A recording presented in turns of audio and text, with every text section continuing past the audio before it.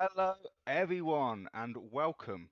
Welcome back. This is Released the Beast 2. Release harder. Unleash the Yeast. We're back with our tournament. My name's Luke Willoughby, one of the TOs at Release the Beast here, and we've got a huge list review show. This is obviously we're just starting our second tournament. We've got loads and loads of players, over 100, and we're here to talk about the tournament a little bit and go through every single list. We know that you're all narcissists and want to hear us talk about your own lists, so we're going to do it. Joining me, as always, is Stuart. How are you, Stuart? Hello, for the YouTube people. I'm the Shrek with the sword. Hello. That's my Uh, Discord icon. I'm doing very well. I'm very excited to go through these lists. I probably won't have much energy at the end, but we'll push through it for the people. as you normally do. Uh, our first special guest that we have, we're going to have a couple of people joining us throughout the show. We reckon it's going to be a long one, but we're joined by Jake, otherwise known as Trogdor, our overlord. Jake, how are you? Yeah, I'm doing great. Thanks for having me. It's your tournament, mate. Thanks for having us. um, Trog, you're here to sort of tell us a little bit about the tournament and some of the specific rules in the rule pack that we've got going on and what everyone's going to be trying to achieve during this tournament. So, what's going on at Release the Beast 2? Right, yeah. So the first one was really fun, but was a bit of a shambles. We're trying to sort of get the rules a bit tighter around scenery and some other stuff, and just trying to make the play experience really sort of good for everybody involved. Yeah, so we got it's pretty much similar to the last one, 6-week event. You play a game a week um, on tabletop. Not much more else here. Next slide. Yeah, so we're actually going to start off sooner than we initially thought. We should get the matchups done properly after this recording, excitingly. So once the matchups are live, we can actually start the games. Um, so, one thing I wanted to say about starting the games was, could everyone, once you get matched up, contact the person who you're meant to be matched with as quickly as possible and schedule your game in. And then if you could write in the time and the date for when you're playing, and could you stream all the games so that everyone can enjoy watching the games and the TOs can be there if they want to be there. So you schedule your games and stream more if possible. If the internet's rubbish, yeah, you can't do it. There is a game schedule text channel in the Discord, isn't there, where people can I do that? think so. There is. Yes, I'm there looking is. at it. Yeah, yeah. But just the headline is we've got until the end of Sunday the 9th, right, to play the first game. Yes. Yeah, Okay. exactly. So this round is a bit extended to give everyone sort of a chance to get into it, and then it will be weekly. Yep. Yeah, Okay. excitingly, this we've got prize money this time. So we've got all the prizes are just donations, um, and so far we've got 135 pounds in the prize pool. And once we know the sort of final amount, so we probably know the final amount in a few days, we'll send out a sort of the details. But I think it's probably going to be the top 10. We've probably got enough money for the top 10 to all get a voucher, with maybe the top three getting a slightly bigger voucher. So Games Workshop do vouchers. So we're looking at the moment maybe the um, top three getting £20 voucher, and the other top 10 getting £10 voucher, which is really awesome. Obviously, we're not going to stop people donating, so if they still wish to donate throughout the tournament, maybe you had a really good game and thought, oh, I'll chuck a bit of money in, then please do that. And all the links to do that on this GoFundMe link in the pack.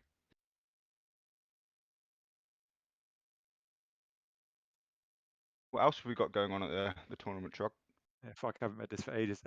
So scoring, yeah. So the first round, we're trying something that I picked up playing this in this Australian tournament that I snuck into, where you rate yourself, your general rating. You rate yourself based on how many wins that you've had. This has confused a lot of people. Basically, it's based on, if you think back to all the tournaments you've ever been, what's the most you've ever won? So if you ever went 4-0, then your general rating would be a 4. So we're going to combine that along with, we're going to rate each of the lists now from 1 to 5. And your first your first matchup will be based on your sort of score out of 10, which means that really sort of players who play shitloads and have like play really successfully and playing like the top meta list, they're going to play other players like that. And players who it's their first tournament and perhaps they're playing Beast of Chaos, they're going to play other players using perhaps less powerful lists. But after that, after round one, it's all a free for all and it's based on your points. You get 10,000 points for a win. So once you finished your game, you would go submit your score onto Tabletop TO, and you'll get 10,000 points if you click win, 1,000 points if you draw, and then you get a points from 0 to 20 based on the points difference rounding down. So if you win by 20, excuse me, if you win by 20 points, you would get an additional 20 points in that round, and your opponent would get 0. If you won by 1 point, you would get 10 points, and so would your opponent. Hopefully that makes some sort of sense.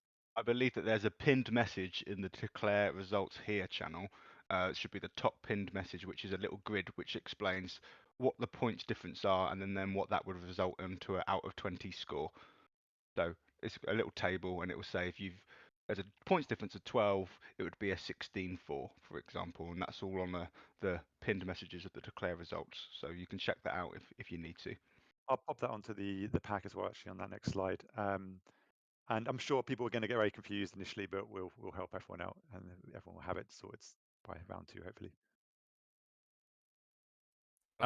Just the headline here with the scoring is that like wins are first. So if you go 6-0, then you're going to be above someone who goes 5-1 but gets a higher point score than you on the 0-20, right? Because a win is 10,000. So there's been other tournaments in the UK and stuff where like the 4-1s have gotten ahead of the 5-0s and stuff like that, but this tournament isn't like that. Yeah. Mm-hmm. Anyone that remembers the first Release of the Beast tournament, we had Philip Cartier win on 6-0, even though he only actually finished 10th out of points or something like that. So wins matter, and then points are kind of like the best thing to determine where you fit in your bracket, whether that's a 6-0 bracket, a 5-1 bracket, a 4-2 bracket. The points then scale you up on where you are on that. The table's now on the next slide. You Hold might on. need to come out and go back in. Is that gonna? Well, okay. It's all right. I know It's all right. the grid. Oh, he's done it. He's done it. He has done it. I just gotta do some professional stuff. Okay. There we go. Yeah. There it is. Yeah. There it is. I think that makes sense. That's pretty easy to get your head around. If I can understand it, I'm sure everyone else can. So, is there any more little admin-y stuff you wanted to talk about the tournament before we get on to some hot takes and stuff? There was one thing, again, I'll put this in the pack and I'll make an announcement, just about when you're watching someone else's game. So we'd like all the games to be streamed because it's awesome watching games. But when you're watching a game, you may not obviously give advice. You can't unmute yourself and start interrupting the game or send little messages giving advice. That's not cool. And if you see a rules breach, you can speak up. So if you see someone and they've forgotten, they're playing it incorrectly, which is given, particularly if that's giving themselves an advantage, you can say something. But otherwise, you definitely can't give advice. And yeah, we will be quite harsh on this because we had quite a few incidents last tournament of people sort of breaking this rule. The whole point is, we're a community and we're wanting to help each other out. If you see a game that's been played wrong and would change the outcome of the game because someone's forgot to take their 4-up ward save and whatever, and they've just killed their general when actually they had a 4-up ward save, there's no problem with unmuting yourself and saying, "Oh, did you roll your 4-up ward?" or something like that. But saying, "Oh, by the way, if you move this model there, you could then get this battle tactic and stuff like that," that's completely off the board. We don't want that. We don't want people messaging each other. We don't want people having live advice or anything like that because we can't monitor that. So if you see that happening in your game or you think that's happening in your game where someone's unmuted themselves and put an opinion forward that isn't just helping the game progress, message us, one of the TOs, straight away, and we can sort out that conversation with them. And on that note about sort of having fun games, games shouldn't really be lasting more than about 3 hours. So if your opponent's taking ages and ages, please again just let us know. Yeah. Obviously, just on that, we are an international tournament, which I think is a blessing. But sometimes there might be a few language barriers, or there might be a few internet problems. A lot of you have been on these tournaments before, and you know sort of how to persevere and stuff like that. Yeah. We won't have any problems if you need to get us involved to help with a language barrier, or whether you can maybe break up your game into little chunks an hour at a time if there's internet problems and stuff like that. We can always be, just be practical, be sensible, and we can get it all done on time. We've done it before, it can be done again. Is that all the boring stuff? Yeah, I think so. I think so. Do you want to just talk about the battle plans just to give people like a forward look into the tournament? Yeah, Yes. awesome. Again, this has been a long time since I've actually looked at these, but yeah, these were the 6 battle plans that we came up with, trying to get nice sort of non-weird battle plans. It's not actually that many to choose from. Do you want to go through and look at the first one? So we've made the maps again. Oh, there is something on the maps which is a bit different. So scenery rules. Basically, we're having in Release the Beast 2 having no vertical height. So basically, if you see on this first map, you see it as arches. Um, you can't land on anything. Things in all the battle plans, you can either go through them, but you can't go on them. Um, or if you are on them, there's no vertical height. So these arches here, you just completely ignore the arches, and you can just move your models. The model shouldn't clip on them. However, any pillars will have the keyword impassable, or a lot of scenery will have the keywords impassable, which means you can't put any part of your base on it. So your base is on the ground, or you're cheating. So there's going to be no bases 4 inches off the ground, and therefore you can be really close to it, but not within 3 inches and stuff like that. That's not going to happen at this tournament. If you're on a terrain, you've done something wrong because you can't land on it, or you're on the underneath it and you're on the bottom level. That's how it's Or, going to work for the whole or tournament. there is area terrain. If you go to this one actually doesn't have any. If you go to the next slide, Stuart, please. Yeah, and this one here, if you look at the The woods, legs, yeah. yeah, Yeah. sort of woods on the left, and that there's a lot. It will say on the map, it will say area or slash cover, and that means you can wander over it. There's no movement debuff for going over it, so you just consider it to be flat terrain. A flat 2D Yeah, 2D is. area with an effect, such as it grants cover if you hold it within it, and it might have mystical or something on it as well. And all of the terrain was either randomly selected or selected by you, Trog. Is that right? Like the deadly rules and the sinister rules and stuff like that. Wasn't random. We were generally quite carefully selecting it so that sides are generally relatively balanced, or there's always like a different. Yeah, try to avoid having too much arcane, or if there is arcane, it's somewhere like in the middle, so you have to sacrifice to get it. It's all been thought out and tried to add a little something to your game. Right. So shall we go back to the first battle plan, Stuart, which is First Blood? So what do we know about First Blood? It's one of those simple 3 objectives in the middle ones. Yeah, it's kind of the Aos3 standard one. I think in the stats this actually has the most but like games in the world because everyone just picks this one. There's not a lot to say about this. It's 1, 2, or The more, only and you get a command point sometimes if you remember. Please remember, because please, no one ever please remember. does, and it doesn't really matter. But please remember. Yeah. Okay. And the second battle plan, Stuart. I guess so. There is a thing to say on the first one, which people don't play always correctly, which is about the command point. You get it. Oh god, it's been ages since I played this one. You get the command point at the start of the battle round, isn't it? Yeah. So So like, if you go second, is it? Yeah. You pick a Advantage place, point. and Yep. then at the start of the next round, you get a command point, and then whoever went second in that round picks another objective to be the vantage point. So in the first round, no one's getting anything, and then starting from the second round, the person who went second in the first round gets a command point, and then so on, right? Yeah. So it is important to choose in the first battle round, because that will get you a command point in the next one. Yeah. Yep. Okay. Next one was slightly more interesting, wasn't it? Yeah, this one again. So the key feature of this one is that you don't score the objectives until you control them for 2 turns in a row. Now, it's only your turn. So like, let's say you capture this objective in the middle here, and then your opponent takes it back, and then you take it back on your next turn. You do score the point. If your opponent takes it back on their turn and then you take it back on yours, you still get it. Try and use some kind of tokens on the board on this one, because otherwise it's a bit of a pain to track. And the other thing to keep in mind is that you can still score more, even though you're not actually scoring the objective. So on your first turn, you're going to be looking to score more in your battle tactic, and then from round 2, you both can start cashing in on the hold for 2 turn objectives. Yeah. We've got some sort of nice terrain here where there's 3 distinct lanes going up the board with the objectives obviously in the middle of those lanes. So I think there's going to be some good tactical play to maybe block off a lane or zone off the board there. I think it's going to be a good battle plan. Yeah, this I was like one this of the one. most. Yeah, this is one of the more pretty battle plans, the battles, because I didn't design this one. I can't actually remember the guy who did this, but he did this a few months ago, and it's beautiful. This one. Well, thanks to that guy. What have we got Yeah. next?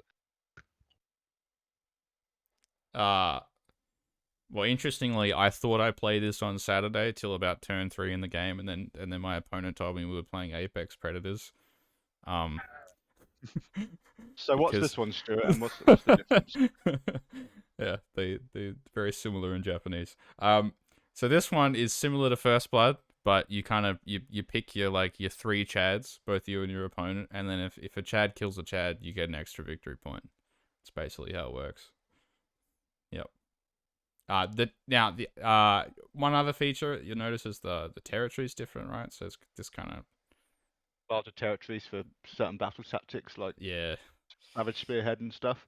And we've Uh, also got those 2 arcane pillars in the middle as well. So there's wizards going to be in the middle objective, which I think is going to be quite cool. yes. I think And just one thing to be aware of, just in case there's any kind of gotchas or whatever, is that you can start really close on this one. So just be careful, lads. Yeah. Careful.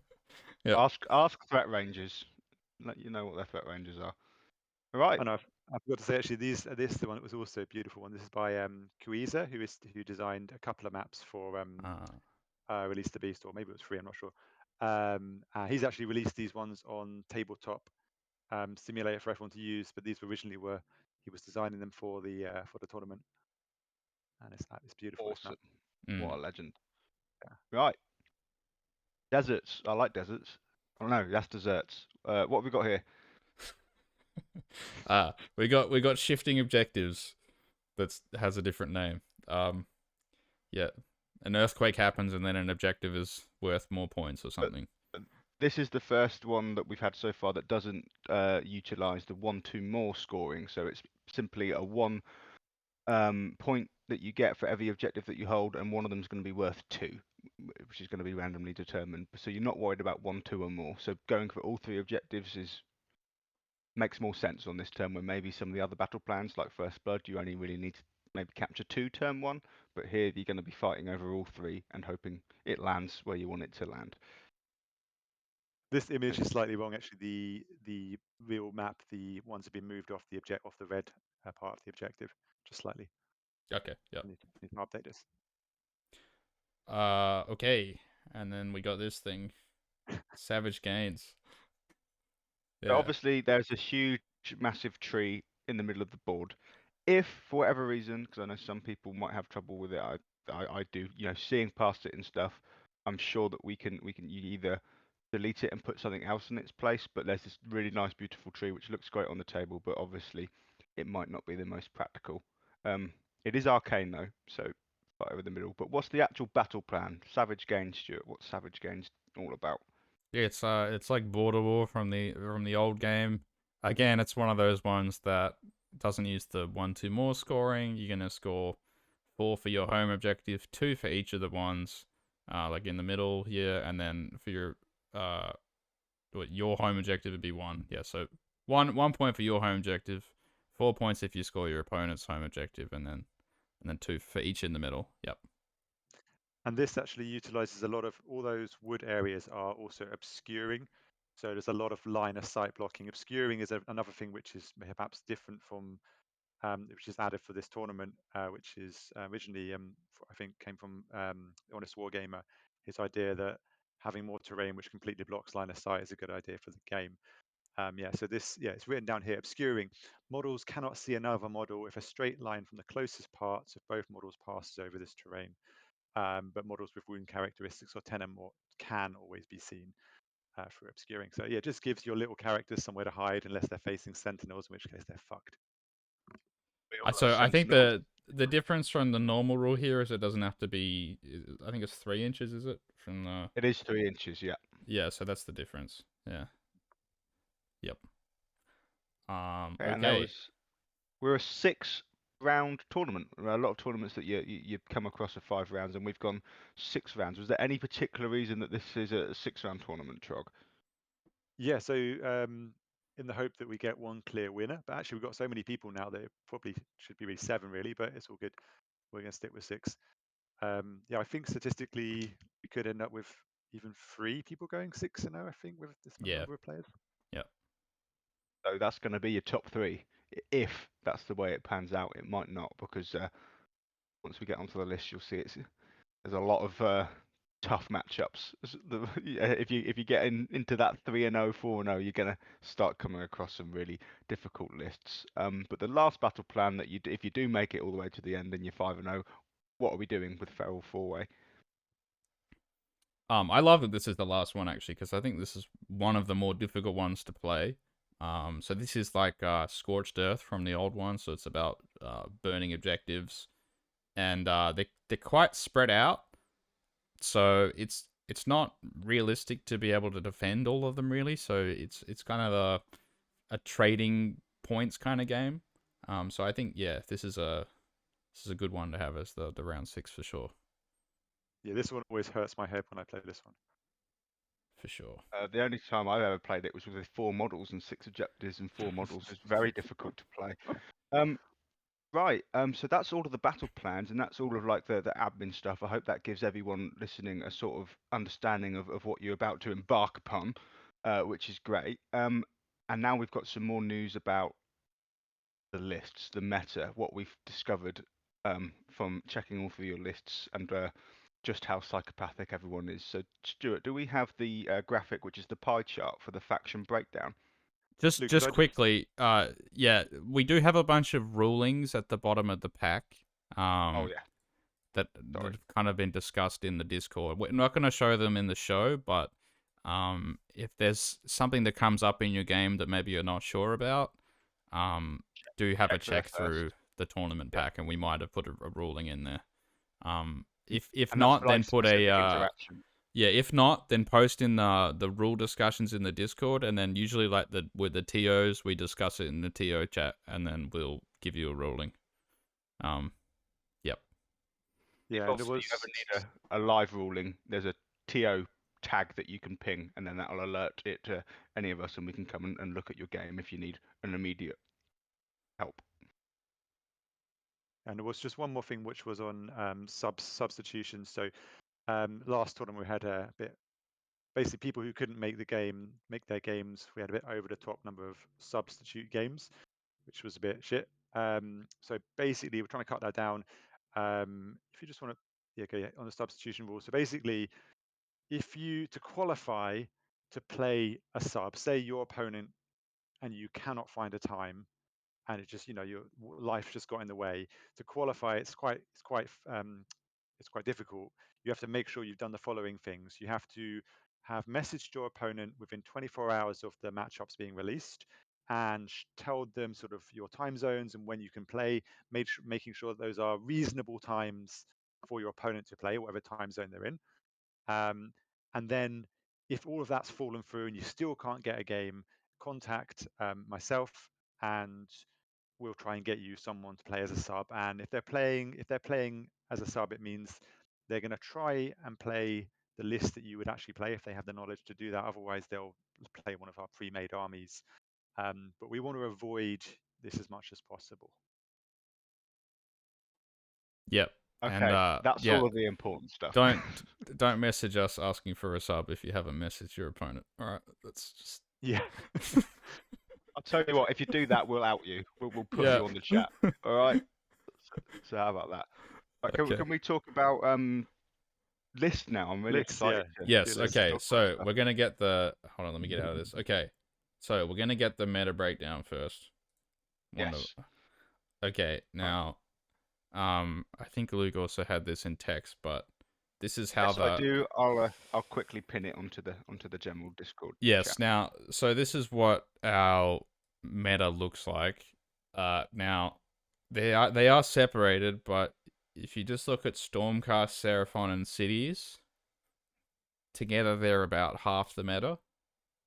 Uh, and then there are some other Uh, factions here that are well represented. But yeah, these are we need that's to address this. 39. What's going on here? Why have we got half the meta with 3 different armies? What's going on here? Is there a particular unit that we might want to talk about for a little bit? Um, yes. Now, yeah. So Games Workshop obviously nerfed dragons, right? And that was great, and it was great that they did it before they came out. But I don't know what you think, Luke, but I do feel like they may have undone a bit of their good work by nerfing a lot of the things that dragons didn't like. And nerfing things like Amulet of Destiny, which, you know, Attacks against their if I'm mortals and playing a stuff. crappy army with like a 4-up save monster, it was kind of nice having a 5-up after save. And now that I can't do that, why would I bring that guy instead of a dragon? So yeah. Now that's my thinking is perhaps that they're strong again, but it could also be that people just want to play with dragons. So obviously we've waited a long time for these things to come out, and they finally come out. And maybe people are in an area of the world where they're not able to play against other people with their new models now. So they want to play on TTS with the dragons, which is totally cool. Like I don't want people to shame people too much for bringing dragons because they're strong, because people want to play with the models they've bought and the models they like, so that's important, I think. Appreciate that, Stuart. I really do appreciate that. Anyway, the reason why I say that is that I've bought a couple of dragons, despite not playing Stormcast or Cities, where you can have it with all your allegiance abilities and stuff. We've noticed that they're one of the more popular allies choices, aren't they, for order factions, and that we reckon about 1 in 4 lists contains Stormdrake Guard. So Hmm. Yeah, I think they have the power to really bump up a lot of the order factions that I'm kind of missing something, like a KO or a Fire Slayers or a Sylvaneth, like in Luke's case. definitely, Yeah. definitely. It's just a lot of the armies that Stuart just mentioned lack that fast punchy unit, especially somewhere like Fire Slayers where it's all four movement guys, or Caldron Overlords where it's all fragile shooting stuff. Sylvaneth where you haven't got any war scrolls. You do need that unit just to be able to sort of counter punch or deal with the opponent's monster or equivalent thing. So we reckon whilst there's going to be a lot of dragons, we reckon that they've also maybe enabled some other sort of play styles and armies that might not have even been chosen to be run at this event. So they're a blessing and a curse, these dragons.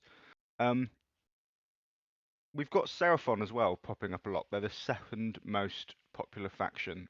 Why are Seraphon so prominent in our meta, do you reckon?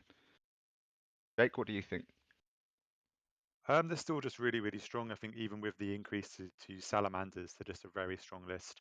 I think they counter, particularly most of our Seraphon lists are Thunder Lizards, and that ability to reduce damage by 1 is huge into the current meta.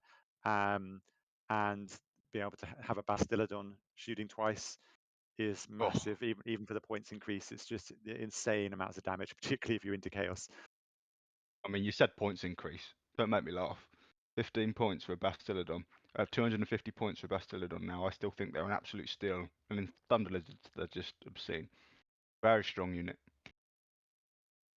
Just on the dragons front, I think the ability to ally them in is massive, as you're saying, to some armies. I think it's because lacking a teleport, your opponent can just sort of relax on their back lines, but having something like a dragon or a teleport means that your opponent constantly has to be protecting all flanks.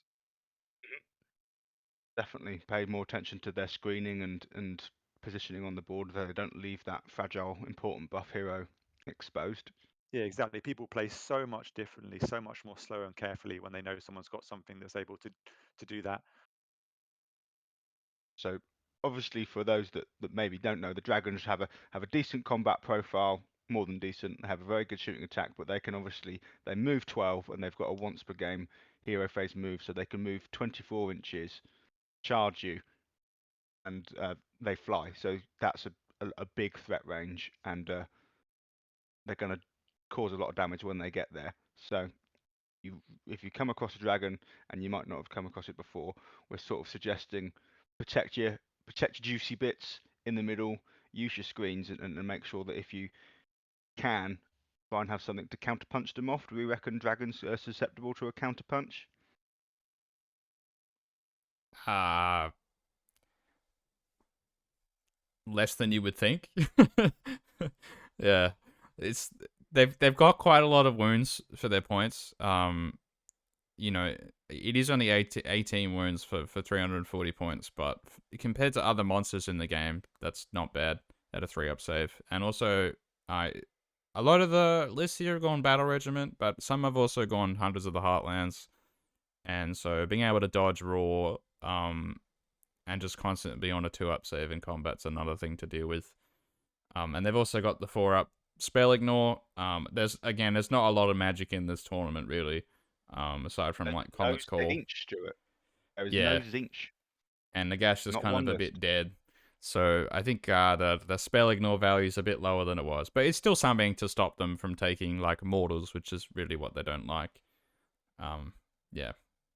If you got a lot of mortal wounds, you can take them off. Yep. Unless it's from, I don't know, an AoE magic mortal wound spell, because they ignore it, but never mind. So we've got a lot of Stormcast, got a lot of Seraphon. Cities, I think, is basically Stormcast dragons with different rules, isn't it? From what we've seen now, we've got a lot of dragons in living cities. We've got a lot of fulminators in living cities. We've got some Tempest Eye stuff. How do we feel about cities at the moment? It's fine, Luke. They killed Soup with the Christmas fact, right? Right? Right. Do we think dragons and cities, maybe a living city list? I think I've got one in my mind, run by a very, very strong player that might do really well, or naked, vanilla Stormcast. How do we, what's the benefits of bringing your dragons in cities compared to bringing your dragons in Stormcast? What's the difference between those two sort of armies? Oh, they need screens, man. Yeah, like I don't like if people just run like 10 dragons or whatever you can fit now, because I think to really make use of them, you need to be able to pick their matchups, and also make sure that they don't get just alphaed off the board by something, and you can properly use their movement. Yeah, I think as much as units of like 10 dudes in cities are not great on their own, if they're protecting like a big threat like dragons, they're great value. And so the kind of lack of access towards that kind of thing in Stormcast, I think, is a problem, and that's why I think cities. It's probably. What do we think, guys? Do we think it's a better version of the same thing, or is it just kind of different? I think that the Stormcast dragon lists have probably overall better war scrolls and slightly better stats. They're going to be slightly tankier, slightly more output, whatever. But I think you get a lot more of the tricks and rules and combos and stuff in the cities, like the fulminators coming in off the board edge and shooting and then moving. All these sort of tricks associated with your dragons and your fulminators you get in the cities, where the Stormcast you're going to get a bit more just bulk. I think. Is that what you tend to agree with, or? I think basically if you're playing Stormcast, you're playing Marvel Crisis Protocol with just like 10 superheroes and moving around the map, and you don't really have like screens. And then if you're playing Cities of Sigmar, you're playing Warhammer. I think that's my basic. basic assessment of what's going on. Because like Stormcast is like, you look at every raw score, it's like, this is really expensive, but this is really good. And it's like, you look at it on the board and you've got like 10 models and it's like, is this good? Because in Warhammer, we're so used to like equating, you know, really we equate quality with quantity a lot of the time. Like, if there's a lot of something, then it probably means the army is good. But the Stormcast armies are so small on the table. Like, a lot of lists are going to have under 20 models. Yeah, so, but I think, you know, each of those units is obviously very strong. And, you know, like I was saying with the Marvel analogy, like they all have kind of superhero stats, like 3-up saves, and there's like Ren 2 kind of sprinkled around Stormcast more than there is in other books, so they definitely It's hit hard. absolutely slathered. Rentus everywhere. Yeah, yeah. It's like when I remember the Seraphon book came out, and we were all laughing about how much Ren 1 there was. Um, Yeah. it's kind of it kind of feels like the same way with Stormcast. Like everything you look at that's good, because there's a lot of things that are not good in that book, but all the good stuff has Ren 2. Yeah. Okay, so before we move on from Stormcast and cities, I obviously do want to point out that whilst, yes, the majority of these lists have got dragons or fulminators or something like that in it, there are a couple of cities and Stormcast lists that have gone against the grain, and we've got a couple of cities lists from, I think we've got some Mist Haven lists, and we've got a Grey Haven shooting list, and we've got some Stormcast lists without any dragons in it at all, maybe going into Annihilators and stuff. So when we're generalizing, there's always going to be a couple of heroes, but there's also going to be plenty of meta chasers as well. So this is what we've seen with the Stormcast and the cities and the Seraphon. Moving on from them, the next two most represented factions were Soulblight and Idoneth. What are we thinking there? Soulblight. What do we think about Soulblight? I was gonna play him, and then they nerfed Nagash, and now I'm sad. But they've still got a lot of options in that book, and it's probably like one of the most successful books they've released in a long time, both in terms of like the pickup, and I also think it's just a great book in the way that it's written. And I hope more Aos3 books are like Soulblight. And yeah, people really enjoy playing the army. I think a lot of the builds have tilted towards Graveguard, as we'll see, because of the White Dwarf new ability, as well as kind of the removal of the old kind of Timmy style of Nagash and two monsters. You're gonna see more like foot sogging dudes. Yeah. Jake, what's your experience with Soulblight? Yeah, they're solid. Lots of variety, lots of different ways to play them. And I think I always enjoy my games against Soulblight. I think Soulblight, they're a solid list, but you don't feel bad against playing it. You know they're strong, but they're not necessarily MPE laden, but they're still strong, and I feel that's quite cool to have an army like that. The next most successful, not successful, beg your pardon, popular factions were Idoneth and Caradron Overlords. These two surprised me. I don't know why they're as popular as they are. Why do we think we've got so many Caradron Overlord lists? Yeah, Caradron's definitely surprising. I think they really have struggled a bit into this version of Age of Sigmar with the lack of monsters, and it's interesting. I Well, there's think a new ally available to Caradron Overlords, isn't there? yes, now a lot of these armies are being taken with 2 dragons. And that definitely changes the nature of these armies. But I do think with both Caradron and IDK, like with those player bases, I would not be surprised if more people play them now that they're not like totally obnoxious to play against. Yeah, They're because cool armies. They're so thematic, aren't they? Both of them. yeah, I think a lot of the mates that I had who used to play KO like played them for a while, and then it was always awkward when you're going down to the local store trying to get a pickup game with KO, and you're trying to explain it to like someone who doesn't really know what they do, and then you go second with Zilfin and put Warp Lightning Vortex down, and it's just a bit. It's just not really fun for either party. So it's one. It kind of reminds me of like old Slanesh, where like you put them down for a while and then they got nerfed, and it's like, oh, thanks. If I can finally bring them out of the cupboard and have fun. And I think the same is true with Idoneth, like slightly different, but like a lot of the eel spam builds got nerfed, so now there's a bit more diversity. Like, yeah, I know shark spam's like a similar thing, but I think the Deepkin players are happy to not just be like, seeming like an absolute demon playing a bunch of eels, and now they can play like a bit of a diverse army with all the the amazing models that's available in that range. Like that's an amazing range of models for sure. Yeah. Fantastic. So once we go down the list that I've put into the general chat, where with all of the numbers of people playing the factions is put out in order, we then get onto a very equally balanced. Everyone's now got 3 or 4 players basically representing them, with the exception of some one-band heroes, which we'll get onto in a minute. We'll talk about the individual lists as we get through. Obviously, we've got a huge number of Stormcast Earthhonored cities. That increases the likelihood of a winner or a top 3 finish becoming from one of those factions. Is there any of the factions that maybe have 3 or 4 players where either of you two think that we could maybe get a winner from?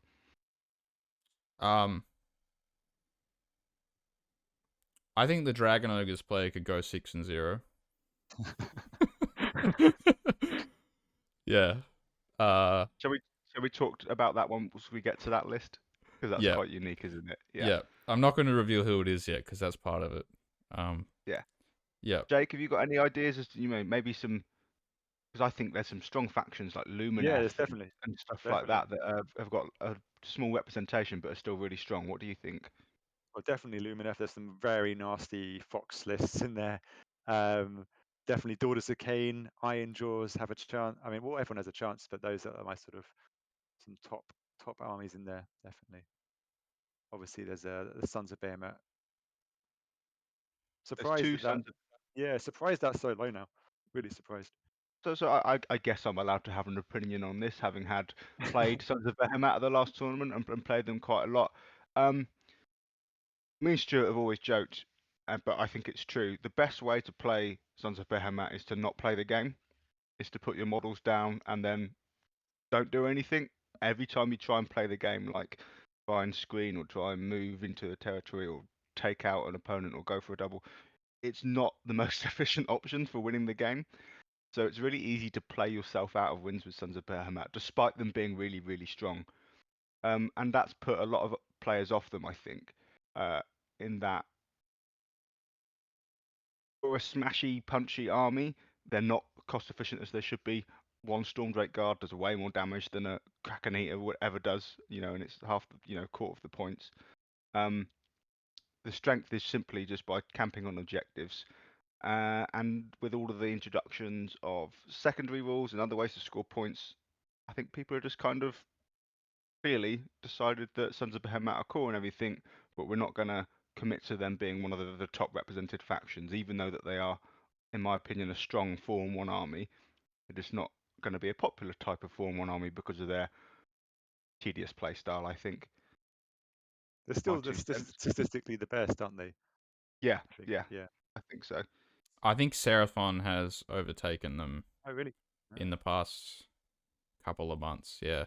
I think, I mean, if you just look at the pie chart here, like the problem for Sons of Behemoth is that everyone's just bringing the mega damage. Like everyone's just hired the boys down the block. Because like this is, if anyone was going to predict like a DPS check mana, like there's not a lot of durability in anyone's list here. Like a lot of it's just bring your guns and just run at each other.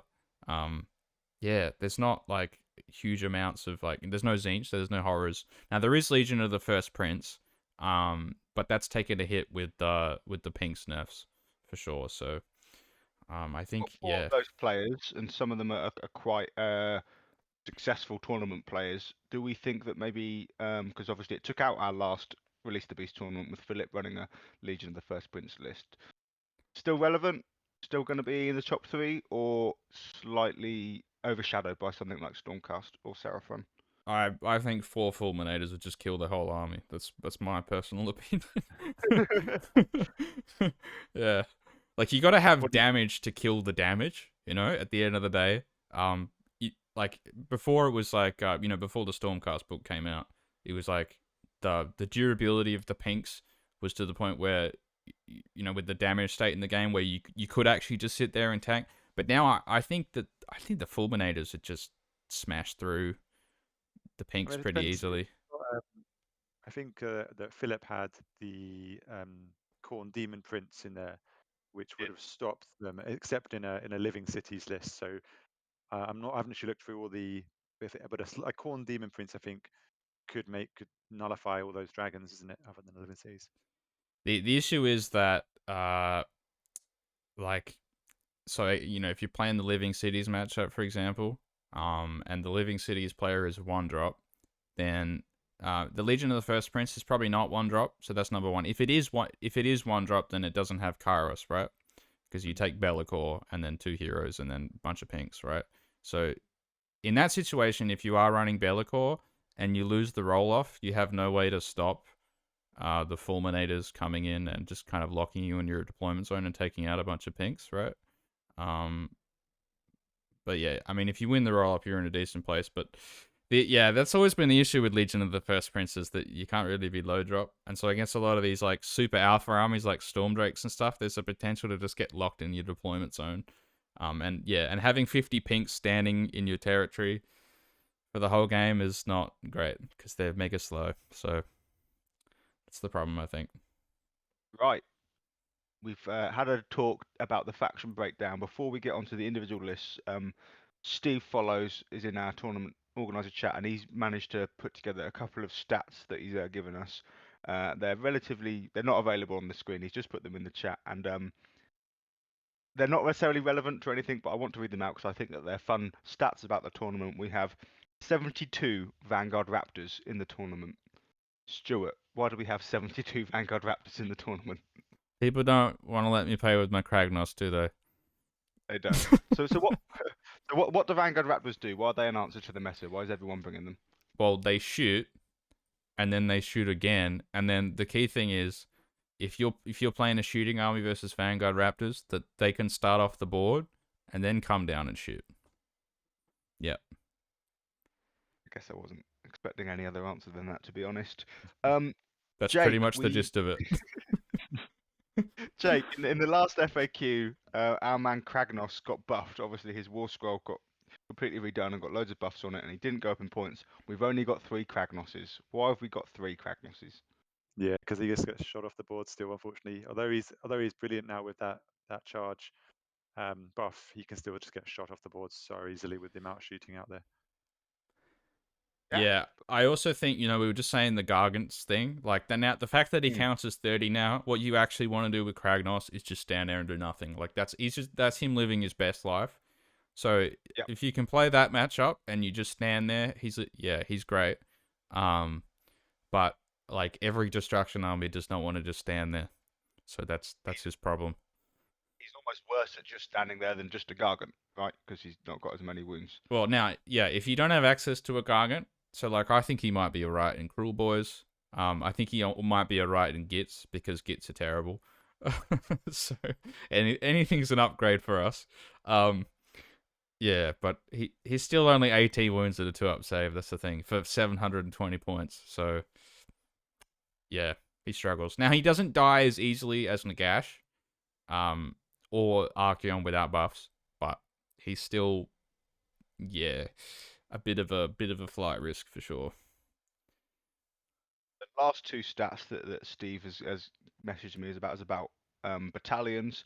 We have 33 Hunters of the Heartland battalions and a whopping 88 battle regiments at the tournament.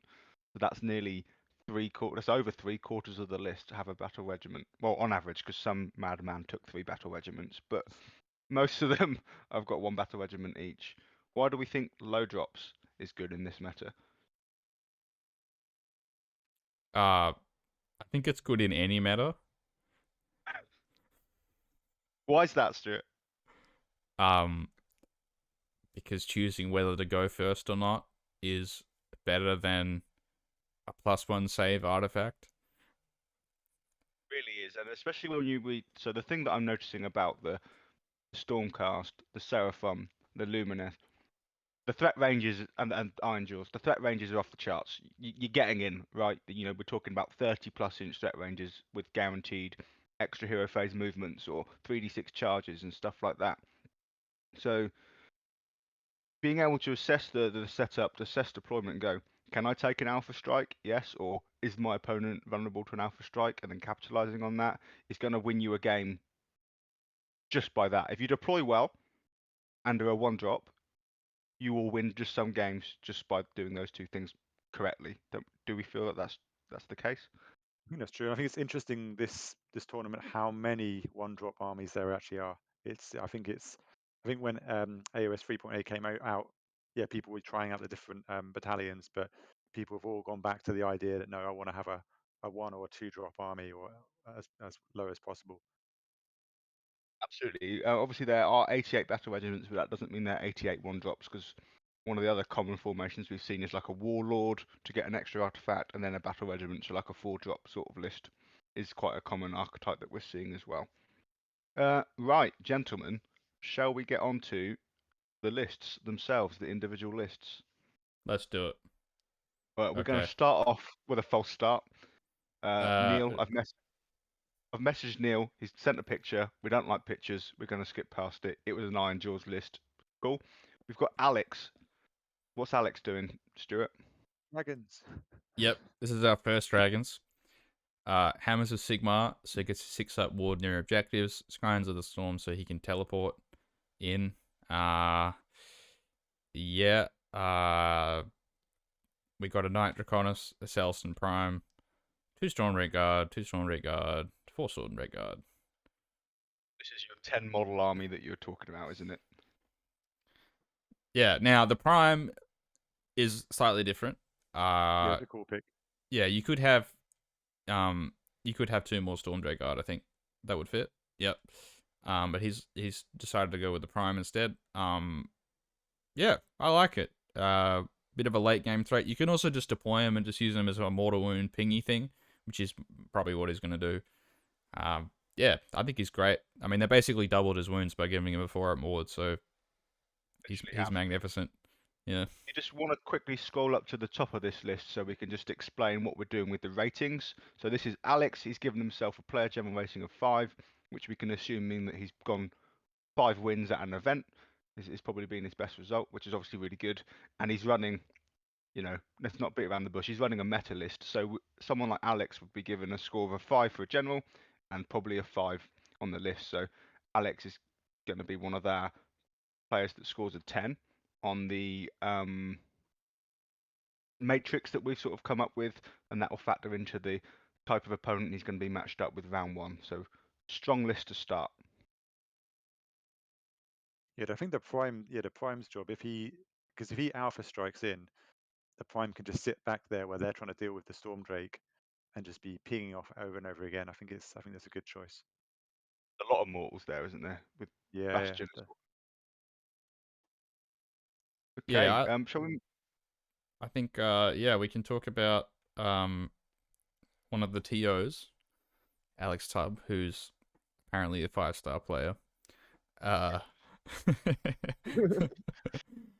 No, he's 100% a 5-star player. Now he's playing Tempest Eye, and he's one of the exceptions to the rule of I was saying most people running damage lists. He's running a very durable list, isn't he, Luke? And then some. And then some. So we've got that classic Cities staple, the Frostheart Phoenix, giving that -1 to Endora, and then we've got 50 Phoenix Guard with their 4-up wards. How are you going to shift that? Plus the Life Swarm bringing them back. Yeah, Life Swarm is amazing. It's so good. Yeah. Double tapping that, getting 2d3 each time you cast it. Then it goes off in your opponent's hero phase as well. And obviously you can rally them. I mean, this is a lot of wounds to get through. So this is looking to play the primary objective game, isn't it? It's going to plonk itself up on the board and say, come chew through me. And then its answer for the output question is those 20 Iron Drakes. It's interesting he hasn't gone for the bridge, though, because he's going to struggle getting the Iron Drakes where they actually want to be sometimes, I think. Well, I think when he's got the 50 Phoenix Guard, it's going to be the Phoenix Guard are going to be there. You've got to deal with them. The Iron Drakes are going to be sat behind them saying, if you want to deal with the Phoenix Guard, I'm going to punish you with 20 Iron Drakes, which are obviously still a huge output threat in any list. Well, yeah, I think it's... I'll go ahead, Sorry. Charles. Go I was ahead. just going to say it does take a massive debuff with the change to what's it called? Shooting the charge phase. With those Iron Drakes not being able to now cover the Phoenix Guard so well. Yeah. Unleash Hell, yeah. Yeah, and like that was the old thing with the Hurricanum, is you could kind of keep the +1, so they wouldn't get back to 4s. They'd still be on 3s in the charge phase. I do think it's some sort of like Christmas miracle that the Frost Heart Phoenix didn't go up in points, but He's so good. here we are. He's so good. Hey, and he's good. these Tubbs packaged it all in a double battle regiment. Is that right? Yeah, so 2 drops. Yeah. So, what sort of rating are we giving this list? We know that Tubbs is a great player with a general rating of 5. What sort of list rating are we going to give here? Do we reckon? What did I give this one? I think I gave this one a 3.5. I think. Yeah, 3.5 down here. I would agree with that. I think it does. It lacks with the changes to Unleash Hell and with the lack of the bridge. I think it's going to come into some situations where it's going to have problems. But I think also it can be very strong at sometimes. I think it's stronger more than it isn't, but yeah, it's going to have 1 or 2 lists that can sort of pull its trousers down and take advantage of its weaknesses with the slow movement and limited threat range. Yeah, if something else takes turn 1 and can get something equally immovable up first in front of those Phoenix Guard, and the Phoenix Guard can't get to where they want to get, the Iron Drakes can't, get in range profitably. It definitely can have some problems. I was gonna say Gargant to just be a Okay. total nightmare for this list, but thankfully there isn't many, so he probably should be able to dodge it. So that's good. Yep. All right.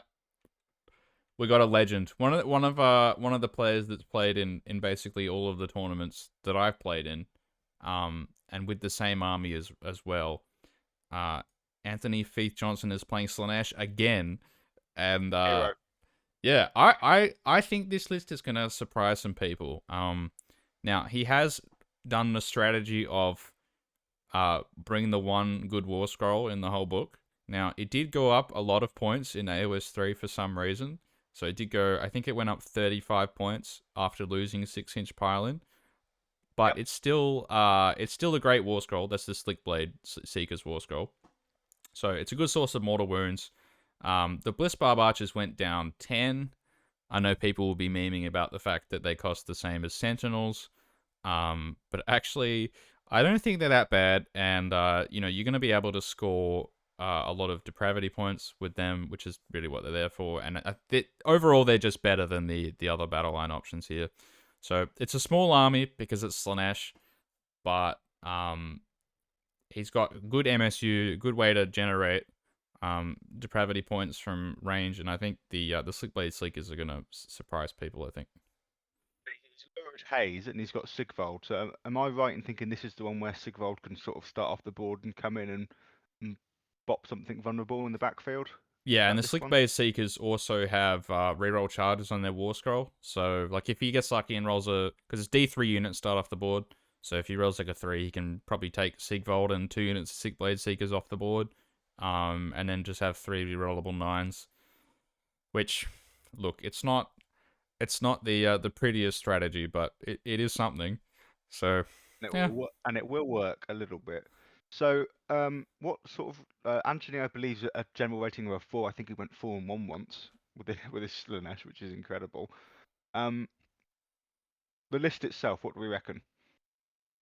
Down here, it's a 2.5, is what I think we rated it originally. I didn't rate it. I didn't rate 2.5. I didn't put that rating in, but I think that's what I'd rate it. I don't think it's quite a 2. Like I think the Sleekblades bring it up from like a weak list to a list that can probably take some games off people.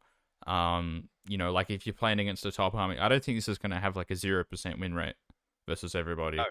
Yeah, like I think absolutely. if he plays it well and gets certain priorities, I think he can take games off people. But it's still Slanesh, and it's still a bit of an uphill battle until the Slick. They should come back down 35 points. Come on, just yeah. Yeah, the book is in a bit of a bad place, and with the amount of DPS out there, it could very easily get Alfred off the board. It's still very fragile, isn't it? Yeah.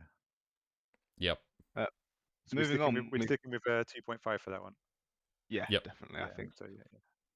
Now we've got Antu, who is a tournament player. You know, no one's going to deny that. He's gone 5-0 plenty of times at tournaments, and he's running a meta list. He's got Stormcast here. Is there anything particular about his list that we want to mention? I'd just like to remind people that Gardas went down in points. No, okay. So people who don't know, because he doesn't get played much, because Hammers of Sigmar gives you, like Fulminator Battle Line and the 6-up ward and everything. But Garda Steel Soul gives you like a 5-up ward in AoE.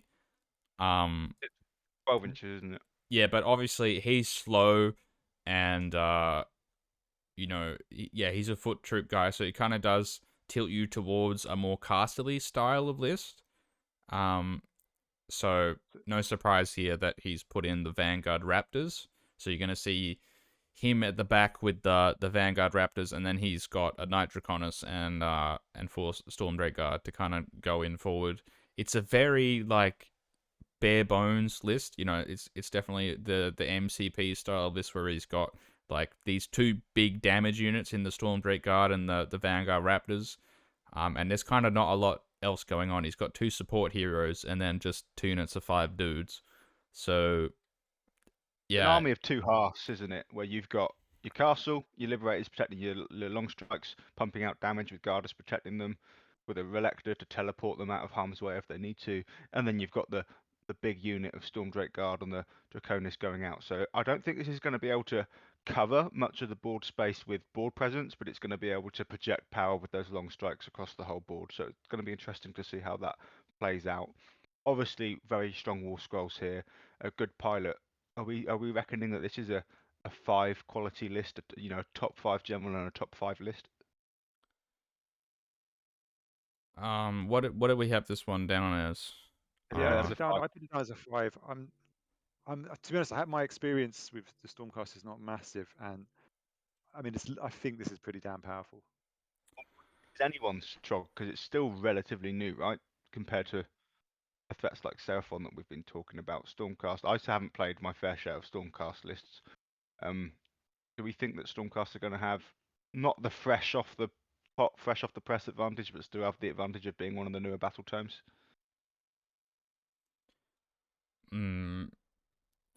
Yeah, like I think from the events we've seen so far, they've mostly gone 4-1, and the army book in general doesn't have the best win rate. Now, there's a lot of noise in there because the dragons weren't being played for ages, and like it's one of those. It's a really popular army that a lot of people, even inexperienced people play. So there's a lot of noise in the stats, but I think it's yet to be seen whether this kind of list can really go like the distance in like a 6-round tournament like this. I would not be surprised if this dropped just a game or two randomly, because of how it's just so swingy, isn't it? It's kind of like playing Flesh Eater Courts with old Gristlegore style, because once like your big units go down, there's not like a lot of Doesn't. longevity Yeah, I in your reckon. list yeah. or anything. Yeah. Those Raptors, actually thinking about it, if enough versus anything else, a mega Maw Crusher, other Stormdrake Guard, those Raptors are going to be very hard to protect with this list. Actually, Well, he has got the teleport, so if he gets lucky with that, he can get them out of harm's way. And the Liberators, can still do some sort of screening job, and he might even start screening with the Stormdrake Guard. They're quite hard to get through, and he's got such a big unit of them. Personally, I still reckon this is a 5. This is a top meta list. What do you think? Would you agree? I think it's a 4.5. I don't think it matches up well into Seraphon, because your whole army is going to be damage 1, because everything here is damage 2. I mean, there's a lot of mortals, sure, but yeah, I can kind of see it just. There's not a lot of wounds, and it could just fall over a little bit, if things don't go his way. So I think, yeah, like four it's and a it's half. I think I agree. Thinking about it now, 4.5 sounds more. yeah, like it's a Right. very strong list, but it does have some limitations. Yeah. Okay. Speaking of strong lists, what have Sorry, we Okay. there's got? one thing. Stuart, did you say that the points were wrong with the Gardas? Is he meant to go down? Is he? Or I is think that he's correct? 140 now. Okay, I'll Yeah, make a note and tell Andy. Yeah. I think he's 140. Um, Hilarious. okay. Scar's time to shine. Another TTS Legends back again. to play his army. Asura's playing Khorne again, and It, with Scar Bloodwrath again. this is his army, man. He owns this. He's so good at playing this. Obviously, it's not the strongest meta list, but Azura knows every single trick in the book, and this is a book with a lot of tricks. Yeah, now there's been a lot of points changes to Khorne in the Christmas back. I believe in this list, it's the Blood Warriors, the Skull Crushers, and the Wrathmongers, I think, have all gone down. I Yeah, think to all be are honest, just like 10 points, but yeah. yeah, it's pretty insignificant really. As a Khorne player, the points changes were not at all what we really wanted. Yeah, I think, on something like Wrathmongers, where you're only going to take it once, it really doesn't make much of a difference if it goes down 10 points. And then in the case of the Skull Crushers and the Blood Warriors, they probably didn't go down enough to be competitive with other units at the same points cost. Like 10 Blood Warriors for 190 points is still really expensive for what they are. Yeah, they just need one pip of Rend and they'd be worth it. But yeah. Mm. So, Jake, you do play Khorne yourself. What's the main threats in this list, and what's its weaknesses? So yeah, this is an awesome list, and with some good quality dice, some luck, you can do a lot of stuff. So obviously a lot of people know about the Infinite Rage. The Infinite Rage combos really nicely with the ability to move in the hero phase using your blood type points. So the Infinite Rage can cover a big distance, and if you roll well, that the artifact lets him hit on 2 pluses against heroes. So if you get him into a hero, you're going to get hopefully a lot of hits. And then if you roll well with the wounds, if you get 6s, suddenly it's doing loads of AoE, huge amounts of AoE mortal wound damage. But yeah, if you don't roll 6s, then I've had my Infinite Rage go in all buffed up and do nothing, like absolutely nothing, and then you just lost 208 points. He's got the Wrath of Khorne Bloodthirster, which does a really nice trick, which lets his Rage Thirster run up, be just outside 3.1 inches, and then pile into combat. So that's really, really nice. And then one of my favorite characters there is Scar Bloodwrath, who just never This dies. guy, no, Yeah, this guy. I mean, he's just. Sorry, go ahead. yeah, to put it into context, obviously Scar Bloodwrath had an ability. Every time that he has been killed, he can roll a dice at the end of the turn. On a 5 up, he turns back. I tabled Azura at the last release of the Beast of tournament by turn 2. Literally had nothing left. Killed him. Scar Bloodwrath came back, started summoning stuff.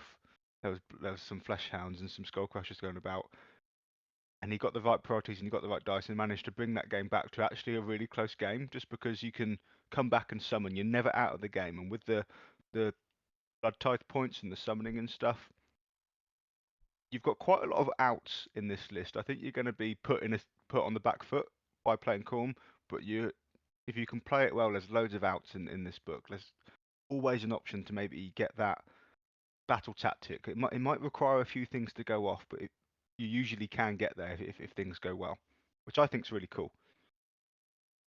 Yeah, it just lacks. Unfortunately, right now for Khorne, it just lack of damage. So the only real output there is the Infinite Rage, really. Um, Yeah, the Skull Crushers don't do enough. They should be cheaper, a lot cheaper than that, or more rend. Double Warlord, double Yeah. Warlord on the Hunters. So he's got his extra artifacts and his his Skull Crushers and his Blood Warriors are going to be in the Hunters of the Heartland. So lots of stuff going on in this list, and we like it. But we reckon it's probably going to be one of a 2.5 or a 3. What do we rate this one? A 2. I've got it down as a 2. I would really stick with that. As I said, I love Khorne, but they just don't have the output. They can't take a punch. Yeah, they're not in a great place there right now, unfortunately. That's I fair wish enough. yeah, I wish Azir all the best with this, but I think he's gonna have to play his ass off. Absolutely. Stuart, what we got next? We got AZ, who's playing one of my favorite lists of the tournament. I really like this list. It's very similar to something that I was going to run, but I changed my mind at the last minute to something else. So this is a big wild list with the three big bads with Gobsprat, Gordrak, and Kragnos. Gobsprat and Gordrak went down 20 points. Yay. And then he's got a War Chanter with the classic combo of I'm not a wizard, but now I am, and then now also I'm going to reroll my casts with Arcane Tome and Master of Magic, I which love that.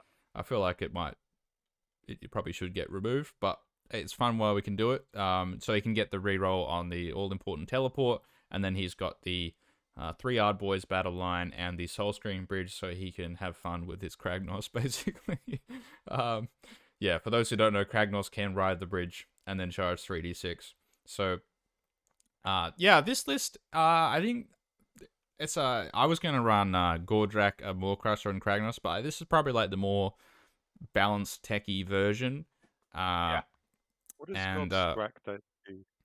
so Gobsprak, yeah, I really should say that because he hasn't been taken ever. So Gobsprak is the really expensive in terms of money model from Cruel Boys, the big vulture dude, and he's a lore master of the Cruel Boys lore. Now he has got his lore on the he has taken a spell here on the list, which unfortunately is a War Scroll Builder bug, but he does know all the Cruel Boys spells. There's some really good ones in there, like the Nasty Hex here is to turn off an enemy unit within 12 ward, and then there's a really good Horde Clearer one. There's one to move Cruel Boys monster, which is, I mean, it's going to be himself here.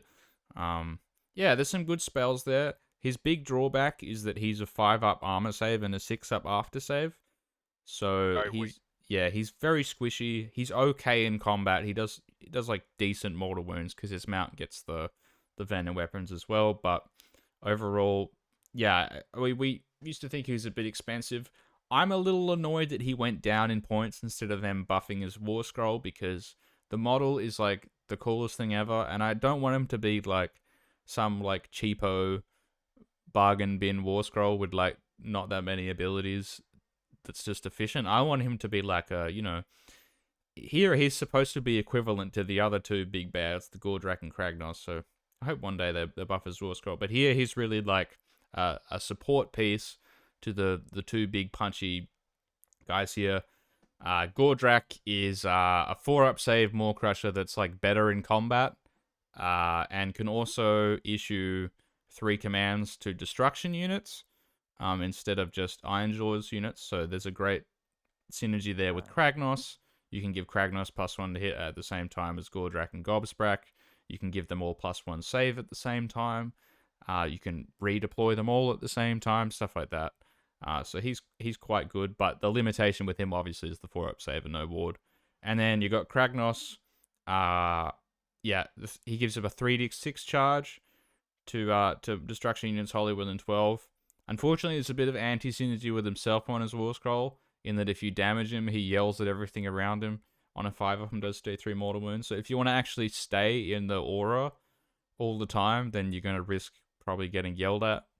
But otherwise, he does big damage, and now he actually has some mobility, but 18 wounds still just falls over in Immortals, unfortunately. Yeah. This list definitely gets all the cool points for me, but I reckon it's probably, like you said, it's got some flaws. So we've got for a rating of 3 out of 5 here, a relatively middling list. Are we all in agreement with that? 5 out Yep. of 5 on cool points, I think. Oh, this thing would look amazing on the table. I will say you can probably take some random games off, like even dragons. I feel like you could beat dragons with this. If for some reason you end up going first or something, and you can teleport Kragnos up and get Gordrak in, maybe. I don't know. There's a possibility that you can kill stuff with this list, which is nice. It's not like some other list that that we might come up to where it's difficult to see how in any way they'd defeat like a dragons list. But I think this one's got some sort of play, which is why it's in the 3 sort of tier rather than a 2, right? Yeah. All right. I mean, I don't know well enough. I think it definitely, looking at it, there's not much there. It's got damage, but not much. Maybe 2.5, but yeah, if you guys think 3, yeah. Yeah. Yeah. Soul Screen Bridge and Kragnos can just answer a lot of things if it all goes right. But then it could all go wrong. So I think maybe maybe 2.5 in the middle, 50-50. I think in like a Magic Dom meta, this would be really good. Like if Nagash was still running around or something, this might be really good. But yeah, Okay, I think we're going to demote it to a 2.5. Sorry, AZ. fair enough. I Okay. think just a note on the ratings. Please, guys, don't be offended. We're trying to just give our sort of completely biased and objective, non-objective opinions on this. And all your lists are awesome. I mean, it almost went unsaid. We don't. This is all our opinion. This is not scientific. This is not anything like that. If you have a problem with our opinion, feel free to voice it, and we'll ignore it. Okay, moving on. What have we got, Stuart? I'm not sorry. I'm not going to try and say his name. Does anyone? I don't know. Player skill level 3 is here. I'm This sorry. is- Please message me and tell me how to pronounce your name. I'm always interested in learning that kind of thing, but yeah, I don't want to embarrass myself. Yeah. Well, he's Okay. got a pretty funky cities list here, isn't he? Yeah. Now, I think that So this one, before I scroll, I've just sort of spoiled it a little bit. But if you look at the top half here, it looks kind of familiar territory, and then we add in some Storm Drake Guard, right? And I think what we have here is this is a very strong list, right? So it's kind of the old Tempest Eye archetype with Iron Drakes, but he hasn't taken a hero monster here like a Phoenix because to get monsters takeover and that kind of thing, he's perfectly fine to use these dragons. So what that enables him to do really is to pass those savings on in other places. So instead of just having like 10, 10 Dread Spears, 10 long beards, and 30 Iron Drakes here, he's got 30 Dark Shards in here as well, which are an interesting unit. I think he's really going to use them to kind of clear the screens for the Storm Drake Guard. That's probably the role I think so. they've got here. Yeah. They can get the screens just for free. They don't need to do anything. They just remove a screen, and I think that's quite a cool tool to have in this list. Yeah. Uh, yeah, I don't think there's a huge amount to say. Now, there are a lot of cities lists that have dragons in them, and this one is a Tempest Eye list. So just to quickly recap what Tempest Eye does, it gives you +3" move and +1 save on the first turn. So the fact that Storm Drake Guards, they double move. They can double move once per game, basically. So you double that, so you're getting basically +6" on the first turn, which is great. So you can kind of YOLO them in a little bit, and then he's got this kind of classic cities shooting castle. Yeah. So I think a really solid list. What did we give this one?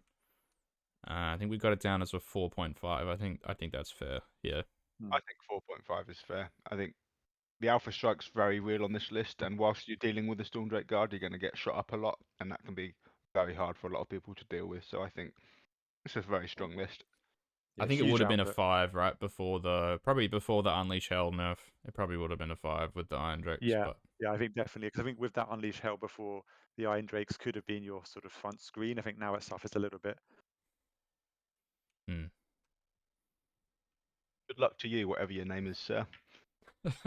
Okay. Moving on.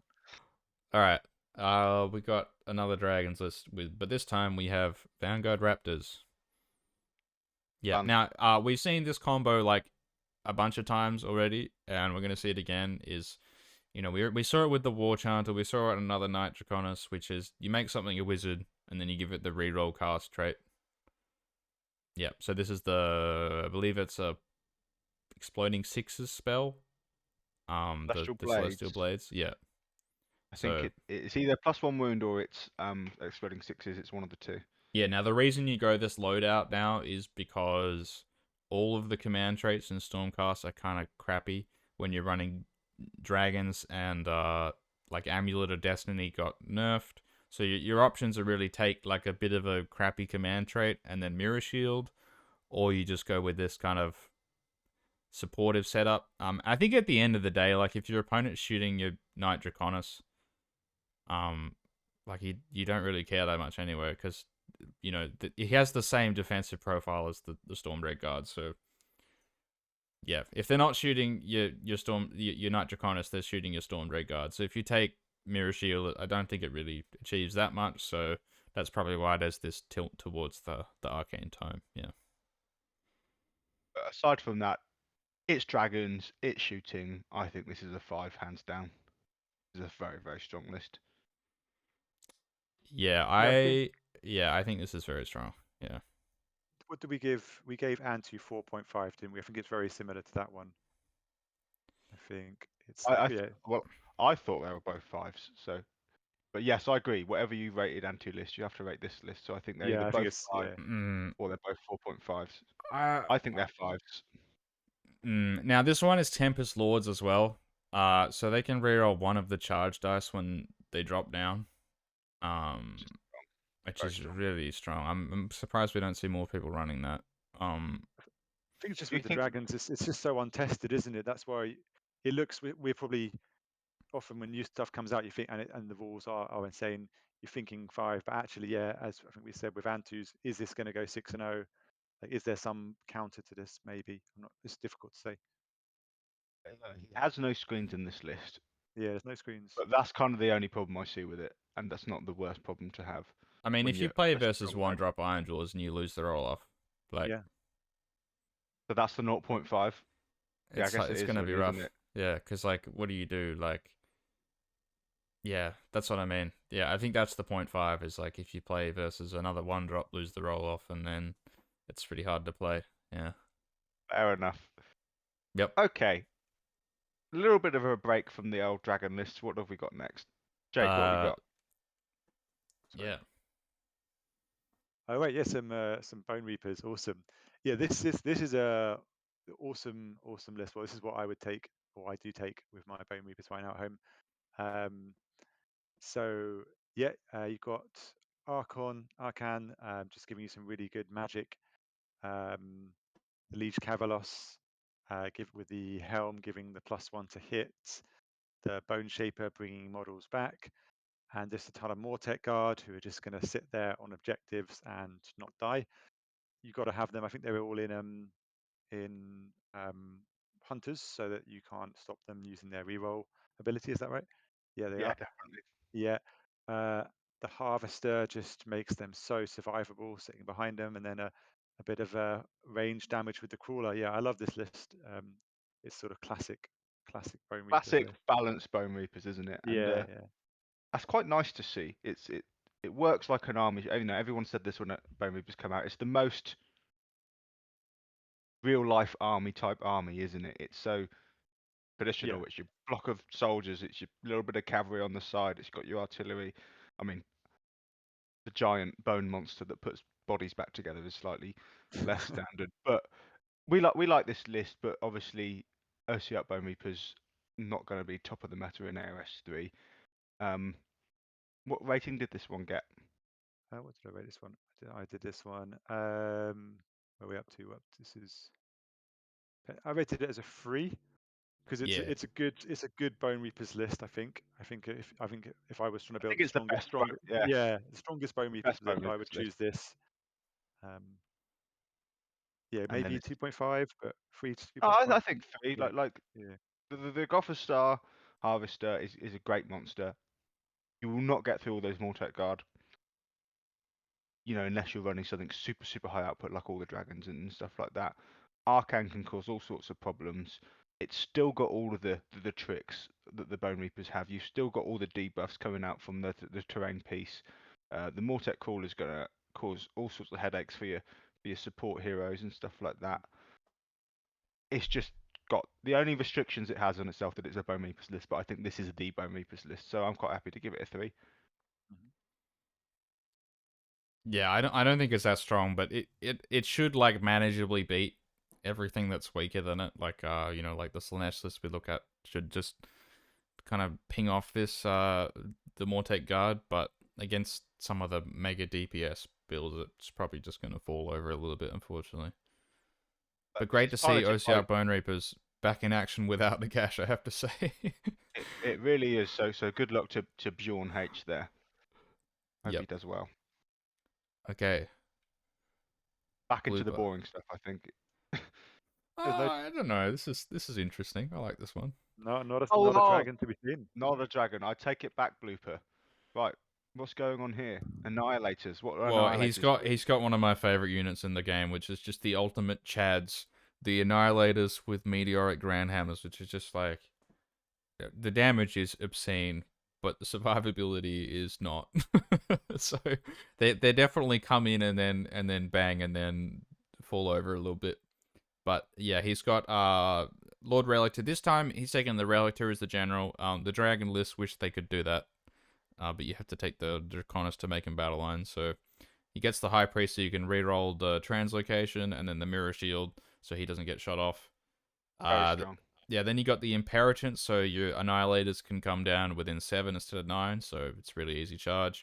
And then you got your Judicator with Griff Hounds, which is just really useful long range shooting unit with efficient points. And then you got 6 Chads, 3 Chads, 5 dudes with bows to fill out the battle line, and then he's got 6 Vanguard Raptors with long strike crossbows. We're and then seeing again. It's not dragons this time, but it's home-based castle with your shooting units like your raptors and your judicators, and then your tanky going forward stuff.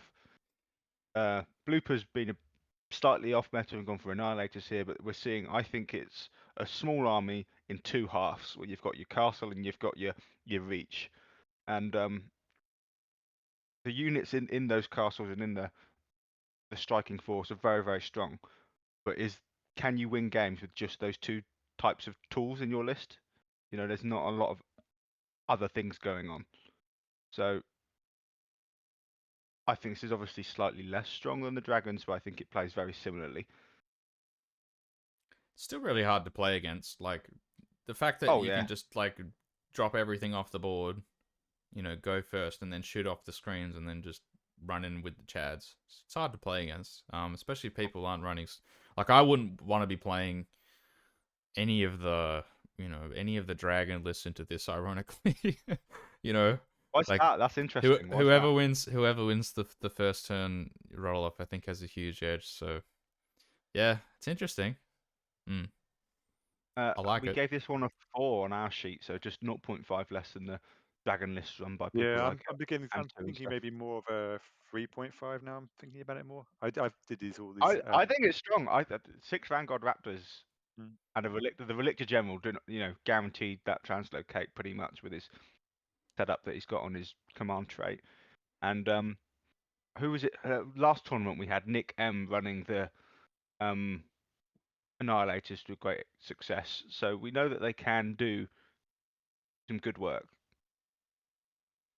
I think this might be a 4. I think it's strong. I like it. I feel like it hasn't got much staying power. Right, No, it Stuart, doesn't. you got the deciding vote, Stuart. Uh 3.5 or 4.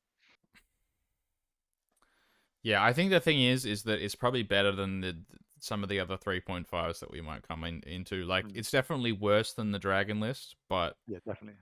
I I feel like it has a lot of the same weaknesses. It's just that the Grand Hammers are a less efficient war scroll than the Stormdrake Guard probably. Let's keep it as a 4 then. Yeah, but ultimately I think like you can just kind of smash some lists off with the Grand Hammers. Yeah. Okay, good luck Okay. to Blooper. All right. Boswell is next, is that right? Yeah. Now, this man loves his Gotrek, and He I does. also like Gotrek. But yeah. So another Stormdrake Guard cities list in Hammer Hall. So Fight on twice if they get. some of the battle plans, you might be able to get the fight twice, but it's really hard with the Stormdrake Guard because they're huge bases. big. So Yeah. and you got to get them all wholly within, and then you got to not kill the thing They are that you were fast gonna enough, kill. though. They are Yeah, fast enough to I get think there. if you had 2 units of 2, you'd be more likely to get off the fight twice. But then I don't think that's better than just having 4 go first, right? So I agree. yeah. Now Hammer Halls. So there's that, but I think the main reason you'd run Hammer Hall is just because of the command trait, which gives you rarer ones to wound, which is amazing. Combined with a +1 to hit artifact, so Yeah, so those 2 yeah. things are huge. And yeah, I've played Boswell before. He's a great player, by the way. And he kind of likes running this sort of list that it doesn't look as damagey as the other ones, but it's built as sort of like an anti-combat list, so it's got a lot of like staying power in the middle with the Phoenix Guard and Gotrek, and you can kind of use these. He used to run Flame Phoenix instead of these Stormdrake Guard, but definitely the Stormdrake Guard are an upgrade. So really, he's like playing a castle in the middle, and then he kind of skirts around the Fights out from outsides. there, yeah. Yeah, Yeah. taking out key units with the Stormdrake Guard and the Phoenix. And that Phoenix -1 wound aura is always just mega annoying. Yeah. Funnily enough, I think if all the buffs go off, this is where the Stormdrake Guards are going to be the most buffed. They're going to be -1 to wound. They're going to be rerolling ones to wound. They're going to be +1 to hit.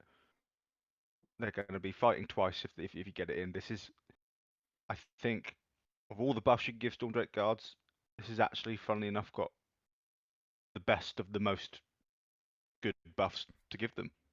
I think that was so poorly articulated, but I think this is a great list. Yeah. yeah, We've got it down as 4.5. I think that's probably right.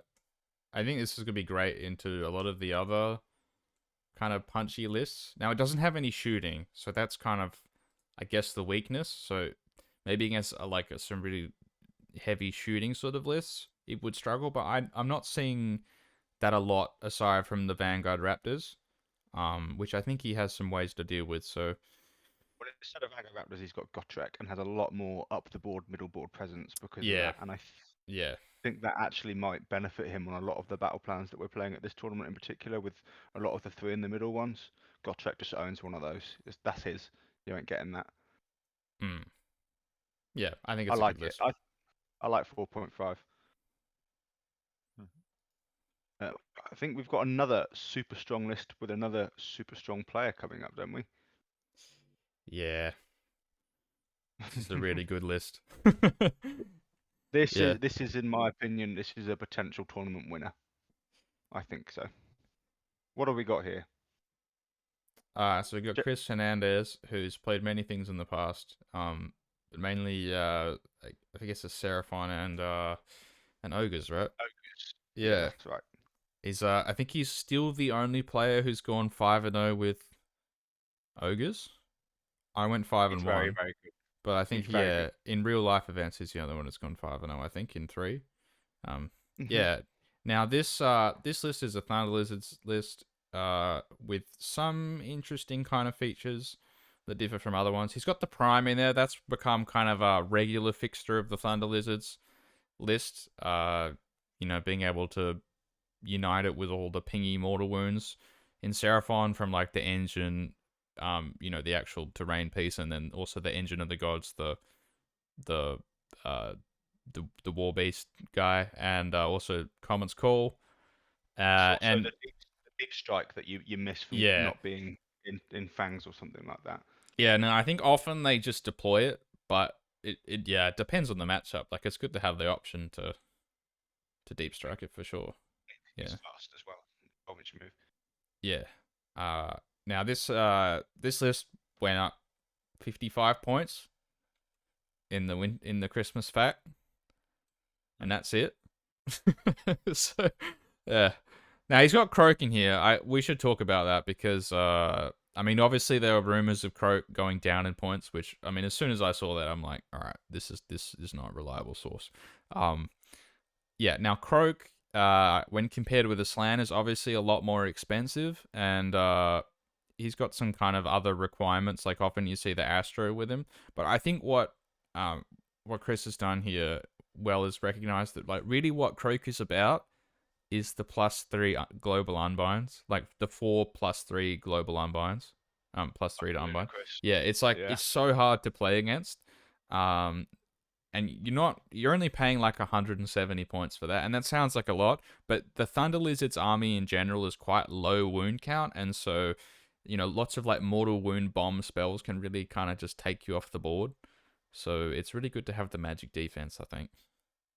It plugs a gap that one of the few gaps that this list has with the magic. It would be, say a Tech Nado came along, or maybe even my Tree Nado that you might see later came along and it didn't have Croak in it or didn't have a Slan in it. you'd really suffer. You know, all those mortal wounds would get through that Bastillodon and all the other stuff, and all the small heroes would be dead. But that unbind protection just means you don't really have to worry about that. One less thing to worry about. You know, I think it is. This is a 4.5, if not a 5. Yeah, I it's think definitely a I think very it's a 5. strong, very strong. Yeah, yeah, I we'd think say this is a 5. 5. I think Yeah, it's a 5. What do we put it as? I put it as a 5, but someone changed it back to a 4.5. I This is think a Tabby's 5. put it as a 4. It's a 5. It's definitely Yeah, a I think 5. I think that's. I wouldn't be surprised if this is one of the winning lists. So yeah, I think this is a yeah. good yardstick of what a 5 should look like. Yeah. I agree. Well, good luck to Chris. Not that you need it. Yeah, and obviously a Our great player as first, well. So yeah, mm, big rating. Okay, now we got the first of the Cruel Boys lists. They're being played. what This is happens great. here? They're being played, Work out Luke. what they do. Yeah, work out what they do, because I don't know. You don't know? Okay. All right. No, I So know what they do. now, one of the limitations of Cruel Boys is that, unlike all these other lists we've seen, you can't fit the whole army in a battle regiment. Now, the reason you can't do that is because you physically can't. Like, you actually can't get enough points in the battle regiment of good units that you want to take. So you always end up having to be like 2-drop, like he's done here. So you end up with 2 battle regiments. So if you're going 2 battle regiments, what you end up doing is taking 2 of like the best war scroll in the army, which is the Sludge Raker Beast. So he's got 2 of them.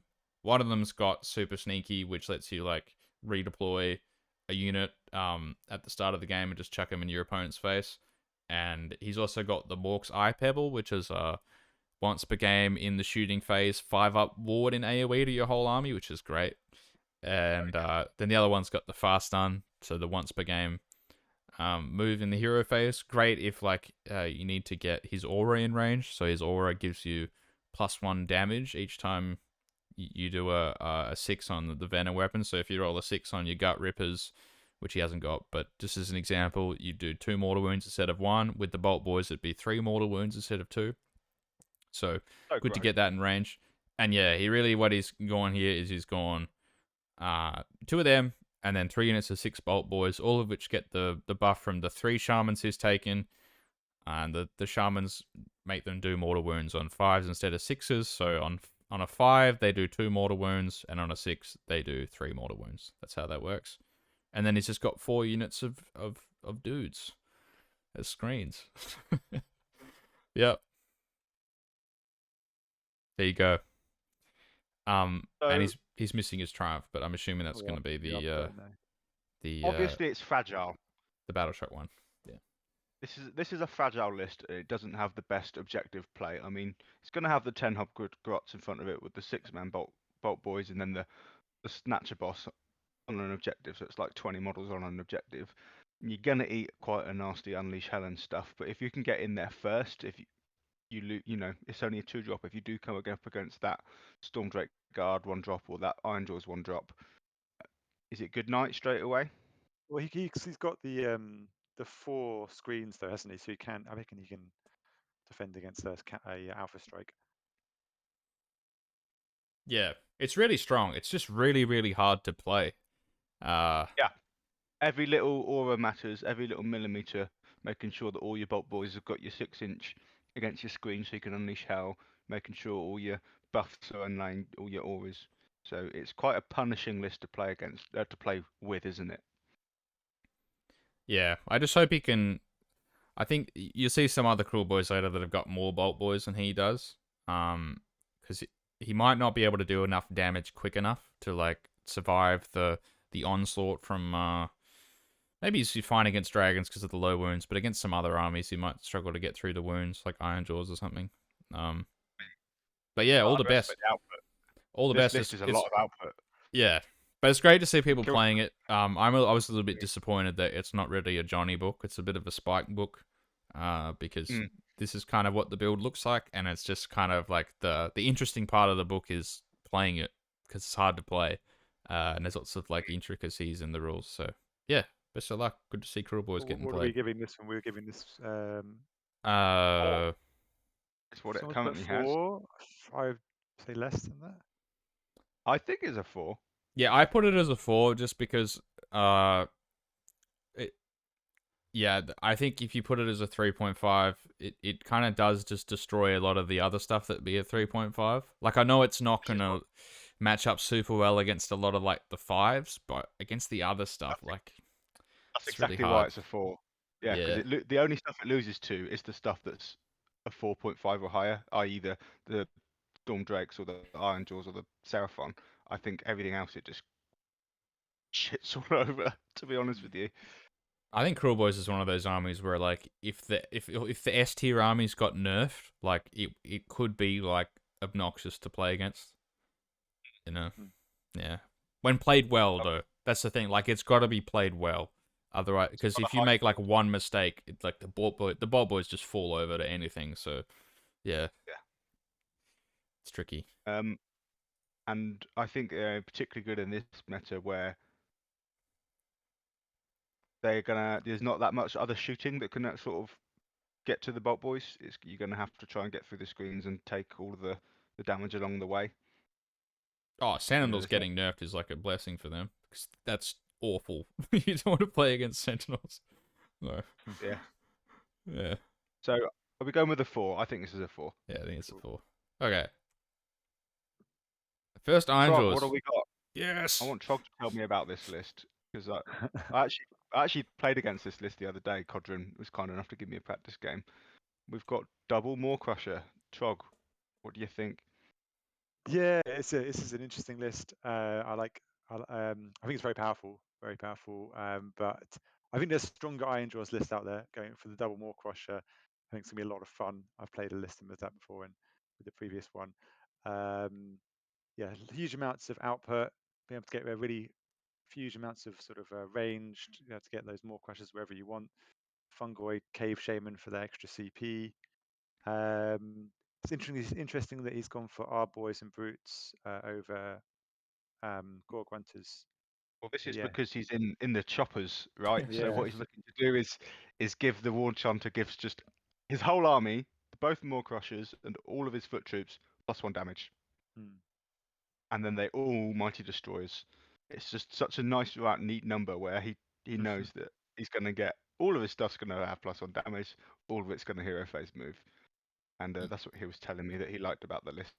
Yeah, And I it just felt think you don't see it because it's like if you're gonna play that many Ard boys, you probably should run them in Big War, right? That's my Yeah, that's the my Ard boys experience with it. losing the rend means that yeah, you got the +1 damage, but in the sort of meta that we live in where things got a 2+ save, it's hard to get through. Yeah, I would agree with you that this isn't necessarily the strongest Iron Jaws list that you're going to see, but do not underestimate a Maw Crusher. That stuff still, you Oh know, yeah, some armies don't answer a Maw Crusher, and he's got 2 of them. So we gave this a 3 on our sheet. Does that sound about right? maybe a bit higher. Maybe a 3.5? 3.5, I think. Yeah, three Yeah, and a half. Yeah. Yeah, yeah, looking at the other ones now. Yeah, definitely. yep. Okay. But moving on to another tabletop simulator legend. He's played at pretty much every event I've ever seen. It's Dada, and he always runs something different every time. What's he gone for this time, Stuart? This is the mega Timmy.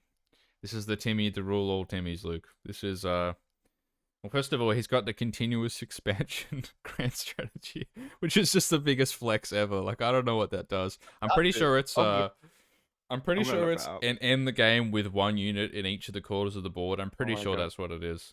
that's What?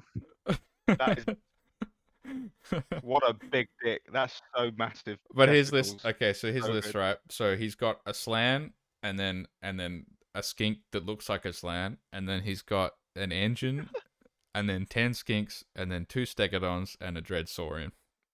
That's his list. Oh, sorry, he's got 2 units of 10 skinks. Yeah. We might ask him to fix the formatting. I think it's a bit, or we can probably just go in and do that. Yeah, there's not a lot to say. I've seen a lot of people run dread saurians. They look cool. I'm not saying That's it. about it. Yeah, I That's love it. that people run them. It's just it's not the most Oddly, practical model to play with, is it? Dada ran one at the last release of the Beast, so he's continuing his legacy of awesomeness, which is great. I tell you what, it's Um, better playing that thing on TTS than real life, because if you don't have a car and you're like coming to the tournament on a train and you're trying to bring a dread saw in, you have to bring like a suitcase, you know. It's that thing is huge.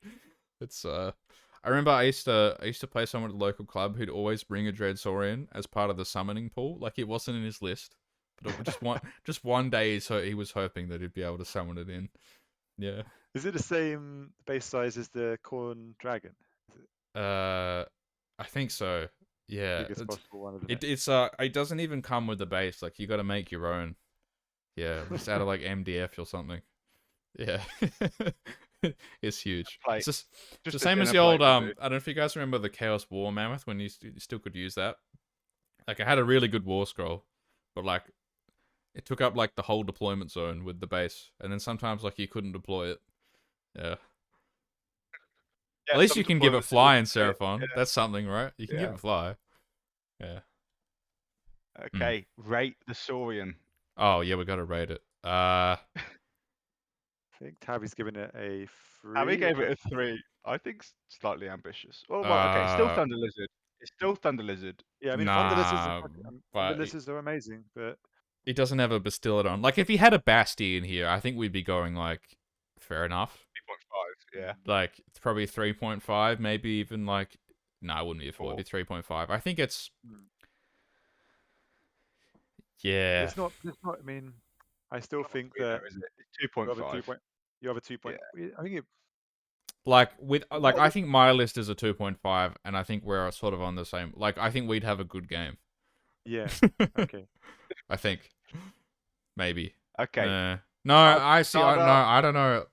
I think maybe he should be a 2 actually, because I think a lot of No. I think a lot of the ones that we've rated as 2 and 2.5 actually could beat this pretty manageably. Like I think the corn list would be totally fine against this, right? Mm. Yeah, it'd be a good game, but I think it'd be a fair game against the corn list. Okay, all right. Yeah. Maybe let's put 2. Yeah, Okay, 2.5. -1 damage. Sure, -1 damage is just ridiculous across the board. You can't go lower than a 2.5. Yeah, but he's playing on like a handicap. That the grand strategy is going to be so hard. That is the one. Yeah. Where you have, That's my what I mean. favourite grand He's taken the flex grand strategy and then the Dread Sorin. It's like he's just playing on hard mode, like deliberately. believe in him. It's He great. believes in him. It's tremendous. I believe in him. Yeah. Tremendous.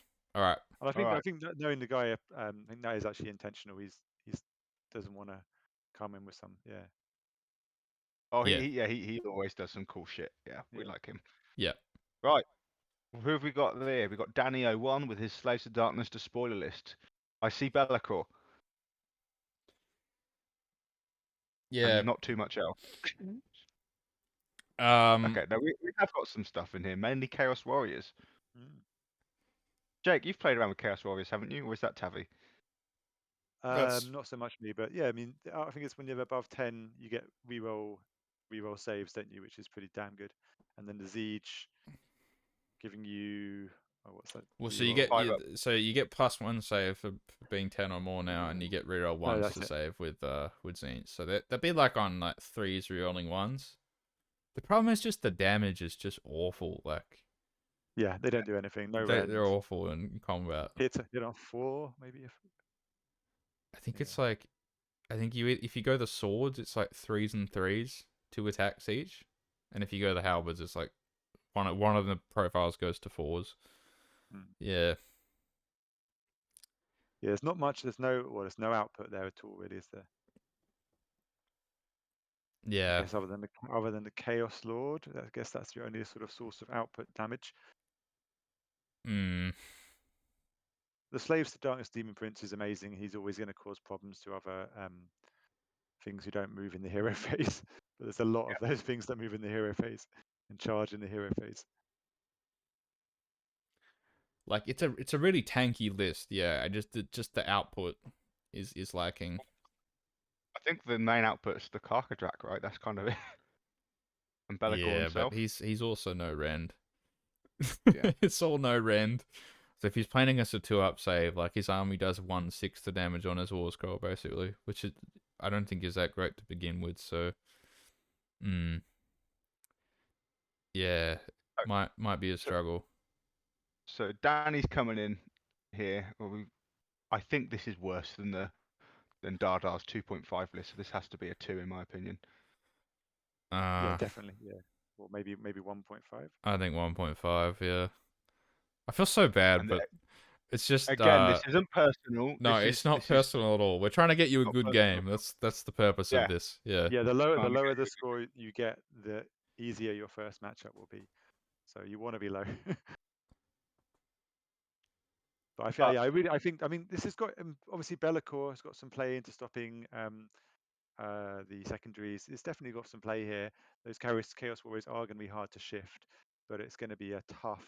There's a lot of very tough see how he matchups. kills anything. We just don't see how he kills anything, do we? Mm. We're really struggling to see that. I Shall we actually move on played to a against list? this at the end of AOS2, like a list like this, and it was really good towards the end of AOS2, but they kind of Yeah, I think when the just Chaos nerfed some Warriors stuff. Yeah. when the Chaos Warriors were re-rolling saves, then you suddenly had this really solid brick of immovable stuff. But now it's just +1. Yeah, Yeah. All right. All right, anyone can get +1 now, can't they? So, Oh, another Cruel Boys list. another one. Yeah. But this guy, see what he's doing. He's gone, Stuart. See, you were trying to fit valuable units into a one drop. No, I won't say that. No, but no, he is one drop, so he's found a way to do it. So what he's decided to go is for Gut Rippers screens instead of the Hobgrots. Now, 10 Hobgrots for 80 points is a really good screen, but it on one level it's a really good screen, but then on another level it's like worse in terms of points than any other screen in the game. But the reason they pointed at that value is because just of the combo with the Bolt Boys, right? They put it in the Yeah, I same mean, book. Yeah. it needs a screen like that. So if you gave it a screen like, if you gave it Skinks, it's just Yeah, like it just Skinks are wins. way better than Yeah, the Hobgrots, you know? Like especially, exactly. if they're bravery 10, like I think the Hobgrots are bravery 4. So if you kill like 3 Yeah, of them, they just start running, right? So yeah. yeah, but here But that's he's going for a one drop. Yeah, and the way he's done that, also the kill bows and artillery piece. mhm, So obviously you fit it at the end of the one drop. He's taken getting it. bridge, Yeah, that. which I mean, doesn't really work that well with the Bolt Boys because more often you'd than be not, surprised. well, more often than not, you kind of want to move them though, right? I guess it depends on the situation. It does give you some flexibility, Being but able people just to tend not to say run that. Yeah. this thing is dead, no matter where it is on the board. Just say this thing is dead if I needed it dead. I think it's quite good. I think you probably just move like 10 inches with it though, right? Like it wouldn't even be really far. You just move like just to be in range, right? Well, I guess it means that he can put his castle where he needs it to go slightly better than just walking it up there. Like he's gonna get neater auras and need to be able to get. He's talked about Mm. how it's really difficult to get everything within 6 for the Unleash Hell and to make sure you're within 3 so you can get the Sludge Raker to hit over the top and stuff like that. If you teleport one of the units, or even if you teleport the screen with it, you're just going to get a better setup of your castle, I think. Maybe yeah, he's it going puts for a neater castle rather than a reach out with the damage. it gets in your opponent's head, isn't it, when they know that you can pretty much get in range of anything. Yeah, Mm. definitely. Yeah. I'm just looking at what Sneaky Miasma does. Oh, that's the move of Cruel Boys monster one. Yeah. Oh, so he could technically bridge Yeah, the he sludge could rake. bridge the Sludge Raker and then move it with that, which is Oh, kind of interesting, I guess. Yeah, it Yeah, definitely it's a could be a thing. late game play, couldn't it? Yeah. Yeah. yeah, because you're not killing the Sludge Raker until you've killed everything else. So I don't Yeah. mind it. What did we rate the other Cool Boys list? Did we rate it a 4? Yeah. Do we think Mm. it's the same? The other one, we were slightly more satisfied with the screening of the other one. It's got the same amount of Crawl Boys, but the other one did have another Blood Raker, didn't it? I think they're similar Well, enough to be scored the same. yeah, I think it's I a think 4. Like, I mean, I think it's just like, I mean, this one's one drop, which is nice, but you've lost like some kind of flexibility with the amount of units you have, and you can only take one of the monsters. Uh, I think it has to be a 4 if we give everyone a 4. I just worry that the Snatcher boss just gets shot off and then you kind of lose a lot of your damage. But it's Personally. not necessarily the shooting meta that we saw earlier on in Aos3 at the moment, is it? This, the crawl boys are the shooting part of the meta at the moment. There's still And a Lumina. lot of what they call the Stormcast. Oh, the Raptors. fucking Raptors. Yeah, they Yeah, fucking there's Yeah. still work. a lot. Don't There's they? still a lot of Yeah. Raptors. Yeah. Yeah. Well, that's why it's not a 4. That's why it's not a 4.5. But There's it's still sort of those. there's still It's that there's thing a- though, where it's like if you're playing the other one that's 2-drop, and then the Stormcast goes first, you're playing with one Sludge Raker anyway, right? So it's Yeah. I don't think it's really that much different, is it? Cool. I Keep mean, it at yeah, 4. we've passed over the 1-drop. 1-drop's better than a 2-drop. Like, it sounds obvious to say, but it really is. Yeah, the kill bow is not good though. I have to say, I've played with that thing a bunch of times. It's not good. Although But you do feel like a legend when you roll up against Gargants, though, don't you? no, but like otherwise, it's kind of it's actually like worse than an Iron Blaster. I have to say. It's a cracking model though. I've got one. It's great. Okay. What's All right. next, So Stuart? cool with 4. So let's Oh, okay. That's the first one of this. Yeah. Okay. I saw this before. So another Hallowed Knights. Stormcast. This time he's going Stormkeep. So none of the teleporting shenanigans. He's got the Vandactors, the Vindictors in the battle line. And the first of the Fulminators. There aren't that many Fulminators in this tournament. People running more dragons, but I've got some Fulminators here. So this is more of like a. This is definitely deep into castle land, right? Like we got the 6 Vanguard Raptors, and we got all the battle line around them, and then we got the 4 Fulminators as like a protect the castle punchy unit, right? What's the difference between Fulminators and Stormdrake Guard? Fulminators do way more damage. So much damage. They took out just 50 pinks, just gone with four Fulminators just like that. Yeah, but they're like less. Well, outside of living cities, they're less maneuverable. They only move they move 10. So yeah, that's basically the difference. Yeah, they're so much more powerful in Living City. Yeah, I think this is a great list. Yeah, this would be enjoyable to play. It's not as like hacky as the other ones where you can just kind of 1-drop and run at your opponent. Gotta like I like the 20. I like the 20 Vindictors. I think Vindictors are a great unit. yeah, I always like playing with lists that have like lots of units of 5s dudes that you can kind of send off on solo missions and stuff. And they're really good at like that solo mission role. Oh, they're quite. Yeah, they can be. You can hit them together and buff them up, or they can. You can just. They're gonna be points efficient when you do send them off on their own, really, aren't they? Which is good. Just a note on the own rating. Some people rated themselves as 0. I've put that the lowest rating is a 1, so I've changed all zeros to 1. And some people haven't put their general rating on their list, but we've got it on our thing, and it only really matters for round 1. Yeah. Yeah, exactly. And if you forgot to rate yourself, we took. I think we gave you a 3 or a 4, depending on how much we know about you. We went If with a 4. A 4 if you forgot to rate yourself, that's it. and a 5 if we know that you're actually really good. Yeah, but you that's forgot right. to rate yourself. Right, but we did say 100 times, can you please fill out the rating form? So that was our stance on that. Once we've now locked in the lists, but this is our first tournament, and he's bringing a pretty strong list. So how do we feel that this might go? What rating are we giving this? So we've got right now. This is what's the name? Sorry. Dizzy Teddy, he's down the bottom. It's 4.5. Yeah. I think Yeah, that's it's fair. definitely a 4.5, a 4.5 or a 4. Yeah, definitely. No, that's fair. List. Yeah. Yep. Okay. Oh, yeah, Trog, cool, nice. Yeah. how are you doing for time, Matt? I know you said you didn't have all the time in the world. Yeah, I'll probably stick around for another half an hour, I reckon. Yeah. Okay, cool. Yeah, No we're 2 problem. hours in. All right, Okay. let's plow on with Dilf. I love plowing Dilfs. Who have we got? All right, we got the first of the Ivaneth lists. This will be fun. So, Fuathan, because that's the one you go. I would not be surprised if we see more Dom Hane popping up here and there now that everyone seems to be running these dragons.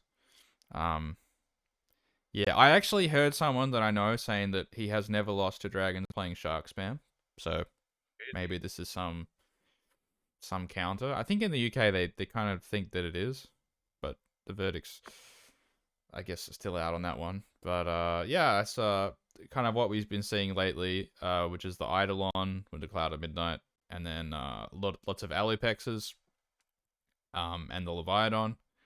What's the tech? Why do the Alapexes counter dragons? Lots of Ren 2 attacks, I believe is the reason why. Yeah. I think that's basically the reason why. Lots of Ren 2 attacks, and like in terms of wounds, they're a little more efficient than the dragons are. And the Leviathan can kind of punch the dragons quite Yeah, well. Leviathan can. I don't think Alapexes will get that well for a dragon. Their points efficient, I think, is the whole point about the sharks. Right. Well, Gotcha. the point is like what they would fall over to is the shooting, right? Like because the mortal wounds would really hurt this sort of army, but you can kind of control that a little bit. So Yeah. yeah, I mean, like Ishmael IDK has like always this done sort of- really well against armies that are kind of the same composition. Like lots of just like units of 3 dudes. Like I remember I used to play Iron Guts versus IDK, and it would be an absolute nightmare because basically you just run at each other and kill each other because there's no kind of like objective game going on really. And IDK really likes when they don't have to play an objective game because they can't play the objective game. So yeah, I think that's the reason why. Now I'm not sure like if that's 100% true. I also think the net launcher probably really screws over the Storm Drakes a little bit. If they're in a unit of 4. Yeah, definitely. If they've been forced into a little castle, which we're seeing a lot of the Storm Drakes being forced into to begin with, and then they're in that little 2x2 formation, and then they can't pile in, they're not going to be getting half the attacks in because of the massive bases, which is good. Um, I think this is what an IDK list should look like: an Eidolon, a king, your Ishling Guard, your sharks, and your turtle. I think similar to what we were saying about that OCR Bomeepers list, where this is one of the best versions of that army. I think this is that with the Idoneth. I think this is a good list. I think the only debate is whether you take 2 Stormdrake Guard or not. Or you could also drop Volturnus and take 2 more Sharks as well is the other option, which I think is fair enough. Yeah. That's what a lot of people do. Yeah. DLF ran his IDK last event and got 3 wins, so we know that he's got some game. What we're gonna give his list? Oh, this is a 4, 100%. I think this is like good yardstick for a 4. Mhm. Yeah. I can get behind that. Yeah, I'd agree. Alrighty. Who have we got next? The Living City Fulminators. This is scary. Well, this is Olivier. Olivier is one of the Canadian ETC guys. He's a top player. He's not marked himself as general here, but he's definitely a general of a 5. Yeah, he's a 5. He knows Yeah. what he's doing. Um, He ran the triple fox list last release of the beast that nearly made it to the top. yeah, this list has got a few quirks in it. Like it's definitely not a cookie cutter Living City list. There's lots of like interesting things going on here, which I think he's probably put in from experience. So it's kind of hard for us to rate exactly what it. Yeah, like I can't really give it a hard rating without seeing it being played because there's a lot of moving parts here. It looks sort of Let's look at the more big like picture. Living City before kind of the people started taking, like, for example, 4 Fulminators and 4 Dragons, which you'll see later. I mean, I personally would have liked to see the Frost Dragon instead of the Flamespire Dragon. I don't think that's minor either. I think it's actually quite a big difference.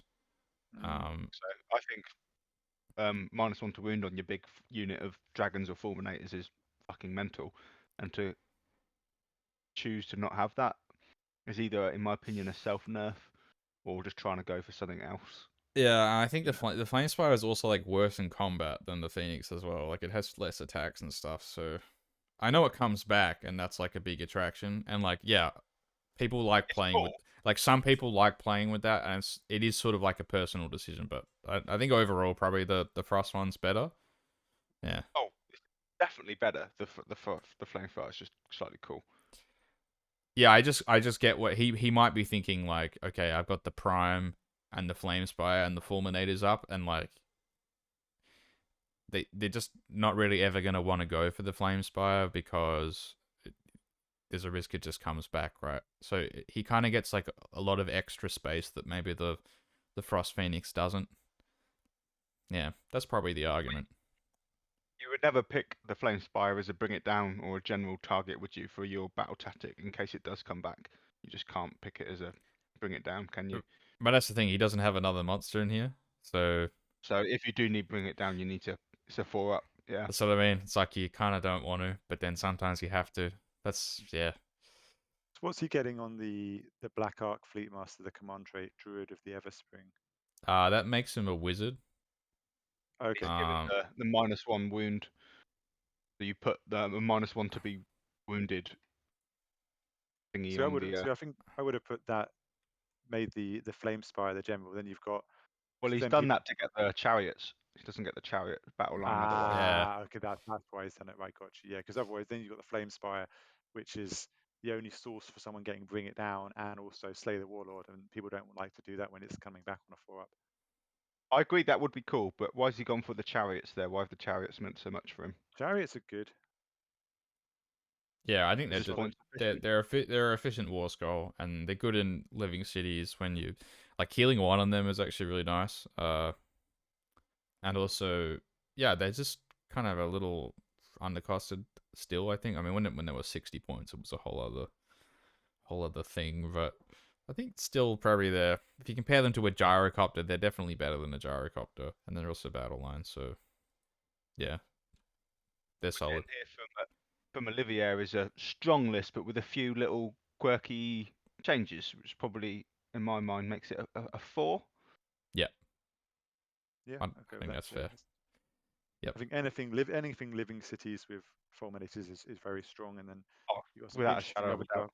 Yeah, I think he might. I mean, I could be wrong. He could be thinking that it's a better option, but I think he's sort of tried to be slightly different or nerfed himself slightly with it with the flame spire and the chariots and stuff just to bring something edgy, which I have no problem with. But I think Olivier would, if he was trying to get a 5 list, he would go with the yeah. Phoenix and the other stuff that we're seeing in the other lists. So um, cool. Good luck to Olivier. Okay. First Lumineth, right? Yeah. It is the first Lumineth, Yeah. and we have just the one fox actually. So what have we got here? It's Helon. So what does Helon do, Stuart? Uh, well, it the key thing it gives you is +1 attack to your shooting weapons when you're within 3 of an enemy unit. So the main thing there is with sentinels being able to um like double unleash hell basically. Like if you have 30, you'd get 60 shots as opposed to 30. But now that's not so good because it's models within 6 now rather than just being able to shoot the whole unit if the enemy's within 9. So it's I kind of think hard Sentinels to. are less.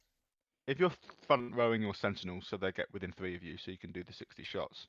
They're only on 25 mil bases. Getting 20 Sentinels within 6 of each corner of the blob, I don't think it's too hard. Yeah, Mm. you're gonna be running them in circles now, aren't you? Everything's gonna be. Yeah. Yeah, Like a really tight brick of them. yeah. Yeah. We got to get him to mark his spells as well. We got to. Oh really? Oh, I'll I'll make a just note of put that. that in there.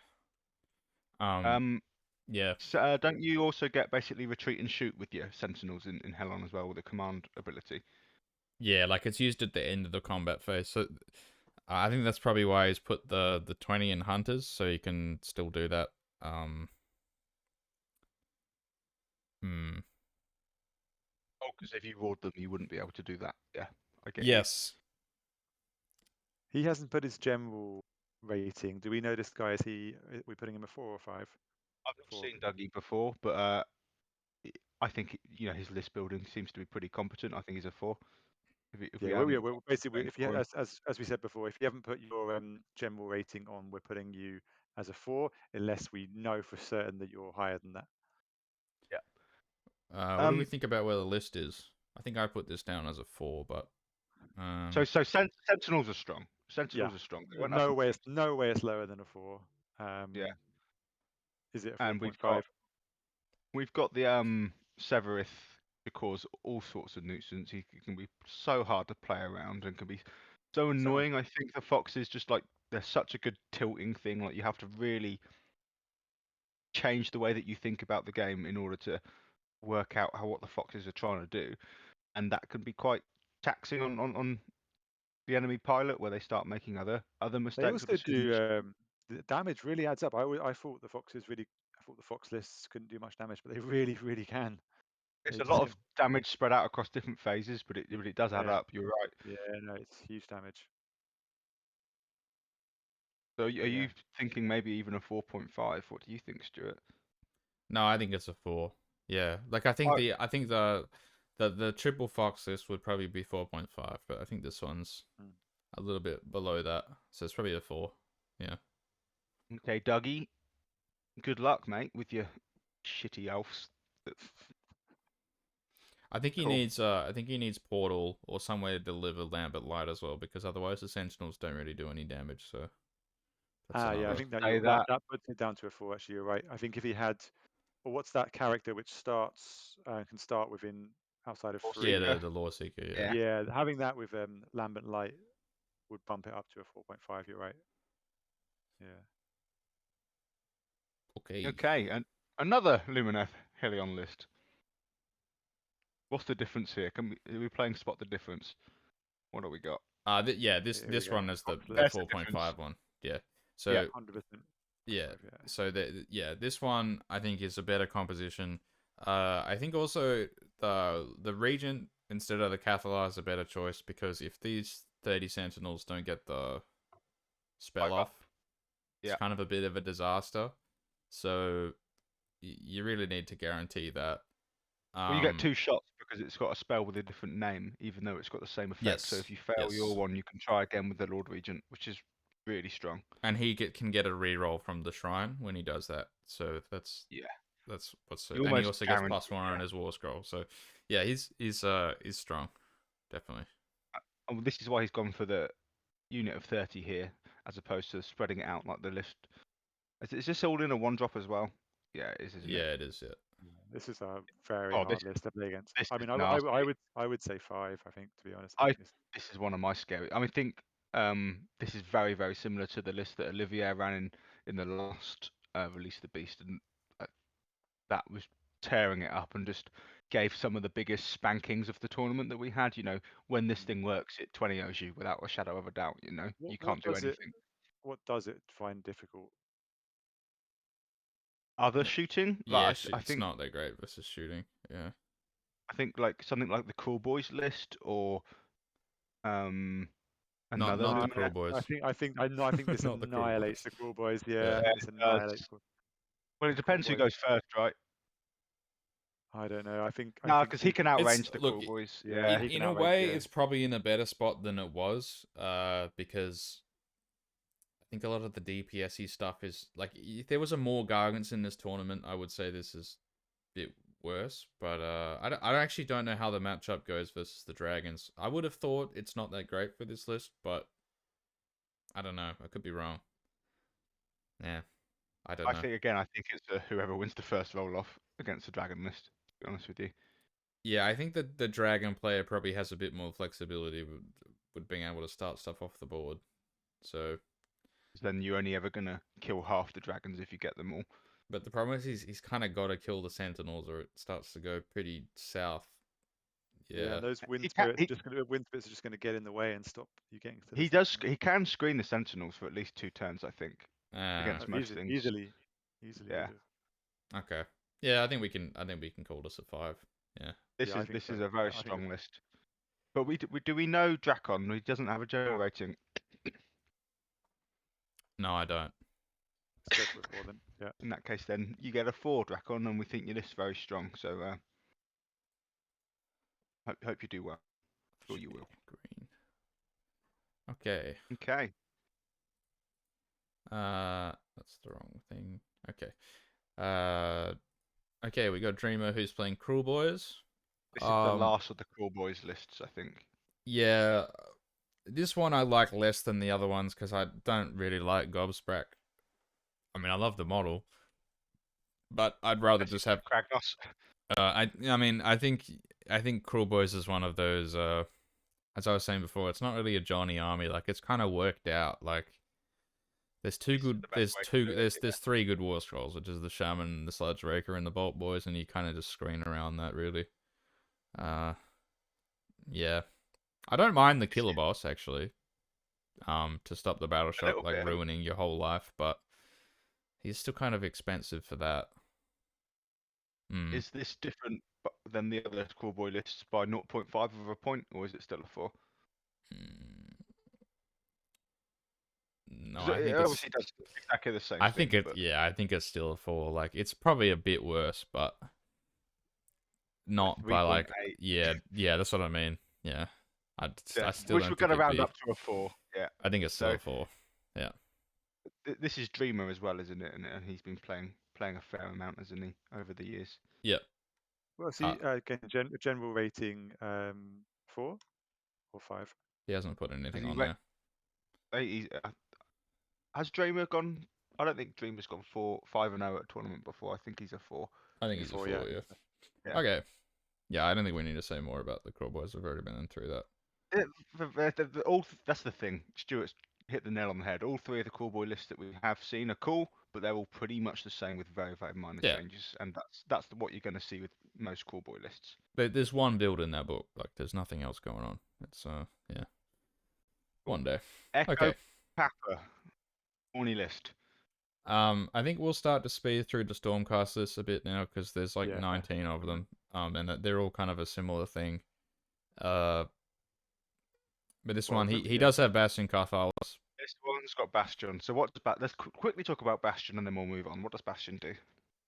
He's a good like go off on his own kind of solo hero. Like he heals to full when he kills something, right?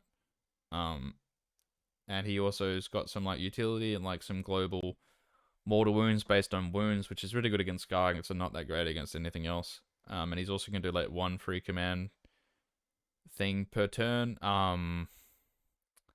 And he's a sub commander, so you can still go 1-drop. Like Stormcast can always go 1-drop. Which is what you were saying. They're only ever going to be 6 different units with 10 models. So I think basically you just play him like Godtrek, and he has like some utility. That's basically how he rolls. I do think punchier. Is he as punchy as Godtrek though? He's not as punchy as Godtrek. No. Yeah, but he's got more utility.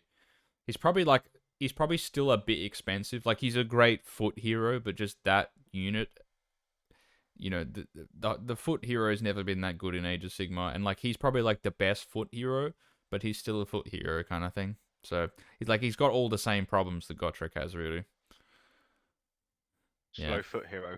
Yeah. At least he's got some utility, but it's like just like good value. It's not like mega strong utility, right? Put the slow foot hero in the context of 4 Stormdrake Guard moving twice and then 6 Raptors with power projection across the whole board.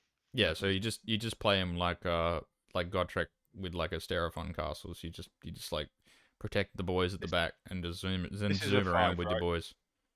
This has got to be a 5. This is one of the best lists in the game right now. Is that? I mean, what do we give? Nah, it's a 4.5. Yeah, I think 4.5. It's equal with the other ones, yeah. It's untested, isn't it? It's still the dragons, the whole dragon raptor thing. We don't know yet. Yeah, I think it's equal with the other ones that we put down. Yeah. It's the same list. Yeah, that's fine. I think if we're having this conversation in 6 weeks' time, we might be very certain on saying 100% that should have been a 5, but yeah, we'll see. Slightly intrepid. Well, it looks good. Yes, legend. All right, we're on to the first Gits player, and this guy's got a beautiful army, I have to say. Yeah, well, before the show, I asked people to put pictures of their army if they have the models their army that they're playing within the group chat, and FlowRub put some absolutely amazing pictures of his beautifully painted Gitz army. It's well worth the scroll up the general chat to go have a look at his army. It's incredible. It's also really fucking cool. What's going on here, Stuart? Well, he's playing Trogs. There is one other Trog player. Now, he has more Trogs than the other Trog player. So, Makes him the better Trog player. yeah. Now, there is one problem with his list, but it's missing one of the Trogs, which is a key Trog.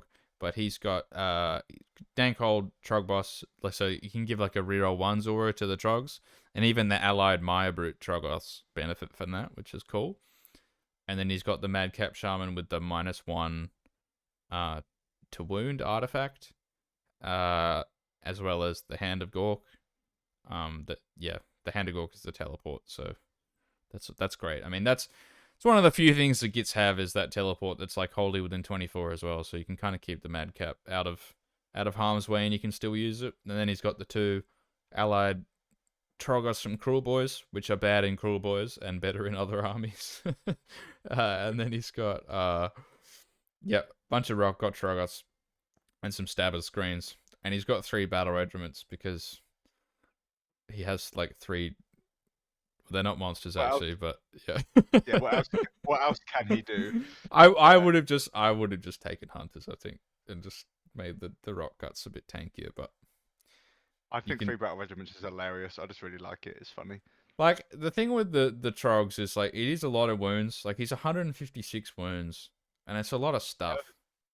That's strong wounds. You know, I just think he really needs the Marsh Crawler Slogoth in this list. Like one of these Maya Brutes should really be the Marsh Crawler, right? For the AoE +1 to hit. Yeah, I think we'll talk about that in one of the other lists, won't we? Yeah.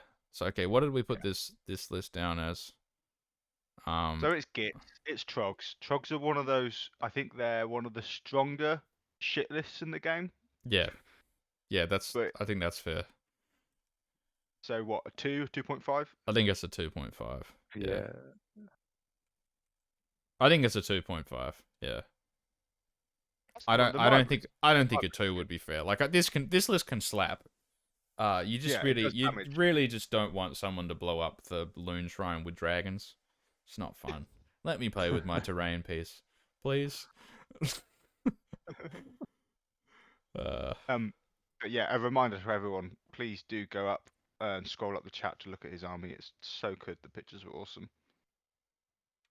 Yep. Right, is this a Gargant list? Oh God, here we are. Okay, take it away, Luke. Reigning capitals.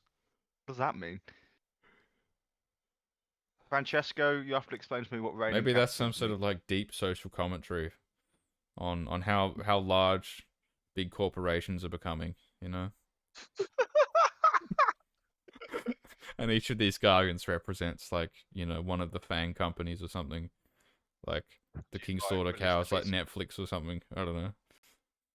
Brought to you by Release the Beast Communist Party.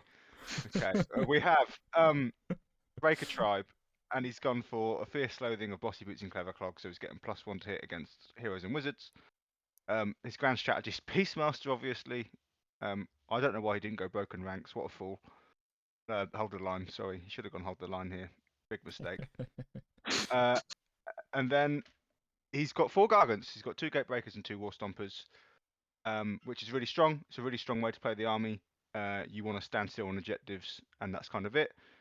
His artifacts, you're obviously taking the Amulet of Destiny nerf, but he's still gone with it. So he's got 2 lots of 6-up ward, because the Enchanted Portcullis is a 6-up ward, which is along the right lines of what you want to do. You want to make your stuff that's going to stand still and take damage tankier, but it's just not quite good enough for 6-up ward. So it just kind of feels a bit like but it's on the right direction, so it's fine. The monstrously tough I like, so that one's going to have 40 wounds and a 6-up ward, which is good. The King Slaughter cow is fucking terrible. I don't know what this is doing here. Hey, it sounds cool, right? It sounds very cool. This should be an Amulet of Destiny without any shadow of a doubt to get a Mystic Shield or a Flaming Weapon. Oh, you mean the Arcane Tome, yeah. Arcane Tome, sorry, yeah. Absolutely, because Kingslaughter Cow, I believe, is reroll wounds of 1 against the enemy general. And I'm not kidding, I think that's the whole I artifact. think isn't it like reroll? It's like I think it's like reroll wounds of 1 against heroes, and then all wounds against the general. Is that The what it general. is? Something like that. It's Okay, one of those ones that like fucking whoop, Stuart. Fucking whoop. It does nothing. You know, yeah. the game. Is it in The game. I mean, ranged, or is it only? I think it might only be melee. I think it's melee as well. I think it's all Reroll melee. wounds. No, reroll wounds of okay. No, it's attacks that target a hero, and then you can reroll all wound rolls that target a general. Oh. You know what? That's not that bad. No, that's not that bad because the Brock being able to Brock's really reroll good. wounds Yeah, of the 1 Brock's is really good. actually quite good because you can like maybe like you can probably like ping off a skin priest with that, right? That's what that's for. He's killing a skin priest because he's got four wounds. You're gonna be Unless on it's in Thunder Lizard, but there you go, because it's in Thunder Lizard, so you don't kill it. But true. If it's not in Thunder Lizards, no, there's only like 2 of those. I don't know. yeah. Like I kind Um, of get the sense of like, well, what else am I gonna take? Like it could be Arcane Tome, and it's like Arcane Tome, yeah. yeah, but then But it's like it's a wizard with no bonuses to cast. Like, is that really that great? you're playing Gargants. You have. I think Gargants is similar to what you're saying about Cruel Boys. It's all been worked out. It's very cookie cutter, and naturally, it's restricted by the fact it's only got 4 War Scrolls. That it's going to be pretty much some of the same. Only 2 of which are good, right? Really, Yeah. like the Gatebreaker and the War Stumper are kind of the only good ones, right? I don't think the Kraken's any good. There's some argument for Krakens, but yeah, I agree with you.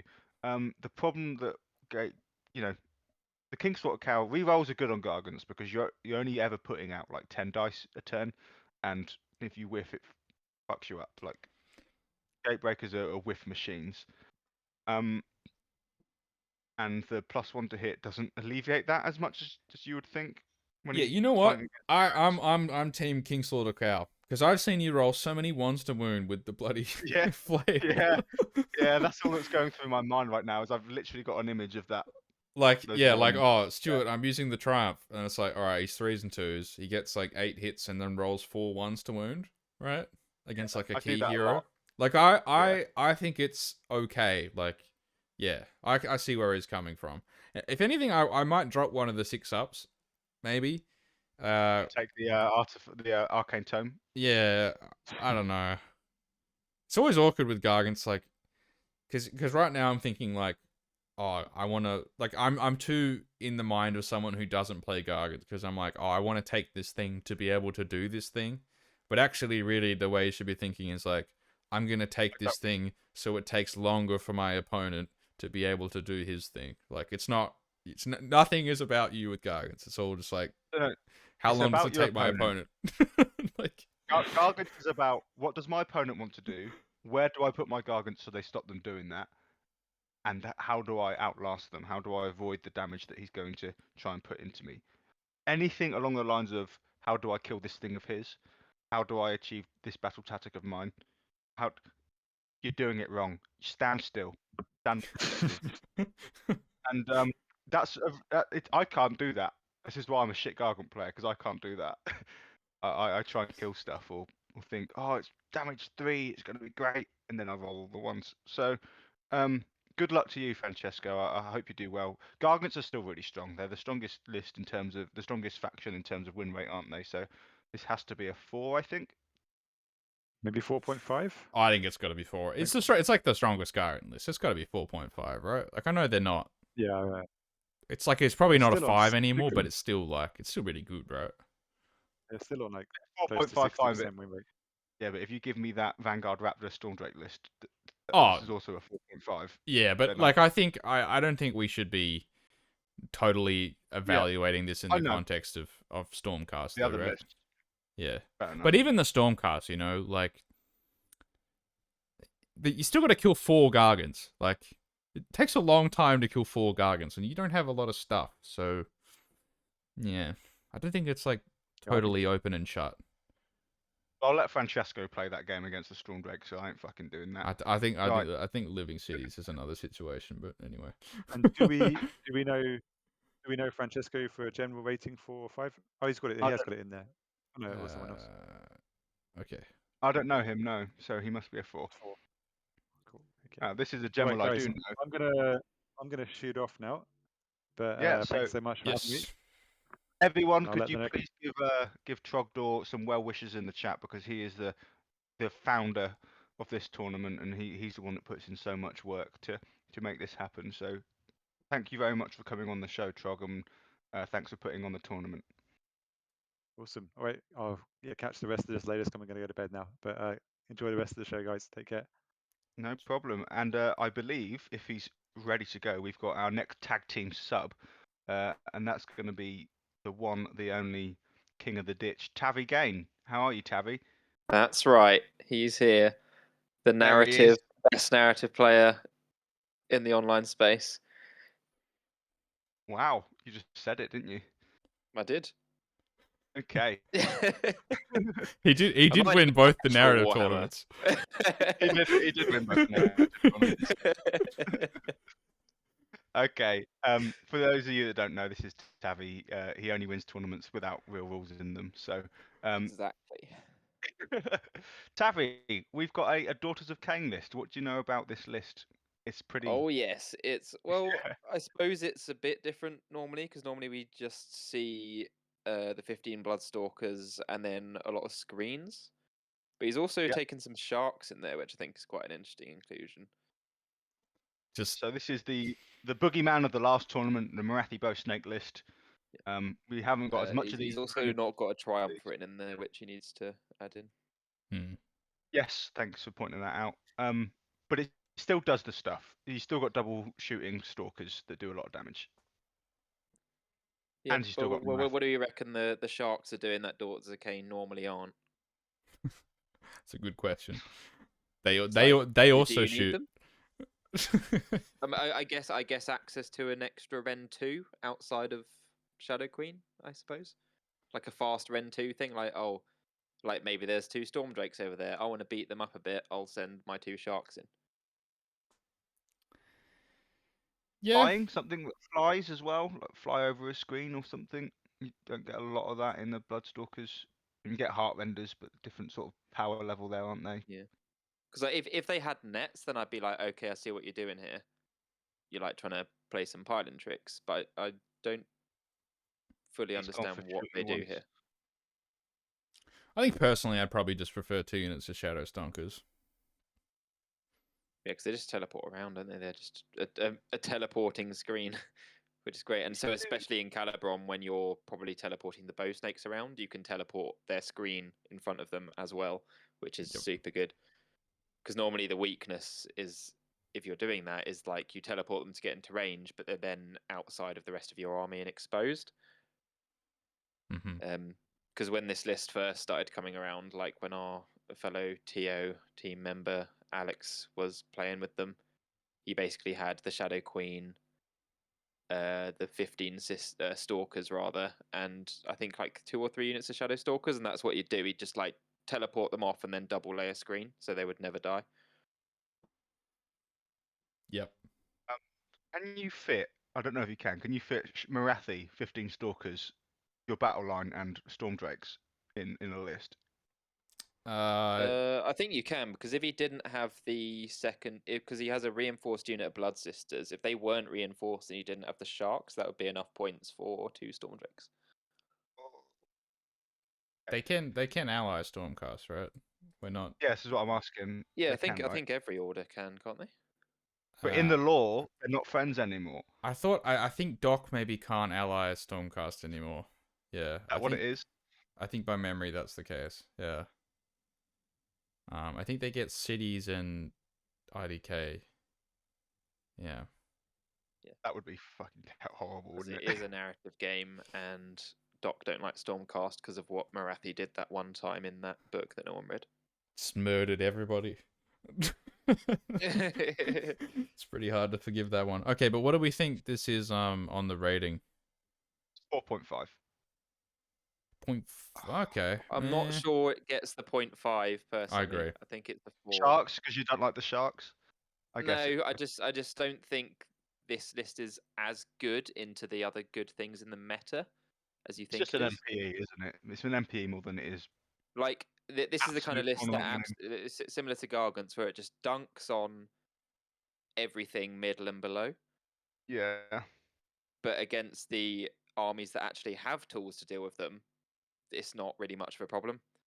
I can definitely agree with that. And I guess, yeah, those other Because sort of those armies. top armies all have ways to deal with Marathi. It's like, right, I'll just ping a few shots over there, do the 3 wounds, and I don't have to engage her.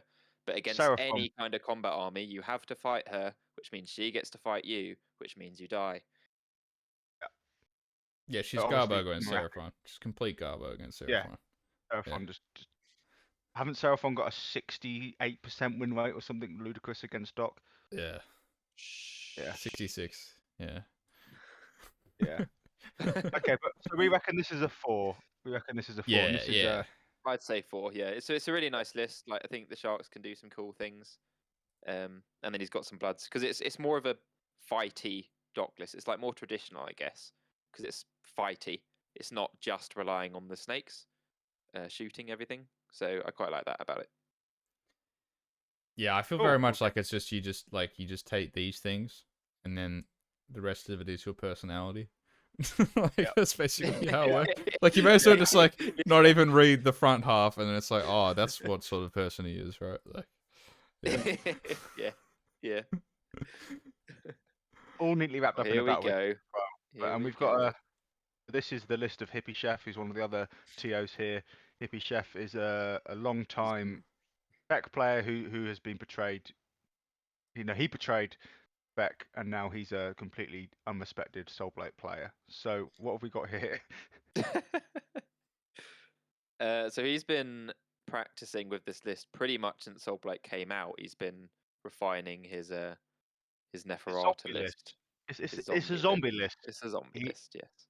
Zombies are what make this list tick, and Hippie Chef has got into the mindset of a zombie and can actually play them very well. And he has proven to me a few times zombies are really good.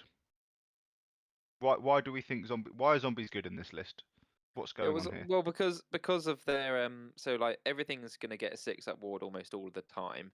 So so even though they're not got I don't think they have a save at all. I think they have a dash, right? Zombies. They're safe dash. yeah. Yeah. But they're gonna always have a 6-up ward. But then other than that, they're 115 points for 20 wounds. So against a lot of armies that are doing Ren 2 elite damage, the zombies don't care. It's just you just need to have a total damage output going into them, which they can just soak up quite well. And even if they die on a 5-up, you get some back anyway. So it's like it's this recycling horde that's going to keep bothering you on objectives until such a time where the Vampire Lord or Neferata wants to go in and like kill something. So it's sort of like a sit up and take down kind of list, where you use the Blood Knights and Dead Walkers to just like maneuver and keep objectives until such a time where you go, right, now I'm going to buff up my dragon and kill stuff. Do not just breeze over those Blood Knights. Ethereal Blood Knights are a problem. They're so hard to get through, so hard to deal they're with. good in And there they'll because just block they're off then like a the key section tanky of the board. version of screens. And Yeah. that's really strong. Yep. Yeah, but they're beyond tanky. Like if you don't have mortals, you can't kill them. Yeah, it's certainly very strong because he's got a lot of buffs to go around between Neferata and the Coven Throne. The zombies are going to keep coming back. Yeah, it's really solid. I think personally, I don't really like the Coven Throne, if I'm honest. I do feel like it's this is kind of this is a lot of points, right? Yeah, the Coven Throne is a lot of points for being a buff piece, I suppose, because it doesn't really do a lot else. Oh, it does no damage in combat or anything else. It did go down in points, but I still wonder whether it's just worth taking. But it's the best buff in the game, isn't it? It's +1 hit wound. But then if you look at like if you don't take it, if you don't actually look at what points are spent on each model, you actually go like, okay, he's not actually spent that much on battle line, but he's got 100 models there. Yeah. And he's only spent 600 points. But like, absolutely, is Coven Throne better than like 40 zombies? No. Well, I think this is the point though, is that like he has enough zombies, so what you need is the punch units, and the Coven Throne helps make those punch units punchier. the cover throne is either given to the zombie lord or the Neferata. Because when you decide to throw the zombie dragon in, you need to make sure it's going to do its job. Yeah, But and you know, the it thing, could 'cause also it's the be like reactionary Radikar, piece. right? That's the thing. Like it could be. Yeah, true. It could. I think Radikar would be the choice, right? Does he have the points, Radikar? Yeah, Isn't he it's 300? he's Yeah, he's a bit 315 or cheap. something. So Oh, is he Yeah. over 300? Is he? Yeah, he's over 300, so he would have to drop something. He can't fit Radikar just for the yeah, Coven but Throne. I think I don't know. I think that But I the really problem like for it. I me think is like Neferata's great. the problem for me is just the fact that the Coven Throne only really has synergy with the zombie dragon. Because like you can't really, because you can't really use it with Neffy because you need to use her command ability in the hero phase as well. So she can't benefit from two. You know what I mean? So you're gonna have to pick between her and the Coven Throne. So I think Tavi's point of the Zombie Lord is going to be your one shot at clearing that thing that's come to try and get through your castle. And we've all played games where this is the crunch point. I need this thing needs to happen, and the Coven Throne really gives you the best possible chance for that Zombie Lord to kill whatever comes to bother you. And I see the sense in that. And if all else fails, Neferata's got a little cheeky 5-up insta slay mechanic, so that's always on the cards. Yeah. Was it Krondis when I tried to play with that? No, not Krondis, the other dragon, Kazakhstan. I tried to play with him and Hippie. Karazai. Yeah, and Hippie's Neferata just 5-upped him. He's also got Gorslav. 75 points. Stuart, you've got an opinion on Shovel Dude.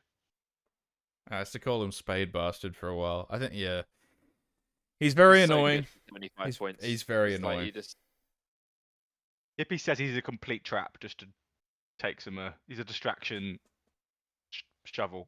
Oh yeah, because he's like not even really worth killing. That's the problem. Like in terms of the amount of investment you have to put in to actually kill him, it's not worth it. But he's kind of just but giving you you kind free. of feel like you have to, otherwise he gets an easier method of getting zombies back. So it's it's sort of like it's a trading unit, but sort of in reverse. It's like you make your opponent kill you. Psychological trading unit, which is really cool. Yeah. So is that And like by Hippie's killing like that. him, you're then not taking out something that you actually care about? Yeah. But yeah. What are we gonna rate Hippie's list? Oh jeez, I have no idea. Oof. I think it's a 3 something, right? He got 3.5. 3.5 is what I rated him. Is a 3.5. Yeah. Yeah, that's fair. Have we had any other Soul Blight lists yet? Nah. It's the thing. It's just like a solid list, right? I mean, yeah, it's not broken or anything, but it's good. Do you think it's slightly high? Maybe just because I'm putting it the fact that Hippie Chef knows how to play this list perfectly. He really does. And that makes it. He squeezed every single bit of juice there is out of the zombie list, and I think that's one of the things. It's not an easy to play list. It's not at all. It's hard. It's a high. But that hard does. to play. I don't think that impacts the rating of the list. That it being hard to play. No, it can be a 3.5, and Hippie can indeed play it at a 3.5. So I think it should be that. Yeah, I agree. I think 3.5 is fair. Like it's because I think it does more than like an average list. Yeah, I agree. Shall we move on? Yep. As I said, let's zoom through to Stormcast. Oh, we got like the OG. The first complete spam. Yeah, the first complete spam. This is the cookie cutter. So what's this? How many is it? 10, 11? Is it 11? You get 11 now, yeah. Yeah. 11 dragons, everyone, in Hammers of Sigma. Yeah. Just dragon and dragons. Cool. Yeah. Is it a 4.5 or a 5? I find it weird that he's gone lances on the big group, but then warblades on the smaller ones. I think that's the wrong way around to do it. I agree. Personally. Because you get an extra attack, because like the smaller ones are more likely to go off and charge and then be killed in return. So you're getting more out of them if you have lances, and also the champion in each unit gets an extra lance attack, which is better than an extra warblade attack. So I agree. Yep. I think the weapon loads outs have been set up incorrectly, in my opinion. Yep, that's a good point. Wreck absolute face. Is this a 5? No. I think like the war scores are really strong, but like it's one of those things where, I mean, you've already said it earlier, don't you? Like if an Iron Doors outdrops you, goodbye to half of your army. Half your army's in the sky. Yeah, but that's Well, yeah. then goodbye to the half that's on the Yeah. board. It can't all be in the sky. Exactly. And then where do the rest drop down? You can then just screen the rest out by maneuvering and go, cool, you're out of the game, I win. Seeing a lot of wins being decided on a roll off at the start of the game with the battle regiments. Actually, Yeah, that's why Battle Regiment's just silly, really. No, It's just, but this is no sympathy, right? Like if you're going No, one drop yeah. with this many monsters with no screens and someone just alphas you and you die, like yeah. some of the blame has to fall on the list construction a little bit, surely. Because like obviously, Yeah, I obviously guess. if you win the roll off against the Iron Jaws, then you get to take almost his whole army off. So Yeah. So Yep. you reckon it's a 4.5? Yeah. Okay. Yeah. We'll give it a 4. It might even be a 4, but I haven't seen them play enough, so we'll see how it goes. Yeah. Okay. Cool. We'll give So it some blood tooths. yeah, next one we've 2 cookie cutters in a row, really. Okay. We haven't Would you say the skipped. double crusher is the cookie cutter version? I don't think 2 is the cookie cutter. I personally. think I yeah. think 1's better. Yeah, I think 1 in a 1 drop with 1 less War Chanter is better. I think you go yeah, this Mega Boss, but with the Master of Magic, not the Touch by War, and then the teleport, not this not the +1 to wound. And then 2 War Chanters. He's not actually got the teleport in No. there. That's weird. Normally Yeah. you just Well, he's want to do more everything you can to make sure that it's in your list. Yep. Now 170. Love that. Can't wait for that to come out. Yeah. Classic hits from AOS. Stuart, why are Gore Grunters really, really good? Because they're Ren 2 for some reason. He's got it. Yeah, because they're the what epitomizes the way that everyone wants to be able to play Age of Sigmar. You pay for a cheap unit, and then you buff it to the 9s to be worth 3 times as much, and then go kill a thing, And then trade. Yeah. and then do it again with another unit, and Yeah. then eventually you win the game. Because you've traded triple your points every time you send something in. Yeah. Exactly. Because like the 3 pigs cost 170. At base, they'll lose to dragons. Buff them up, they'll kill the dragons in 1. Yeah. Like that's Yeah, that's I've just found that like that's if what you the War send Chanters and Mega Boss do to them. if you send 6 pigs in like against stuff like often you just don't even need a roll. Like the thing's just dead. Like Yeah. it's just an obscene amount of damage. But they are more expensive now, and I think the points change makes a big difference because I mean you're taking so many I of think them. it was necessary because you just had a few too many pigs before. Because every 3 is because of the ability to buff them up is just such a huge deal. So the points increase was certainly warranted, especially because they gained Ren 2. It's like they shouldn't just gain that for no cost. Yeah, absolutely. But I think it's still a mega strong list. This pun's probably not the most optimal, but I think it's still got to be a 4.5, right? Yeah, because what was the extra artifact he used Warlord for? Destroyer. Oh yeah. The big red button. Yeah. Oh yeah. I will now do mega damage if you roll Yeah. bad on your saves. If not, I mean, it I was think a there's an waste. argument for like if you're taking something with Destroyer to take the extra attacks version rather than the +1 save version, because that's what you're going for by taking that artifact. Yeah, I think You're going for it's max only like damage, one so you attack may as though, well. isn't it? I think it's an extra 2. Nah, you'd still be 3-up save. It's better. Yeah, but that could be an extra 12 damage from those 2 attacks. I think You could take fast stun and then the damage weapon and that. But I feel like at that point you may as well just be playing Gordrak because he does more damage. I don't know. Yeah. But yeah, we're seeing a lot of Iron Jaws. They're certainly around, and it's pretty much all pigs. No one cares about hard boy. Well, some people care about hard boys. No one cares about brutes anymore. Yeah, just as a personal reflection, I have to say I don't necessarily like how good this list is because like a lot of newer players play Iron Jaws, Yep. and like I've been trying to like join a bunch of local Japanese groups to kind of like get some Warhammer friends here, and I've seen like no joke about 4 games now where 2 casual players tee up and one of them's playing Iron Jaws and it's just not even a game. Like one of them just gets blown off the table on turn 1. Not Yeah, necessarily because it's sure like it's the because it's best. quite easy to use, easy to like build and set up, and if like it's a very easy entry army, and you get loads out of it. Easy to use and hard to play against as well. Yeah, How do you deal with all these threats? How do you check all of your flanks when you can come I in guess from any? that's it's kind of how ogres used to be in the past, right? Or at least the Beast Claw Mm. Raider part of it. It's Yeah. like, oh, I'm just going to take a bunch of big monsters and run in, and oh look, I got the double turn. I wonder what that does. Oh, I won. Yep. Yeah. It's like, Yeah, I don't like playing multiple. I don't really like playing Stonehorns at casual events because if you don't know how to play against it, it kind of just blows up your whole army and yeah, yeah. This isn't it's not a good necessarily, experience for new players. It's not a good way to get into the game. I don't think but, this kind of army.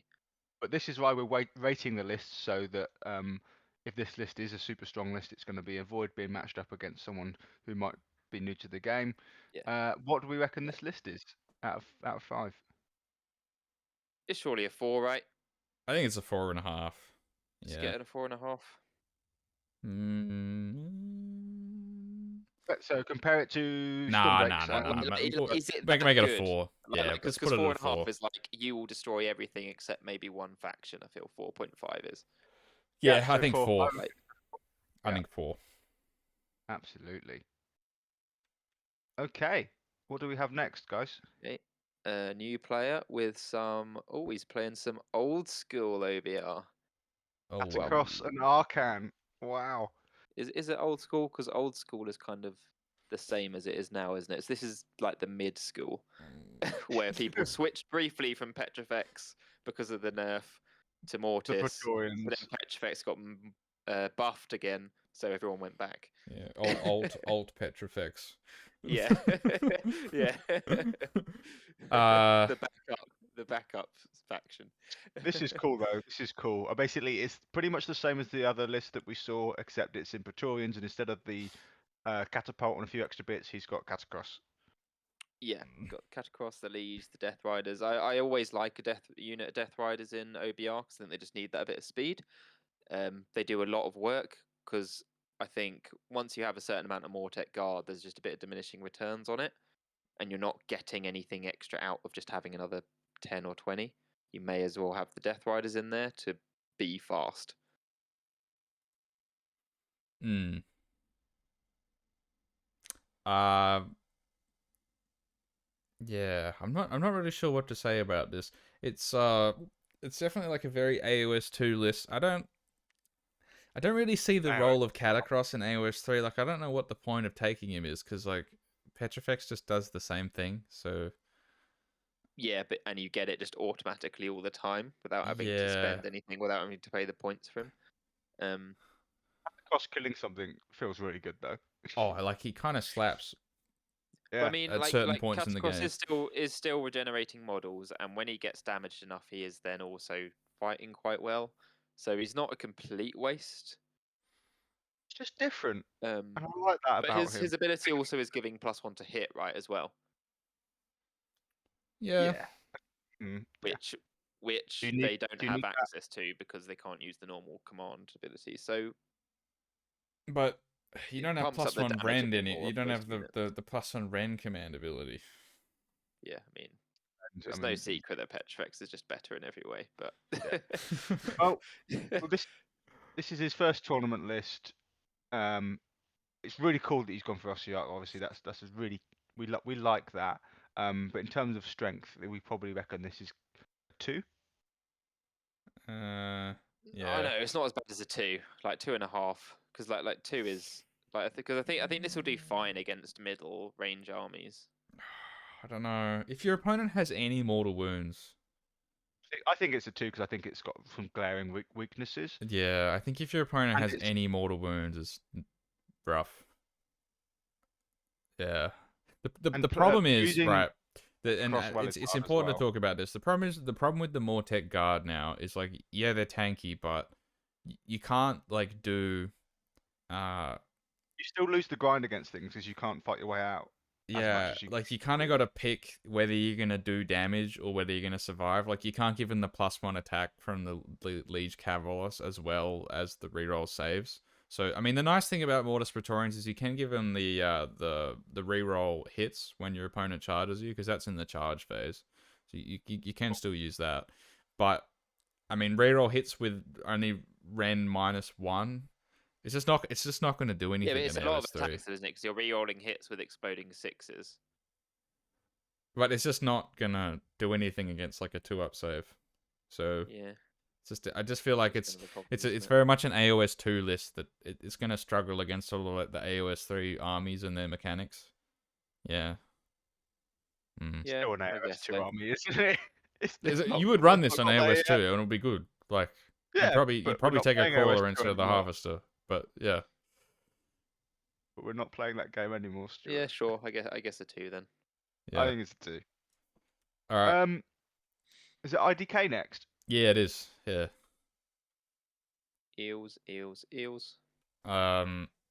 Lenidolon. I think this is the IDK. I don't like Morsar Guard in AOS 3. I think they're way too expensive now. Yeah, I think 'cause again, it's that mortal Sharks are wounds better. thing. It's like you're paying because are they 4 wounds each one?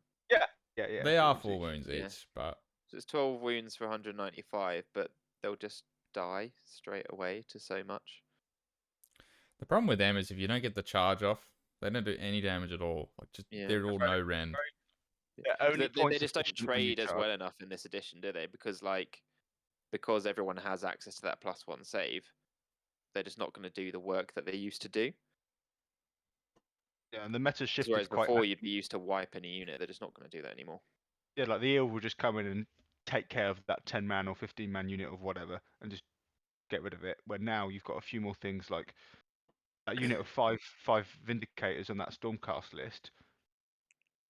Starts getting a bit dicey there. Do I win this fight? Do I get rid of that, or a unit of our boys? Or, do I get rid of that? Do I lose this if it all goes wrong? It's not as certain now because of the kind of. I think screens have gotten better since AOS 2, where Morsar Guard were kings. I think people are investing more in their screens, and like you said, with the +1 save that they have, that they might not kill the stuff that they need to anymore, and they just die. Yeah, I think they're more effective because like the Sharks now do what the Morsar Guard used to do. They're the punch unit now, really. The Morsar Guard have kind of lost their place because they sit in this weird in between Ishlian and Alapex, but don't do enough of either. Yeah. So you're usually better off just taking the Ishlian as battle line and then taking Alapex as for your damage. Especially since they also have range damage access as well. So I still love Turtle and Eidolon. I think. That's I great. really like the Leviathan. Eidolon's great. Yep. So this one's a do we bit think worse this is than the other one. Yeah. What did we give the other one? Did we give it a 4? Yeah, so this one should be a 3.5, I think. I think we can get behind that. Yep. Yeah, sure. 3.5. Who's this? Janny? Good luck to you. I think this is his first tournament. So we like your list. It's cool. Let us know how the Morsar Guard go compared to the Ishlan.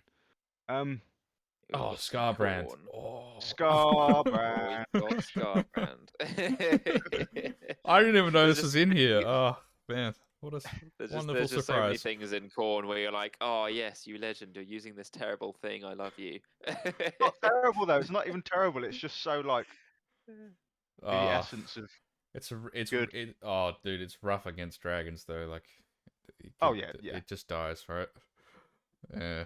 Okay. Hey, Right, if you get into combat with so, now I think Orkman run a very similar list to this, like with this many Bloodthirsters and Scarbrand. Slightly less monsters, I think. And more screens, right? He Orkman probably had dropped a one. few Yeah. more screens, but yeah, I think he had like 3 or 4 big ones and a Demon Prince. I mean, basically, it's Reaper's of Vengeance. So you get the double pylon, you get +1 attack from the Bloodsecrator and the Wrathmongers, and you get 6-inch pylon from the Wrath of Khorne Bloodthirster. And then the 2 Insensate Rages are I'm gonna call them Bloodthirster of Internet Rage from now on. Sure. They do the mortal wound bomb if you roll a 6 to wound, and then Scarbrand does 1,000,000 mortal wounds, but mega hard to maneuver, and then the Slave to Darkness Demon Prince. It's just helping you close the gap really in the other melee matchup, so that you can limit the amount of charges that you have to take. I think. Yeah, because you're kind of slow So like actually. against Iron, because like I think that's the Slave to Darkness Demon Prince is probably the only thing giving you a shot at Iron Jaws. Like without it, you just get charged and you die, and then smash and bash, and then the next one dies, and because their Khorne are just not tanky in any way, really, are they? So you need to try and limit the amount that you have to take in the first place. I don't think it's the Wrath of Khorne that does the 6-inch pylon. Isn't it? Oh, Is it it's the Unfettered yeah, Fury. sorry. Yeah, Yeah, no, Geordie pointed that out in the chat. Yeah. True. He should have an unfettered fury. Yeah. Wrath of Khorne's not good, is he? Is he the whippy one? That's Wrath the of Khorne's whippy one. Yeah. Yeah. He's got the bizarre whippy profile. Yeah. Which doesn't do shit. There's so many bizarre things in Khorne. It's a funny book. Yeah. Where do we think this list stands? I mean, it's not higher than a 2, realistically, is it? I think it's better than the other Khorne list, though, right? I think Monster Mash is the way to play Khorne. I think Scarbrand and a couple of Rage Firsters is fine. Yeah, because like it's a dicey game, but at least if the dice go your way, you can do a lot of damage, I suppose. So Would upset something with this. Like if you do get your Scarbrand going mad and you get your 6s on your wound, like you would take out something. You'd punch above your weight, is what I'm trying to say, wouldn't you? And you could take out that list that we've maybe rated something like a 3.5 or a 4, even though it's probably a 2.5 is what I'd rate this. Yeah. Although Owen Jackson has just pointed out that you get an excellent +2 to unbind with the Wrath of Khorne Whippy Boy, which is nice. He's defending the Wrath of Khorne, but in terms of list, sorry, got distracted by Owen there. 2.5 is what I'm going to say. My offer. I'm struggling to see why it gets the 0.5. I would actually, I almost would put this at a 3. If I'm actually, I feel like if it had like if it had slightly more screens, it might be a 3 for me. You're just thinking because of Orkman's list because of no, I can just see like the damage is there. That's the thing. Like you can't deny the damage. Like I know it's inconvenient damage, but at least it's there, right? It's there when it is, and it really isn't there when it isn't. Like it could be there, but you don't know that it's going to be there, and it's very hard to play like that. It's just the fact that Scarbrand can just like whack a unit of dragons off or something, right? I think Scarbrand is where you get the extra 0.5 from, in answer to Tabby's question. I really do think Scarbrand's kind of cool. Alright. I guess we'll put it as a 2.5, but I'm just traumatized because the first event I ever went to with Ogres, I played Tyrants of Blood and he just took me off the table.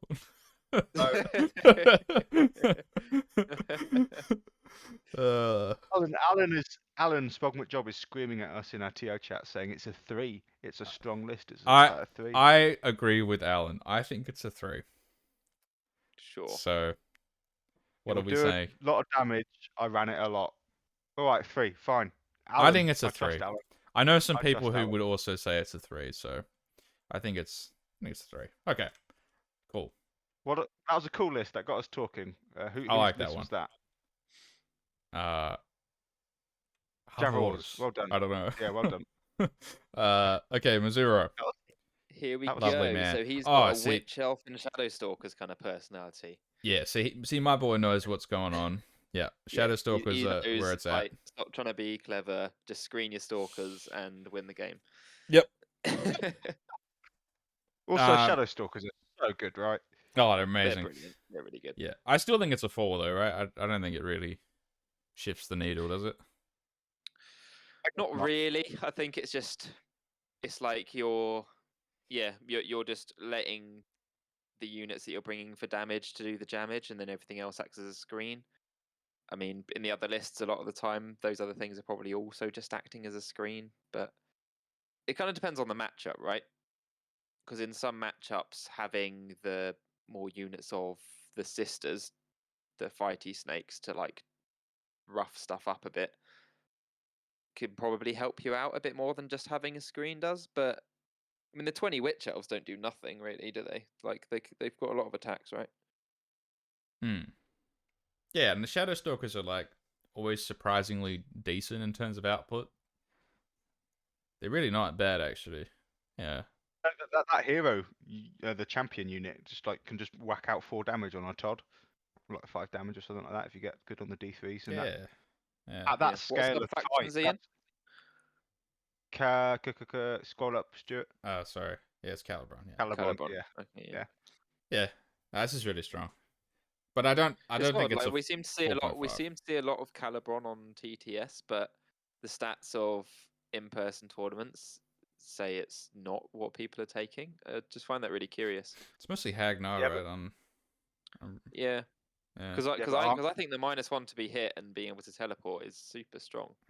I don't see why it's not like, oh my god, this is amazing. I need to take this.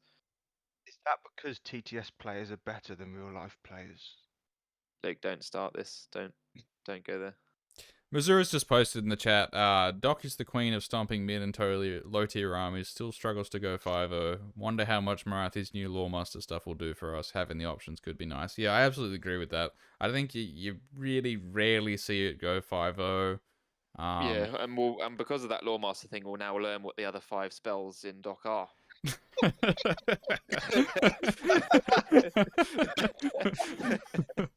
Yes. This is very true. I mean, I Right. suppose we knew about Mind Razor and we knew about Mirror Dance. That was it, right? We didn't know that there were any other spells. Yeah. It's just Mind Razor Day, isn't it? Yeah. Know what Mirror Dance? We didn't know how Yeah. Mirror Dance worked. Yeah. We just knew it did. Because Marathi's a 3 caster, right? Yeah. Yeah. Yeah, Three so you caster now actually have unbind, yeah. something to use those 3 casts on. Because normally she'd just do Mind Razor, her War Scroll spell normally, but it's like you don't necessarily need or want to do that. It's just sort of like I might as well. And then I guess you Mystic Shield. That's about it. Yeah, the War Scroll spell's a bit meh, so there's probably some better stuff in there. So now there's probably some better stuff you've got access to. Worst part about the War Scroll spell is you have to try and say it. The worst part about the spell. Oh, didn't it change its name? Wasn't it something worse? Is it like Spear of Olgil or something? It was like, oh, never mind. Shall I we don't move on? mind. Actually, I gotta but say, yeah, I think I don't mind Marathi having Steed of Shadows. You get 16-inch move and fly, the little one. That's actually you could like cast that on her and then just like Yola her in. All right, that's not bad, right? yeah, because then you can actually send her in alongside Big Marathi and it doesn't matter because you can only overtake 3 anyway. Yeah. Little Marathi's always been really good at just tagging stuff that she shouldn't have any business. You know, you'll see Little Marathi in front of fucking Archaon and you're like, why? You know, but she's there, getting in the way for 2 turns. But yeah, I think dock lists like in this style, the Stalkers and Marathi, I think it doesn't really matter what you take with it. I think it's always just going to be a 4. I agree. Yep. Like it's very strong, but the top armies have tools to deal with it, and I don't think any ways thus far have been discovered to remedy that. Yep. Agreed. Hey, what's next, guys? Another Lumineth list. Some Lumineth. Lord Regent, a banner blade. What does a banner blade do? Isn't that the? Oh. Right, everyone, get your apps out. What? Does it do? Don't make me read the rule, please. Can I jump in? Go ahead, Alan. Go ahead. So the Banner Blade's got a once per game ability. You roll for each unit, enemy unit. I can't remember the aura. I think it's 18. It's pretty good aura. Wholly within 18. Wholly within 18. There you go. Oh, lovely. Look, I love those wholly within 18s. And you roll for the turn, like so. I've got it here. World banner. The expert So if doesn't the know what to roll do. is equal or less than the number of the current battle round, the unit suffers D3 mortal wounds and subtracts 1 from hit rolls. So it is terrible if you activate it turns 1 or 2, but turn 5 where you've still Okay, got an alright. army left in the field. Now, It's great. okay, so he's in the chat. Now, I understand the angle here. So the angle here is, like, he's cheaper than the good ones, and that's what he could fit in, right? He's a bad one. So he is a bad so one. he's taking him to give it Arcane Tome. That's basically it. Yeah, It's just an like Arcane he's Tome better than the suit. one with the notepad, right? The Spoilpox Scrivener but Lumineth version, right? That guy. The Absolutely paint eye brush. with it. Caligrave. Yeah. That guy's Yeah. really bad. He's better than that guy. Okay. Yeah. But not by much. Okay, so yeah, I guess I can understand it. I would have just taken Let's not probably get hung up on this the unit we've never notepad seen guy before. and What else gone is one in their drop. list? Okay. So we got like the 3 heroes, right? And then and we're in Sire, so the guy on the Double horse points. is distracting. Yeah. Sorry, I should really explain what that is. So goading arrogance is like, if you're within 6 of him at the start of the combat phase, you can only hit him. That's the way that works. So if he's not in Yeah, so you combat tend with to you, put him but you're in behind combat his with someone screen. else, yeah, can't hit anything. Which So is, he's got can be a- pretty good. Yeah, he's got a lot more bodies than most of this because he's gone quite cheap on the heroes. So he's got Yeah. 40 Sentinels and 40 Wardens. So it's actually a lot more presence on the board than most Luminous lists More have. wounds than you'd normally see. And he's also very keen to keep his heroes alive with two units of the Blade Lords. But he's only got 3 and they're quite small shit ones. Don't be rude. They're fine. I like the Oh. live swarm. Yeah. I mean, I just think he needs the I think any Lumineth list without Techless really needs to have the Lore Seeker in there, really. Right. Yeah, the Lambent Lambent Light Light just up, pushes the damage up like crazy, doesn't it?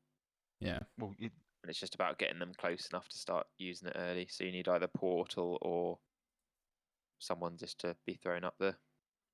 more than double your damage, Lambent Light. Or have I done the maths wrong? It's It won't quite be double because Yeah. you're re-rolling the dice that only- don't get 5s and 6s. Yeah. It's Yeah. It's good though. You yeah, need it's it. It'll be it'd like be 1.5 damage, I 1.66, think, right? or It's something. 1.66, not 2, but it's still still good. Okay, what rating would we give this one? So it's still got good elements Still in got it, but maybe not like still the got best Sentinels. optimized. Still got Sentinels. Warden's a decent battle line, but we don't see any of the other super strong stuff that we see in Lumineth. We don't see the Foxes. We don't have the tech list. We don't have the Lore Seeker that can do the Lambent Light. So it's Like just kind of just like this list is looking very slow. yeah, Mm. it's Yeah, that's it's the also core of a good Lumineth list without all the extra bits it needs to make it flourish. I think. So I'd probably say a 3. true. Mm. Or was that too Yeah, low? I think this is Yeah, I quite agree. a nice Lumineth list. It's sort of like middle of the road. It's not just skewing too hard into just the broke stuff. It's doing something a bit more interesting. Yeah, I like it. I'd say it's a 3. Like it's not Everyone's gonna saying a 3. Yeah. absolutely destroy anyone, I don't think. Yep. Good luck to you, Haf, and thanks for letting us read the word Bannerblade. That was fun. Okay. We've got an Australian player, Joel Graham here, bringing a very strong list. Very good general as well. Legion of the First Prince. With, you got the Bellicor, you've got the usual epitome with the Sword of Japan, the 4-fold blade. 5s to hit, do D3 mortals. And then the Corn Demon Prince and Kairos, and then 2 units of pinks and 5 flesh hounds. And then Spell Portal So and Live Swarm.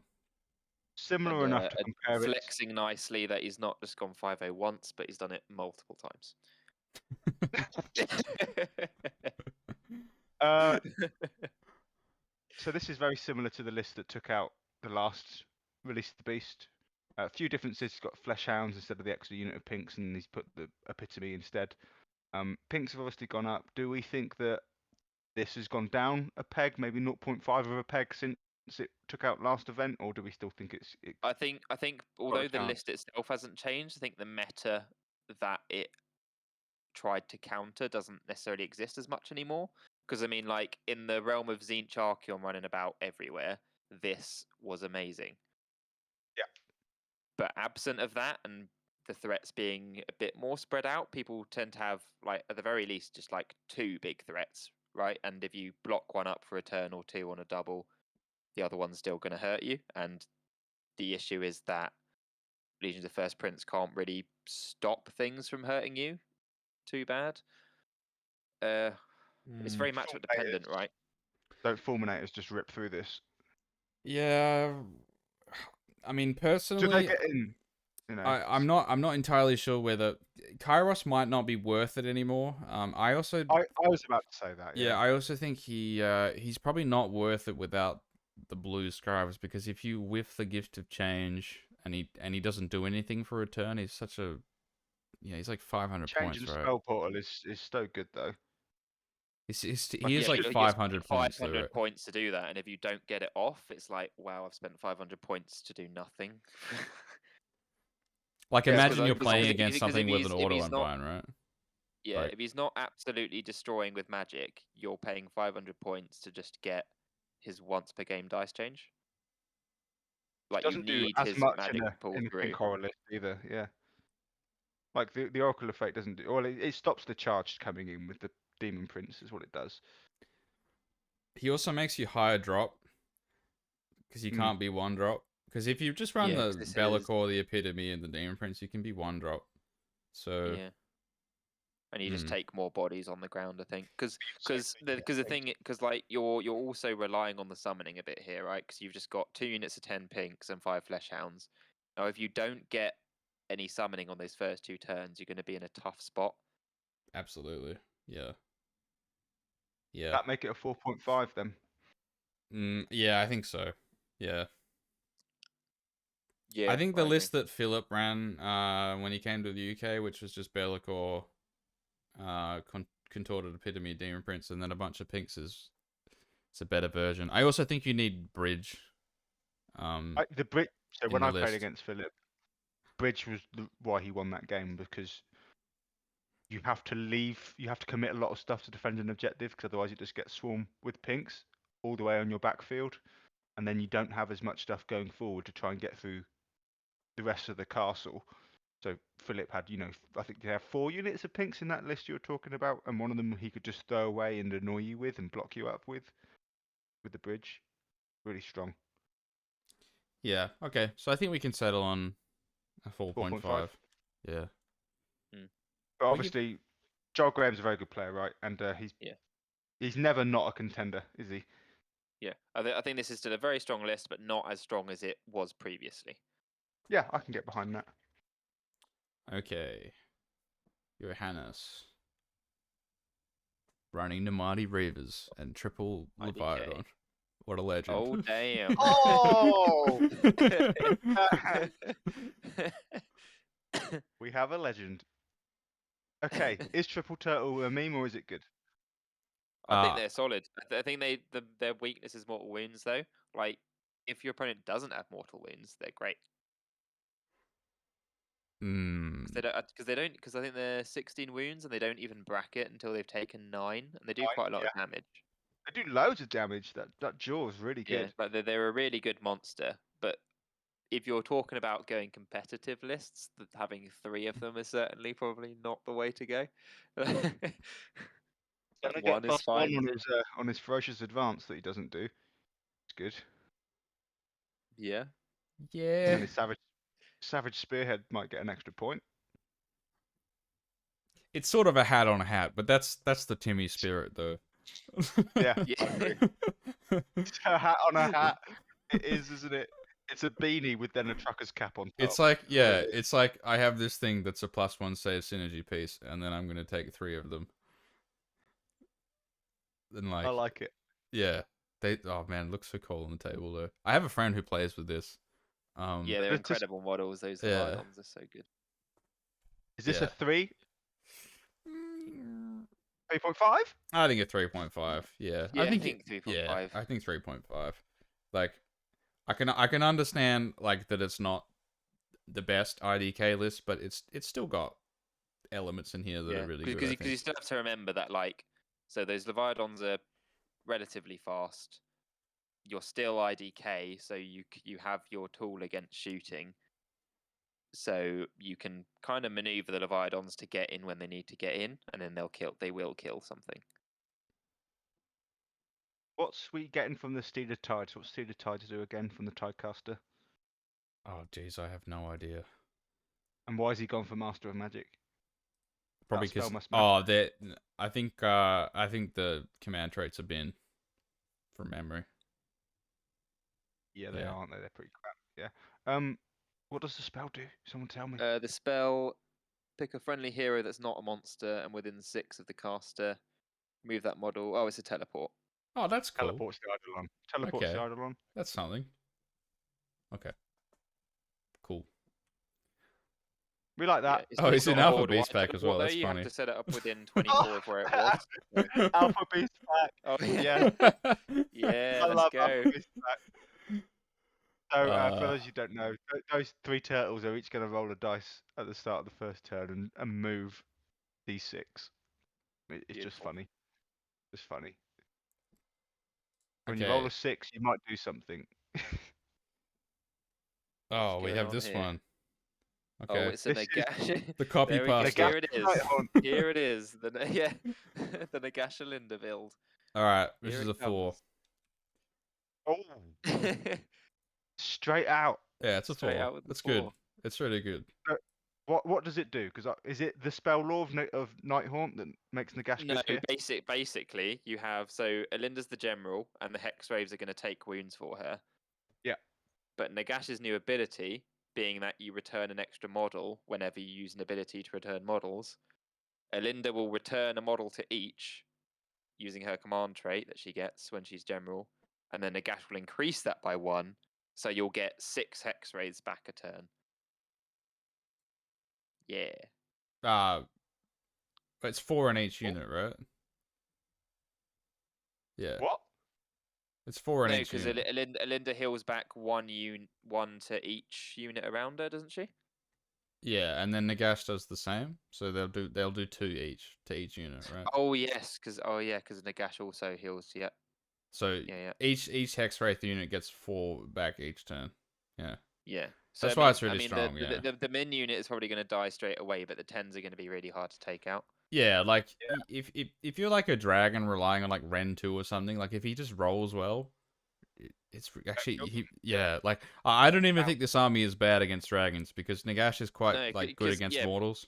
So Yeah, Yeah, I think the problem with it is though that on a lot of the maps, this is like there's 3 objectives, right? And this pretty much all just wants to go around as a ball. Oh, I guess yeah, maybe 100%, Nagash can yeah. go in separately, but so I think controlling objectives is going to be hard because your opponent's just going to have one and you're not going to be able to do anything about it. And then you can probably outscore Nagash on the other one because he's only going to be 5 models. So I just worry that 6 Vanguard Raptors just kills Nagash on the first turn and then you lose the game. That would be he my lost- worry. He lost his Stuart, it's defense. a lot of people's worry. What if 6 Vanguard Raptors kill me? Yep, that's the Like world what we it, live like in. he doesn't have any way to stop that. Yeah, So that's what I mean. He's very naked, isn't he? He's got his yeah. one trick against mortal wounds, but he's like the opposite of old Catacross. Well, he'll be Cagnos, 4 up Cagnos, against both sorry. the mortals, and if you're all at defensing, he'll be 4 up against the other shot. So I'm not sure it's so easy for him to die against that in 1 turn. Is he just 16 wounds? He's Yeah, 18, isn't he? Yeah, so it'll be 24 shots and then 2s and 3s, right? So it's gonna be 14 going through. He saves half, so it does like 14 wounds. So yeah. Oh yeah. Like if he's not dead, he's mostly dead. Yeah. And then you just kill him with some other pippy stuff. Yeah. Yeah, That's his I'm glad problem. He I'm just glad we're dies. seeing the list though, as like because it was being talked about as soon as Nagash got changed. It's like, oh my god, you could have him and Alinda. So I'll be interested to see how it goes.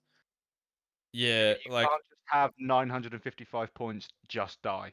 no, that's the You thing. can't. Like we were talking about Yeah. it in one of the other chats because like I think Tobias, who we're going to see later, played. It was either that or Orkman played like Dragon Ogres against this and won, and then they're like, yeah, nah, this list has been like I don't think that's a fair matchup because actually probably Dragon Ogres are quite good against Nighthaunt, but Yeah, because you're not like the thing you want yeah. to have access to against Nighthaunt is just loads of crap attacks.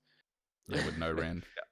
But Yeah. I think What you Nagash. don't want is Gargants, because Nighthaunt are a hard counter to Gargant. Of course they are, Luke. Of course they are.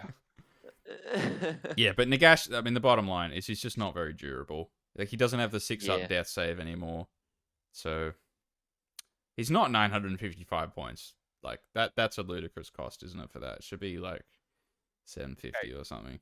How effective of a gatekeeper is this against things like dragons? I wouldn't say it's a gatekeeper against them. I think Yeah, it's that's what I quite mean. good against dragons if they don't have any Vanguard Raptors, and if they do, it's terrible. Like that's basically against- the situation. So against the Yeah. straight dragon list, which is just 10 dragons or whatever it is, cool. If they've got raptors, you lose.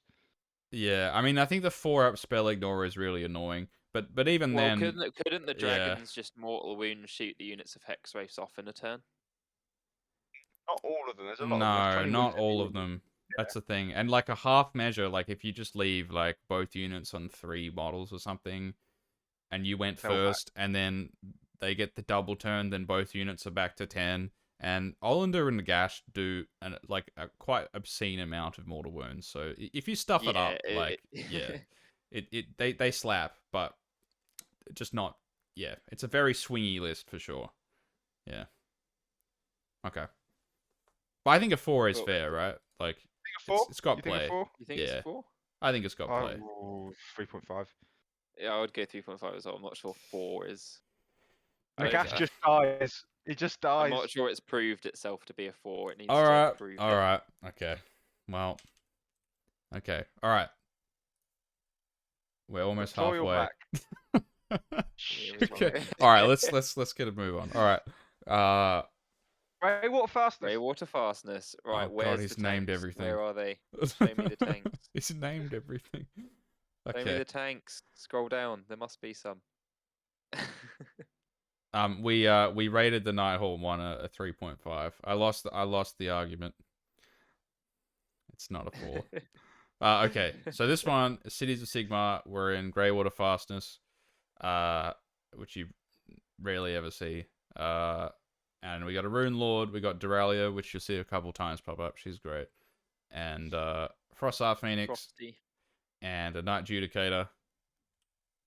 Nice. And then we got some, just min battle line kind of situation. Hurricanum, Iron Drakes, Life Swarms. It's a lot of stuff, isn't it? It's quite It's pretty. a few things. Look, it's pretty run of the mill. It's just like you got the one Stormcast ally, and then Duralia is a bit out of the normal. But other than that, it's kind of like a Iron Drake shooting castle. What's it doesn't getting out of Greywater fastness here? Yeah, I'm not really sure. I think knowing him, I think he likes Greywater fastness. Which is fair enough. It's like, so where are you taking this? I like it. Cool. Fair. Yeah. Yeah. As good as The reason as any. stuff is cool. Like runic munitions. That sounds cool. You know? Cool name on the stuff. I think by memory that command trait does, I think it's reroll 1s to hit with shooting. Yeah, Yeah. it's reroll 1s to hit with shooting. Yeah, And it's good. What, in an aura? yeah. Yeah. Yeah. Holding As the long fire. as, That's but the stipulation is your general has to be more than 3 from enemy units, which is a little bit of a rough one with the Off. Phoenix. For Yeah. a Phoenix, yeah. It's not so bad on like a guy you can hide in a unit behind. Screen. The artifact on the Knight Judicator is quite nice. Gives him +1 damage. So he's Yeah. he's Ren I 2 like that. damage 2, so going into damage 3 is really nice. Definitely. Yeah. I'm looking at some Um, of the Grey Water Fastness rules now. Their command ability is just quite sad because it's literally just a more limited Yeah, it's all-out one to hit, attack. right? Yeah.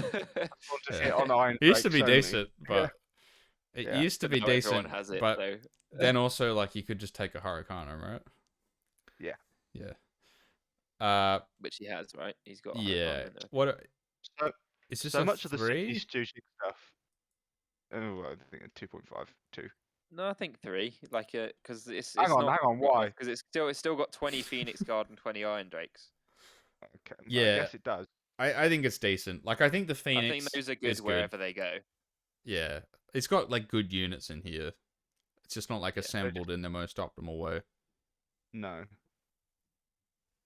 think 3 I like is the fair. I like the Knight Judicator, to be fair, actually. Yeah, I like it's that sort in of there. like it's like leaning on sort of the tried and tested with a few extra bits thrown in, which I think is cool. Okay. Cool. A 3. 3. Where's my Varikos Dynasty, bro? Here he is. Okay. Oh, here we Direwolf. go. Oh, that's a lot of direwolves. Look, what rating did you give it? That's so wrong. All right. I didn't rate this. Who rated this? Did I rate this?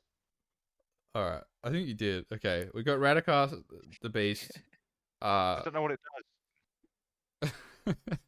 Oh man, we got both the Oh, it's the got not Kritzer. Yes. Okay. Yeah, Curse City is back, lads.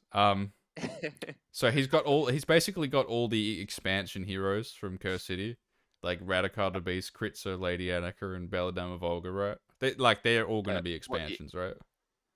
Well, Belladama's not. She's not from Curse City. I think. But Radicar's surely there's for- like a cameo appearance. She's probably Radicar's Nan or something. It's fine. No, because she's just she's just like the Vicross poster child, basically.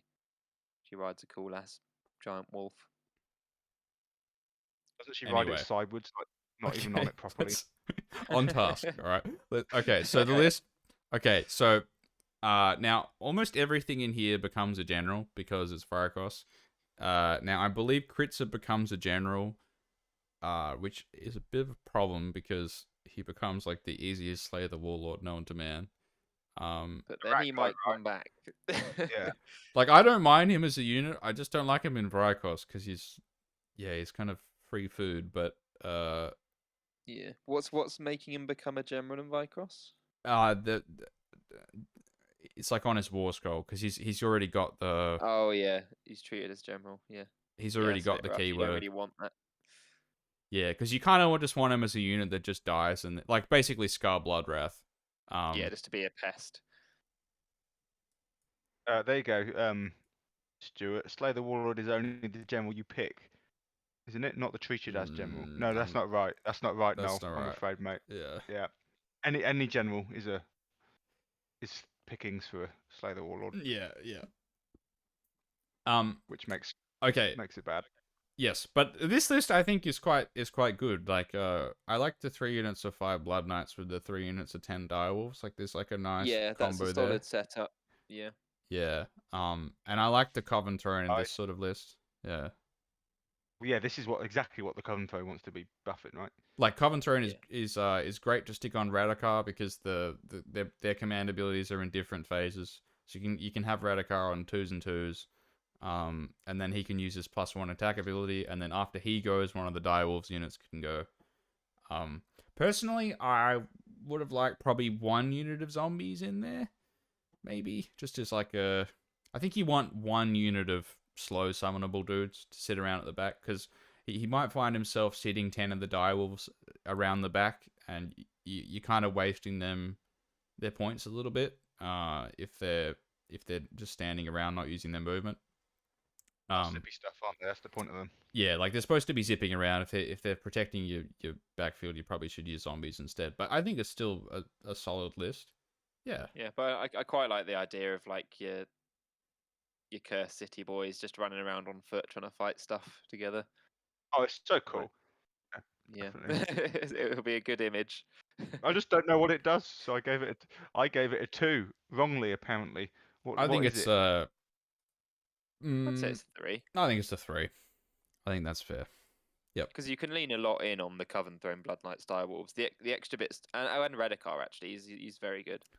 You know, Radagast I good, don't right? even mind Lady 'Cause- Annika and Kritza. I really don't. Like, Yeah, because the only bit that makes you go, "Oh, I'm not sure," is the Kritza and Annika, but they're not even that many. It's not even 200 points that you've spent on that. So nah, they're good like little solo mission Well, characters. only Like just you the just kind of send them off and they go, you know, write their own books basically. yeah, It's the vibe. because I imagine they probably added Kritza, and then Annika was probably the only thing left points wise that could go in. I imagine.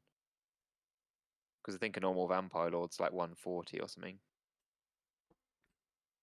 Yeah, but I love this sort of list, and I love that the book enables you to kind of run this thing, and it makes sense. Yeah, love it. Yeah, because it's got versatility, the book, and it makes. I think that's why it's such a popular faction, because Everyone it's not just a said- one build book.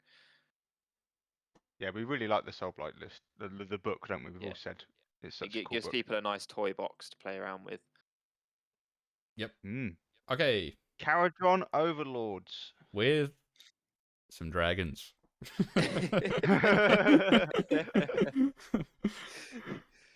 I do have to say, I do have to say, I really like Barak Mornar. I hope, oh god, if more people bring it.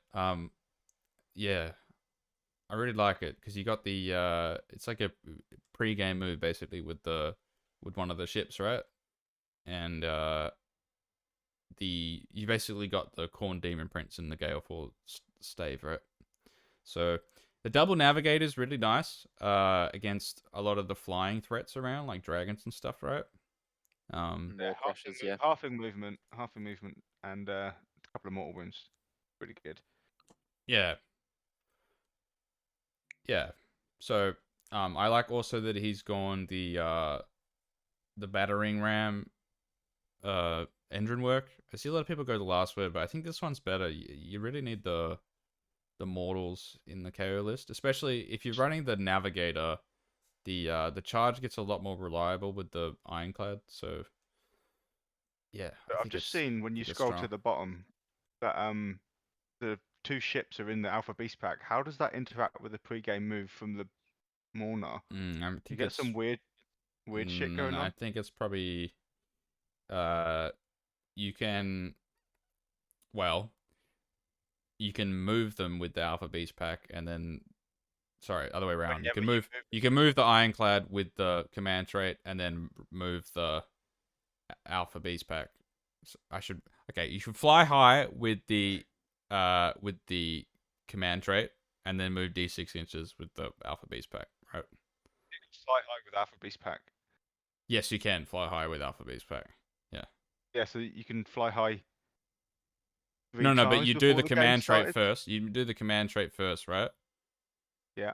And then move D6, right? Oh, to get closer. Yeah. So you could be like, Yeah. you could be like 3 inches away, right? Yeah. Gotcha. Yeah. But you couldn't do this in other KO armies and not take the Borna command trait and be able to just fly high using Alpha Beast pack. Okay, so an ironclad has charged me turn 1. Yeah. Yeah, as Owen said in the chat, like D6 inches anywhere on the board. You know what I mean? Like in every other army, Alpha Beast pack is so whatever, and then in KO it's like, yeah, I get to move anywhere on the board. But yeah, it is what it is. Otherwise, how do we think about the list? Do we think it has the output? I just always wonder with the KO list. I mean, he's got the thunder. He's got the Thunderous Frigate Ironclad, and then the Stormdrake Guard. I think that is a good enough amount of output for what you'll need. Mm. In my mind, frigate is not an output unit. No, it's the ironclad, the Thunderers, and it the does Stormdrake. enough. I think he's just got the frigate in there to satisfy the Alpha Beast pack, really, because it's like good, but it's not like it's not amazing, is it? It's probably a bit expensive at 250 now. Yeah. Yeah, they used to be 220, right? Last edition. Does he have an admiral or anything punchy in the ironclad? He has an admiral, yeah. I like the ironclad with the Thunderers and the admiral. Has he not got his artifact? What's the? Oh, it's the Gale Oh, Force stuff, the isn't it, in Mornar? Khorne Demon Prince one. Yeah. Yeah. I Put that find in it there quite as well. interesting that he has gone with the Alpha Beast pack though, rather than trying to maintain low drop. It's funny though, isn't it? Charged as an ironclad in the face. Because do you have to Alpha Beast pack before or after turn is decided? After turn Before. is decided. It's before. Oh, Before, yeah, it's so that leaves before. you in a tricky situation if you've been outdropped, doesn't it? yeah, you're outdropped, and so's the Mornar thing. You have to just. Oh, that's an absolute mind game, isn't it? Well, but that's what I'm saying though. You could move the Ironclad with the Mornar, and then Yeah. move D6. So you could Yeah, like but- mad mind game with the Ironclad, just like put it somewhere really weird, like on on stage left, and your opponent goes like, "Oh, should I go first and deal with that, or maybe I should just let him go first?" Like you can kind of bluff with it a little bit, I think, especially with the guy in it with the half charge stave. Yeah, I think it's Is that gonna be interesting. full of Thunderers Techie as list. well, that ironclad. Yeah. Or Thunderers in my mind, they're better on the ground on an objective, so they can use. He hasn't got any chemist or anything like that here, but if you get something like that on the ground and they charge you, they're really good at the unleash hell as well.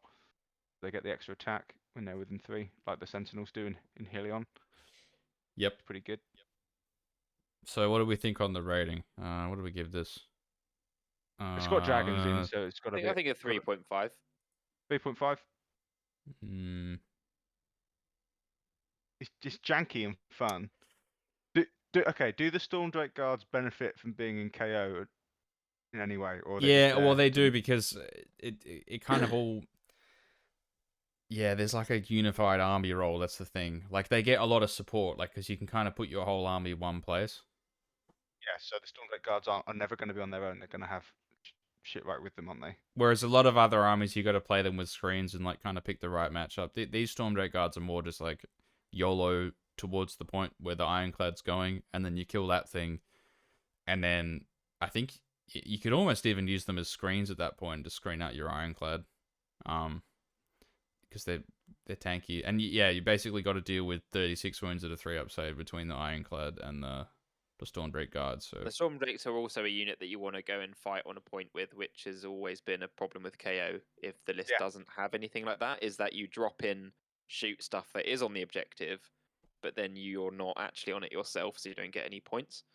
Oh, I see how Stormdrake solved the KO's problem. I'm just thinking, did the KO help the Stormdrake in any sort of way? But I get what Stuart's saying. not really, no. No, like, that's what like I you'd be mean. better playing them somewhere else. Yeah. Yeah. But this is cool, right? It's better than it's good for KO because obviously huge thing as well. Like they don't have any monsters, so access to battle tactics through them is huge. Yeah. And so we reckon this is a 3.5.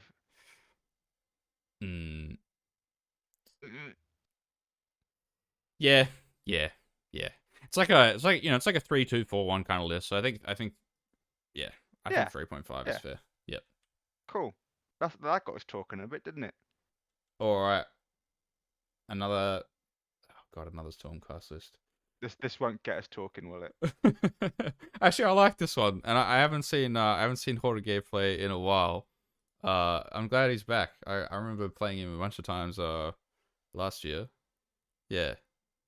He has been away for a while, isn't he? Yeah, he used to play LRL a lot. I always loved playing him. He was a super nice dude. But We're yeah, seeing he's playing High Stormcast. Priest Relictor again and again. Yep, with Mirror Shield. Can't shoot me. Yep. I'm on a 2-up rerollable on the teleport. Yep. Yeah, and he's got like a lot of flexibility here that some of the other lists don't have. Like I don't mind the prosecutors. I think they're a little bit expensive, but they're kind of a nice unit. They charge 3d6, so after they come down, you can get them to basically eat and unleash hell. So they used to be their role, but yeah. And he's got like 2 Stormdrake guard, probably more here as like a kind of a skirmishing sort of unit. Fulminators again for similar kind of purpose. It's really, I think this one is really more about protecting the Vanguard Raptors and using them as your main damage source, and having like the Fulminators and Stormdrake guard as like efficient trading units rather than the sole source of damage, right? Yeah. I can really see how this one would work on the table. It's less all in on one direction, isn't it? Because it's like he's got some Judicators in there. rather than just having like min battle line screens. He's actually putting a little bit of investment in other places. The battle mage is quite cool in there because if you're trying to make quite a far charge with the fulminators or dragons, then you can give them a +2 to that charge. Hmm. Why Yeah. have we got Yeah. Why have we got bolt storm crossbows on the adjudicators? I don't know. Uh, Oh well, I think the other ones are more expensive. I don't know if he has the points. Maybe No, they're the same, aren't they? I think. They're not. oh, I they're don't know. 190.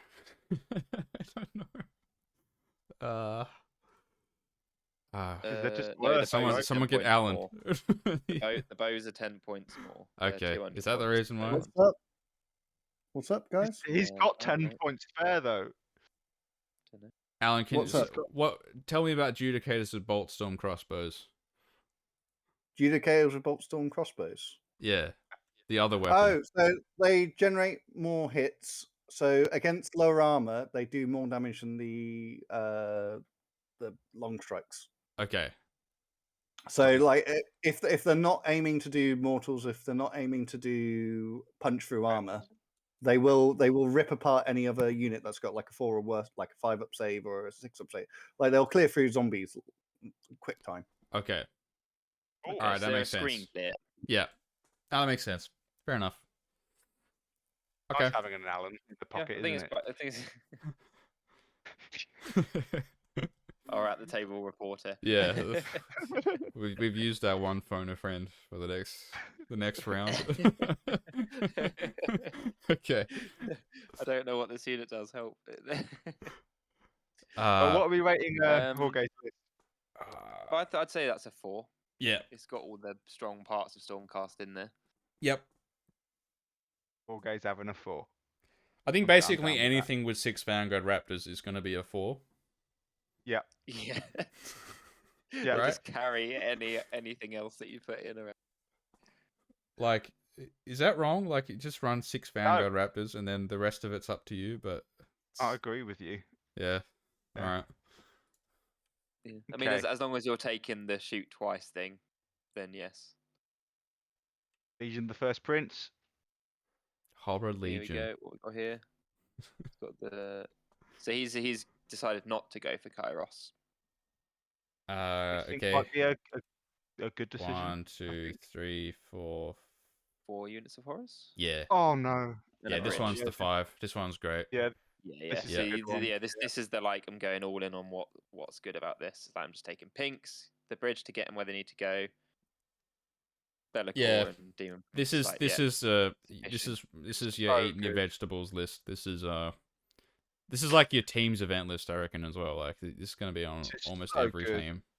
So, yeah. There's going to be some armies that just can't do anything. Yep. Are we all This in? list is Yeah, that's a 5, right? Surely.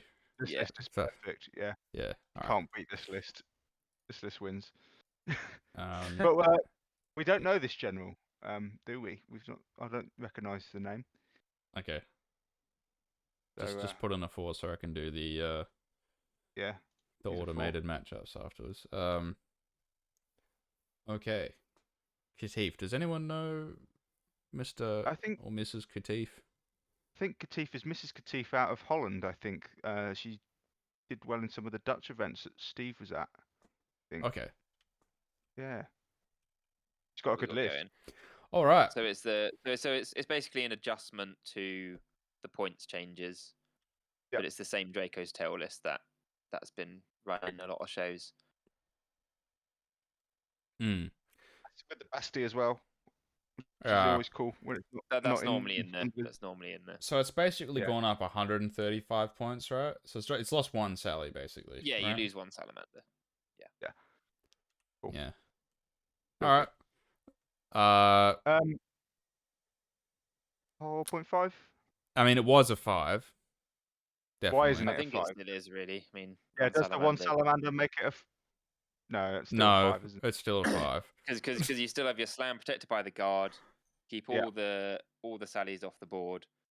Bastillon can shoot stuff that's hiding behind screens that salamanders can't get to.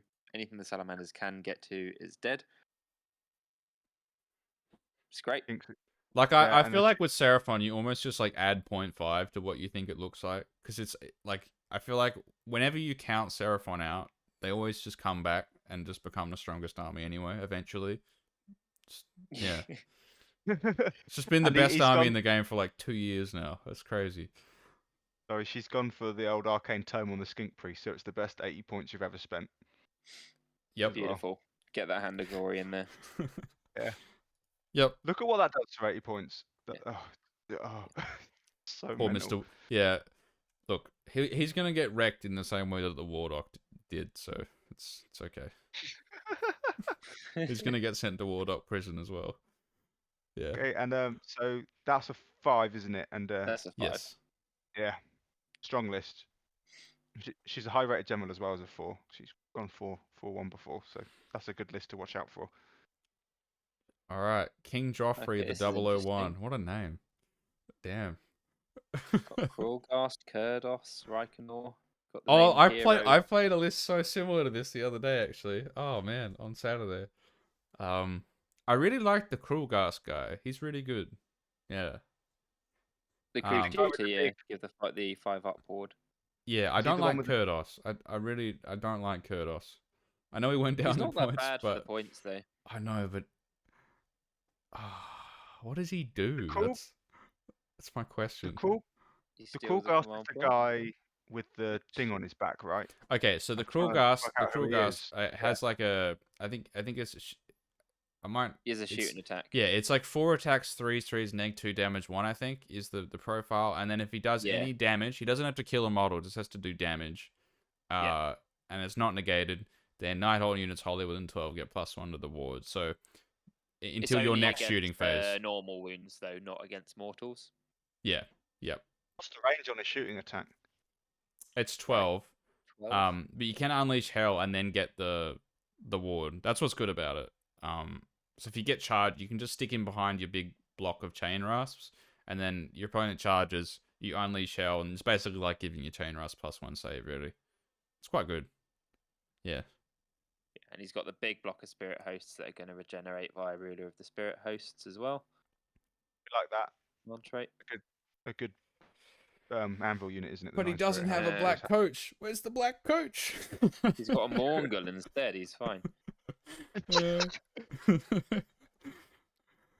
It is quite sad that Morgul is the monster that they've got. I mean, you probably just want to find the points for a Gargant, right?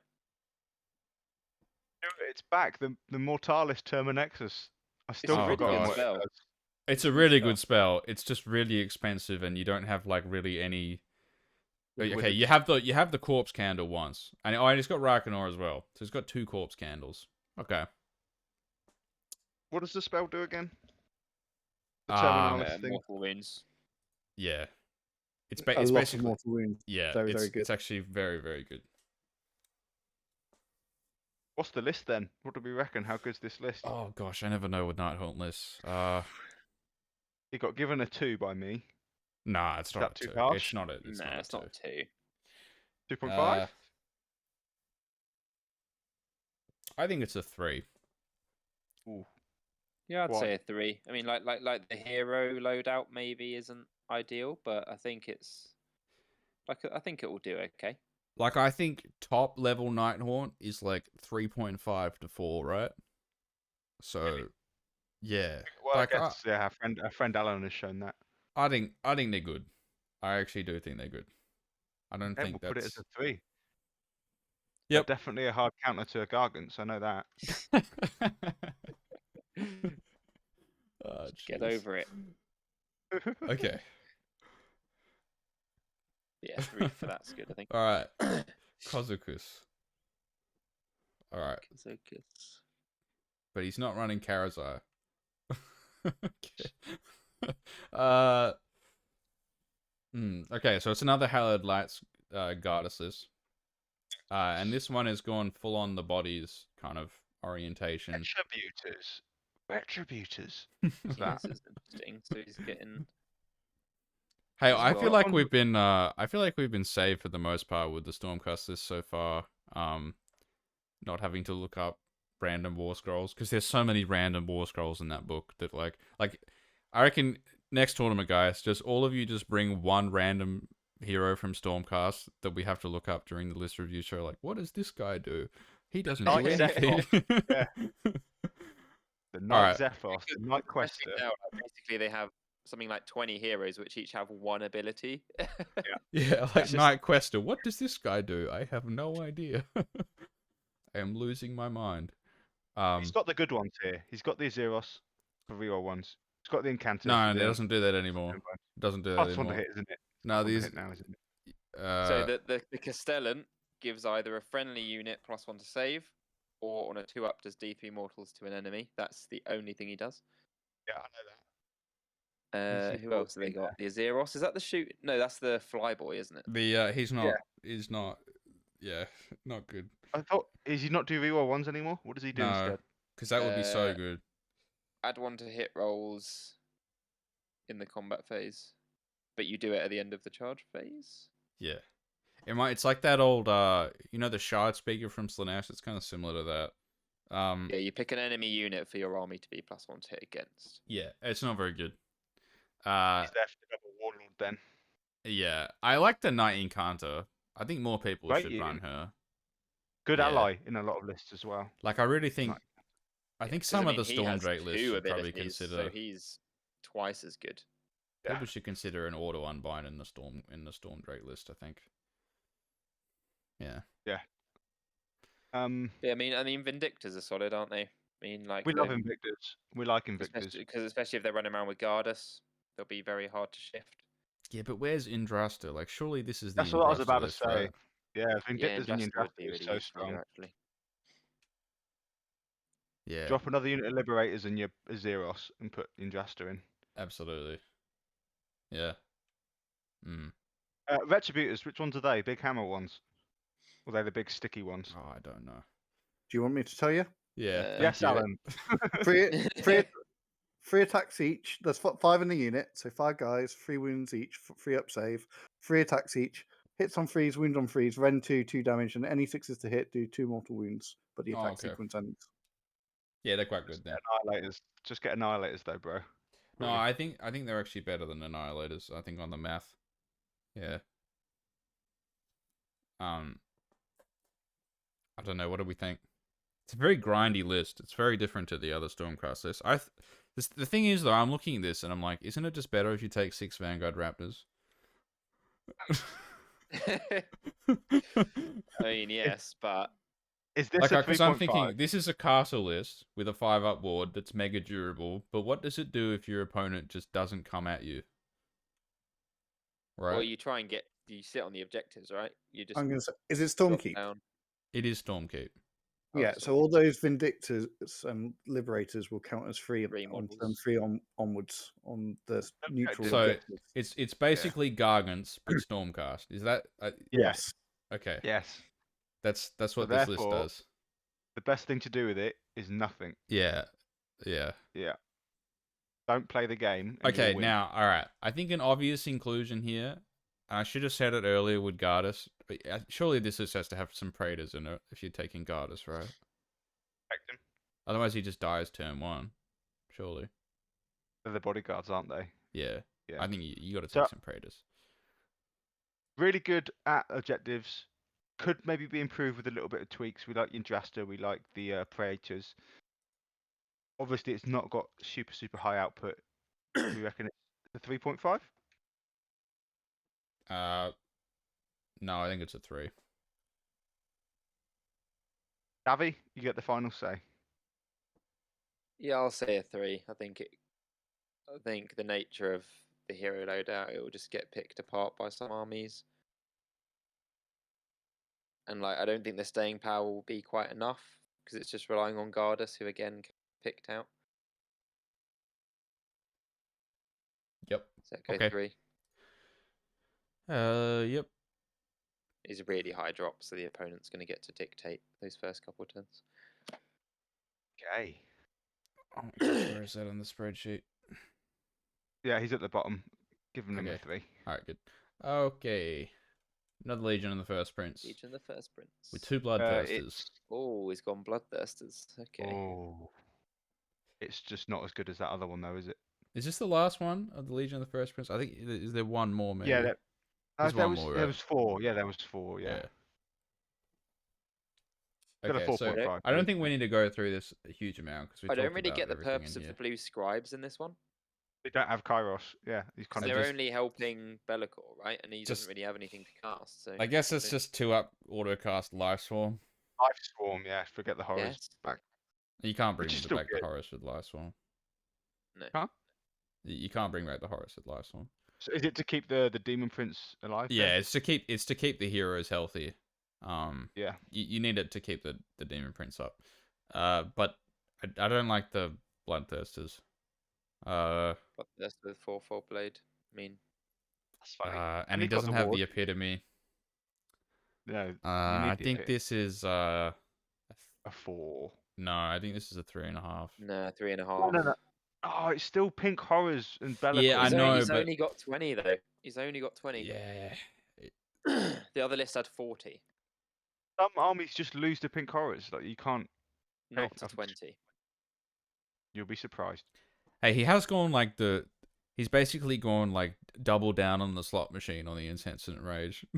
That's pretty funny. Hit rolls and moon rolls. Let's see 6s, baby. It's a little bit of anti synergy though, I have to say. Because the attack sequence ends, so it's like you kind of ruin yourself if you rolled a 5 to hit. Because it's like, well, if I rolled a 6 to wound, that would have been AOE wounds. But I would have got better. Yeah. Does it actually? Oh, that's awful. yeah, That's so bad. and That's he's really only got bad. one weapon, I believe. So I don't think he can like put on another one. No, you can't. Okay. That Yeah. artifact choice alone has made me get this at 3.5. That doesn't work. Sad boys. All right. Oh, Who have we Detro. got next, guys? Detro. Yeah. He's always doing something interesting, isn't he? Not this time. Fuck's sake. What do you mean not this time? Oh, he's got Tempesters. Okay, they're Tempesters. Okay, so Relictor, Carthalos, Judicator, Fulminators, 4 Fulminators, 2 Tempesters, 5 Liberators, 3 Aether Wings, 6 6 Vanguard Raptors with Raptors, cross. right, By the way, there are so it's 72 already a- Vanguard Raptors in this tournament, just as a quick stat. Yeah, so Yeah. it's already a 4 because it's got our 6 long strikes as we discussed. So it's already a 4. Yeah. Does it get a 0.5 for having 4 fulminators? Probably. Well, no, because they're no different to the Stormdrake. Oh, well, yeah, they are the Stormdrake guards, aren't they? The equivalent. Yeah, this is another 4.5. Yeah, I think so. as And well, it's got just- Bastion, and I really like the Night Judicator. I think Night Judicator is really good. This is I think the most enjoyable variant that I've seen so far. This would be fun to play with, I think. What does the Thundershock spell do? Which she's got the Arcane Tome on the Judicator. Is that like a damage buff for her for the bow? Thundershock. Alan. I think it's It's a D, minus it's a 1 to debuff. wound, right? Yeah. It's hang on, I can give you the Yeah, precise you roll. I think wording. you roll a dice for each enemy unit with an 18, and then on a 3-up, it's minus 1 to wound. Is that right? Yeah. Yep. It's just an aura, so it depends on what it is. If it's a knight or a lord or a Drakenif, whether it's a 12-inch range or an 18-inch range. Any enemy unit in range on a 3-up, minus 1 to wound until your next hero phase. That's Cast on the backline value hero. I love Yes. how he's called the Knight Judicator Gandalf the Grey, because it's like Yeah. you shall not pass with with the minus 1 to wound spell. That's great. Yeah. I don't think that works though. It's your backline hero, and he's got a No, it 18-inch doesn't. debuff. It doesn't. No. Well, it's 12-inch because he's a knight. Look, he's So that's- look. Oh, that's terrible. Look, he's casting Mystic Shield. Yeah, he said it in the chat. that Okay, guy's well, casting Mystic Shield. Okay, fine. Yeah, Fine. yeah. I feel like Yeah, anytime it's you the see something like 4.5, that, it's it's got like all the that good thing's for bits, Mystic isn't it? Shield. Yeah, Yeah. 4.5, yeah. yeah. Yeah. All right. Hey, little tank. Okay. I think the only fact player, right? I think no one else is. Yep. The only flesh eater courts. Is Love cool Charlie. And enough. he's bringing Australia. enough Terrorgeists for them all. Ah, yes, the Timu Fest. I love Manfred in there. That's great. Yeah, I also Manfred's like the great. Life Swarm. I guess. Got The he's Chalice got might be better, but Archregent Gawking, yeah. 2 Terrorgeists and Manfred. Yeah, so he's got maximum attacks available to him. I So he's just, got two I big. just wonder whether these lists, whether the second Terrorgeist is worth it. That's always my issue with it, because the one without the gruesome bite, I always just wonder whether that's worth it or not. But it's always like, what do I take beyond the first Terrorgeist and my 400 points of allies? You know? Yeah, I think maybe that's the route he's gone. He's like, well, it may as well have another one. It's like I've got Manfred or a Gargant and my Yeah. Terrorgeist, and it's like, Because what do I Razor do with the Claw rest of it? gives the claw attacks Ren 2, doesn't it? The mount trait. Yeah, but they hit on 4s, so yeah. Hmm. I I mean, think he's done all right with his flesh eater courts, hasn't he? Tanks. it's a, Oh, yeah, yeah. it's a No casino doubts army, about that. and little, I don't think Little Tank will mind me saying me this. He's got a bit of a rep for rolling those sixes. You know, he can do it, and if you can do Sign it, of a good player. yeah, exactly. And you Roll do. sixes. If you can't do a lot, we've always said this. Flesh Eater Courts are not a good army, but you can't do anything if they roll those sixes. You do just lose the game. Right, and Little Tank seems to be a little bit better at doing that than others, so it works for him. Hey, you can blow up dragons with this list. Yeah, also definitely. get blown up by dragons. Oh man, Yeah. you'd actually get tabled in one turn, I think, pretty much. Yeah. Yeah. Yeah, I'm sensing a lot of just tables in turn 2. You know, a lot of double turns or lose the roll off on the battle regiment, and you just Yeah, I mean 72 Vanguard Raptors. Yeah. oh man, 88 battle regiments as well. Got in the list in the tournament. Like I don't Right, want to so what's whinge, Little but is Tank? there anyone at home who's like not annoyed that they didn't go up in points? Like yeah, okay. All right, let's Well, move on. I think it's because dragons took all of the attention, all of the like single amount of attention that Games Workshop has for changing points on things. They can only ever focus on one thing, can't they? Only one thing's the bad thing.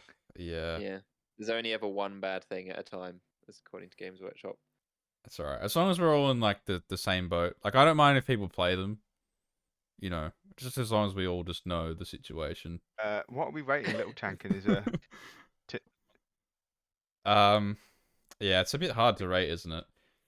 I gave it a 3.5 because it will just die to a lot of things, but I if think it that's rolls a fair. 6, Yeah, it's a I 4. I think that's fair. Yeah. Yeah, 3.5's fair. All right. Lock But he W. did manage to do really well with it last time, didn't he? He got five wins, so that gives him a general rating of a 5. So that might do better than you expected to do, that Flash Eater Courts list. Is this another Stormcast? Oh, It Tempest is. Lords. Okay. All right. I like This is Tempest the Lords. extra Prime and charge this is the bonuses. first Indrasta we're seeing, isn't it? It is with the some first Vindictors. Indrasta. It is indeed Yeah. the first. That's very strange. And Celestant Prime. No, it's not the first. We're seeing like 6 of them. No, we've seen plenty of them. No, but I mean, he's got but- Indrasta yeah, and yeah. Prime together. And Oh, yeah. 10 Protectors. That's interesting. What? Oh, are they they're the ones with the big spears, aren't they?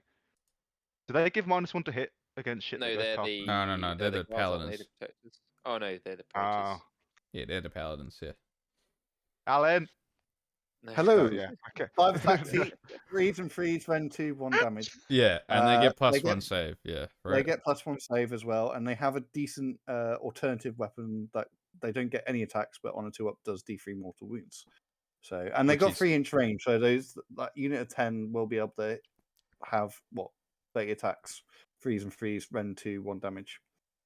Yep. And then, yeah, and then 2 Stormdrake Guards. So, it's interesting. I'm not entirely sure how the protectors are getting in. Yeah. It's a bit hard to decipher.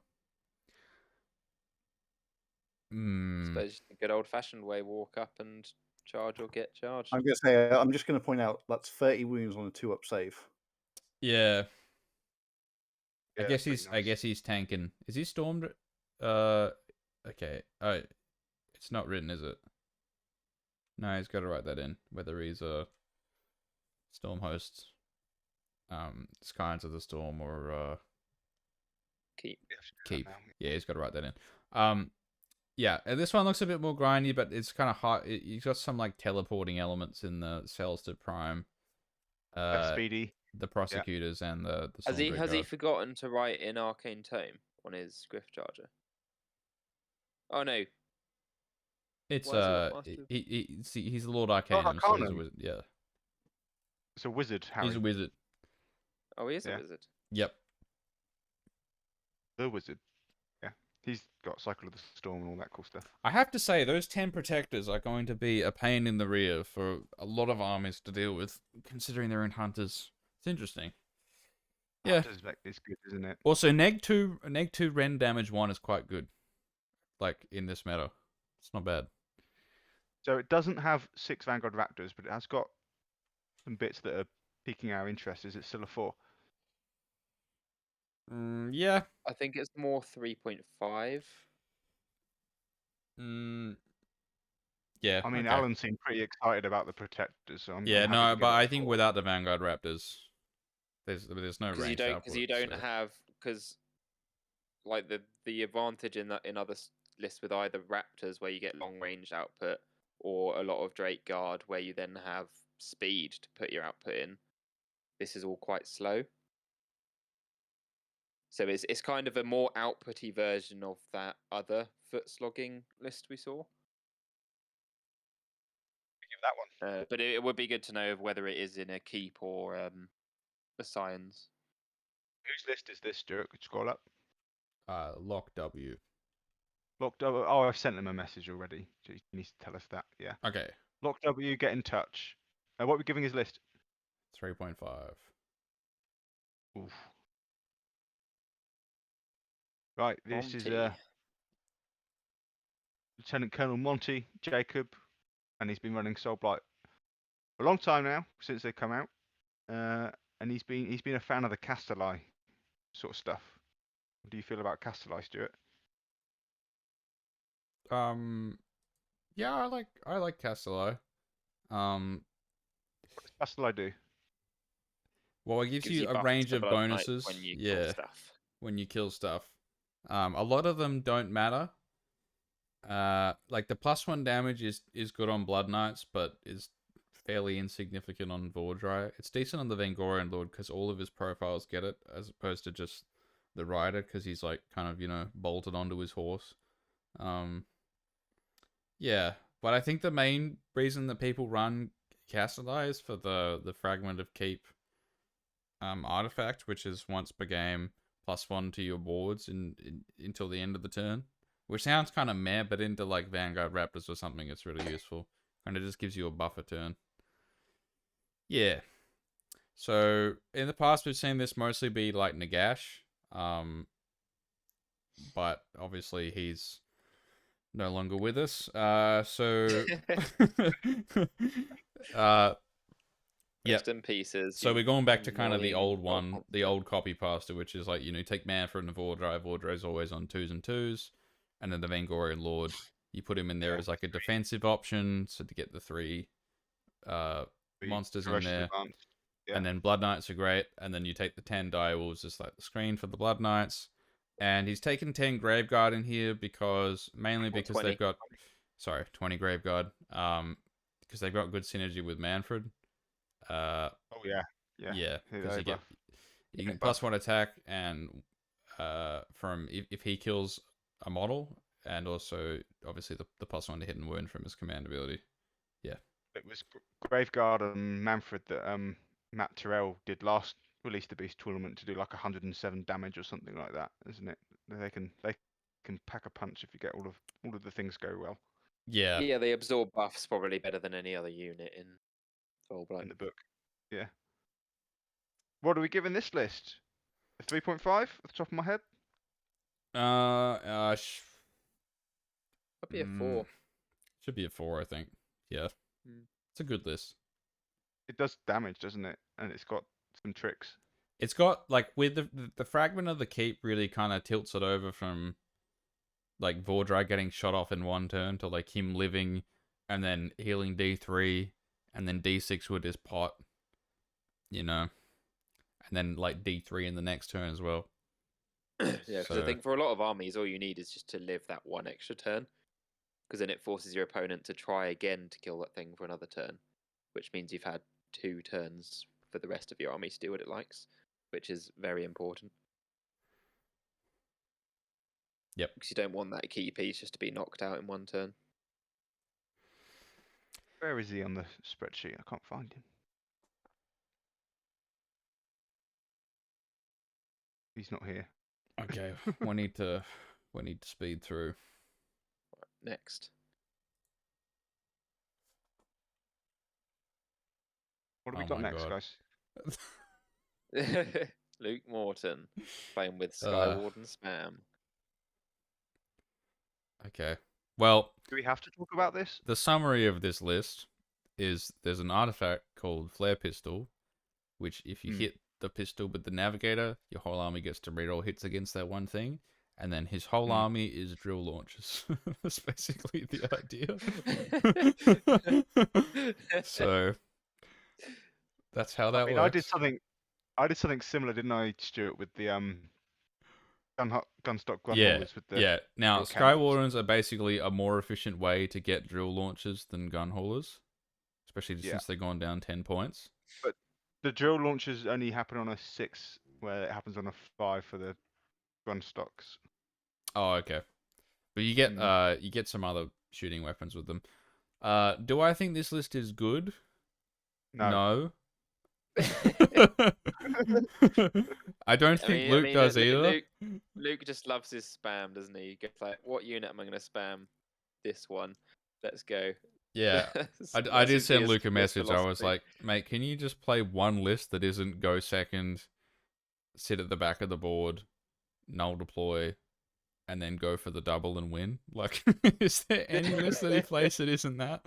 Like, anyway. I mean, if you've got a strat that you like, I guess. Now, with that said, I think this list is fairly decent against dragons because he has 2 navigators and he can like one hit one unit, right? This is not Yeah. terrible versus dragons. And he's got enough MSU stuff just chucked around the board to just get in the way. MSU, right? He knows how to do that. He puts things in the right places, and he's really good at staggering. The MSU stuff allows you to stagger the way that the enemy comes into you, and that can be quite effective. But they die to anything, right? Yeah, I think this list will do okay. Probably a 3.5. Oh, It's still got an ironclad in there, doesn't it? It does have an ironclad in it. I don't know though. Okay. It's All right, now it's that's fair MSU enough. spam. That's fair enough. MSU Okay, I can actually give it a 2.5 when I looked at it. I think you just went. I think you just had like a visceral reaction. I would to it, encourage didn't you? people at It's like- home to go look at Skywardens. It's not a good war scroll. It's not good. Okay. All right. Hey, The other Luke. Luke Willoughby. who's this? Okay. So Luke's list. He has this guy, and then this And- guy, That's it. and that's it. That's it. Yeah. So the way this list works is you roll to see if you get thrown a vines. If you don't, you concede. Yeah. And if Yeah. you do, Because if you do get thrown a vines, you then set up portal and the Warsong Revenant. Or you can explain it, Luke. It's your list. Tell them what happens. the secret source, in my opinion, is all with their Spell Singer command trait, which is plus 6 inches to your spells, and it's got Spirit Song Stave, which is an extra cast. So it's a 3 cast Spirit Song. It gets a natural +1 for being near a wood. The butt clench moment is, do I get thrown the vines off turn 1? If you do, you then set up Spell Portal at +3, set the end portal up 24 inches away from you, and then when you cast Unleash Spikes through it, it's everything within 15 because you add 6 to each thing. So you've got a 39-inch range Technado, and it's a compounding Technado which gets better and better and better as the turn goes on as your Throne of Vines stack. And it's a more swingy Technado in that you can really, really spike some of the rolls. Like if you're rolling 12 dice and you can suddenly roll 6 5-ups, done 6 mortal wounds or something, it does about 30 mortal wounds a go if you get the whole army, and you normally can with the way that you can set up the spell portal. So it wipes out support heroes, and it gets rid of screens, and it chips down monsters over a couple of turns. And then what I've tried to do is compound that even further. If you were to scroll down with the extra endless spells that I've gone for with the Horror Ghast and the Vengeful Skull route, which the Horror Ghast stops you from using Inspiring Presence and makes more things run away, and so does the Skull route, makes more things run away and does an extra couple of mortal wounds as well. So it AoE chips you and then causes you to run away, and it's been quite effective. And I thought it'd be quite good against a lot of the things we're seeing, like all of these Stormcast foot lists with all these protectors and stuff like that. Yeah, give me a shot at them, please. I would like And to you'll see them run probably away. table Morton's list in a turn. Yeah, I'd table Morton's list in a turn. Yep. Easy. Yeah. Easy.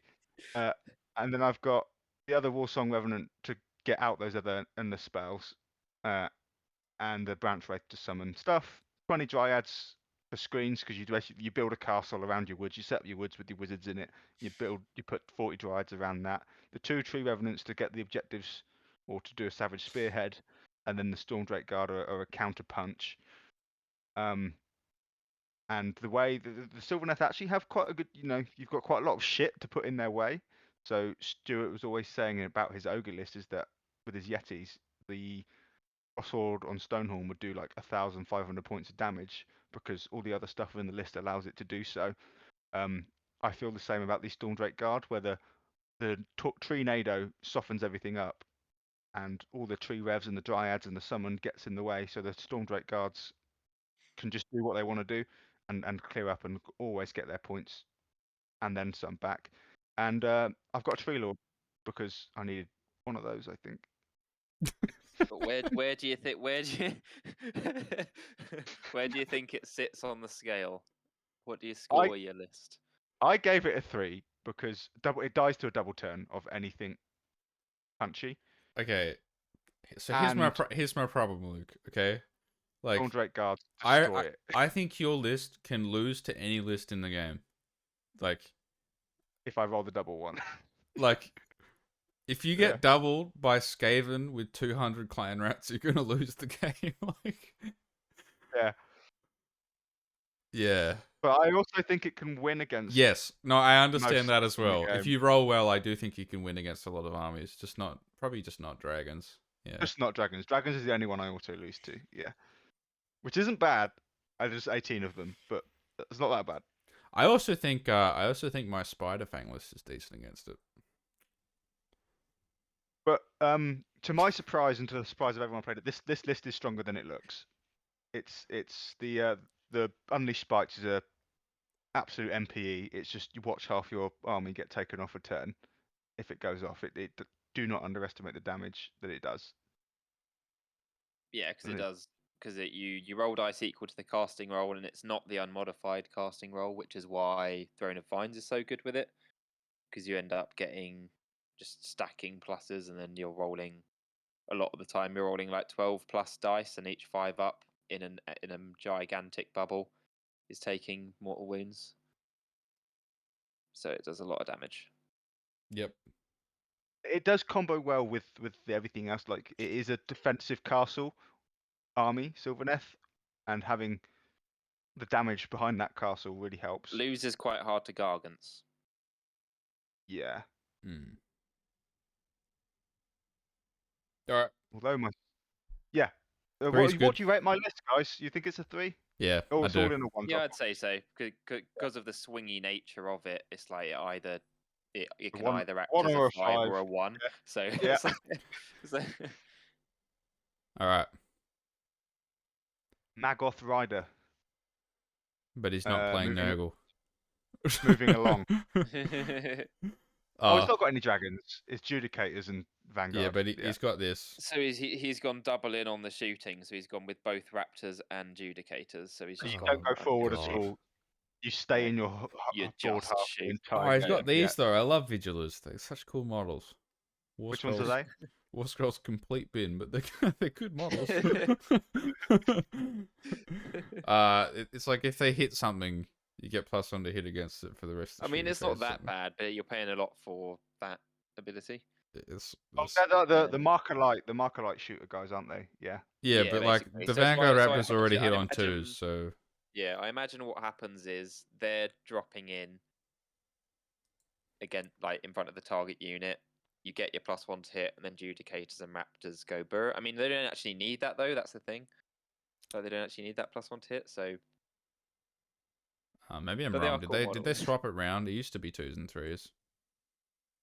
Yeah, they swapped What, it the around. Raptors? They did swap around. It's threes and twos now, so it'd be 3s and 2s. twos and Okay, twos. so they do get yeah. some benefit out of it, That's why they're there for the Judicators. I suppose. But yeah, just 2 big blocks of shooting. And Celestial Warbringers, what does that do? You get to Alan? like re-roll one thing a phase or something. Yeah, Not that good. it tends to be the one you take when you don't have anything better to take.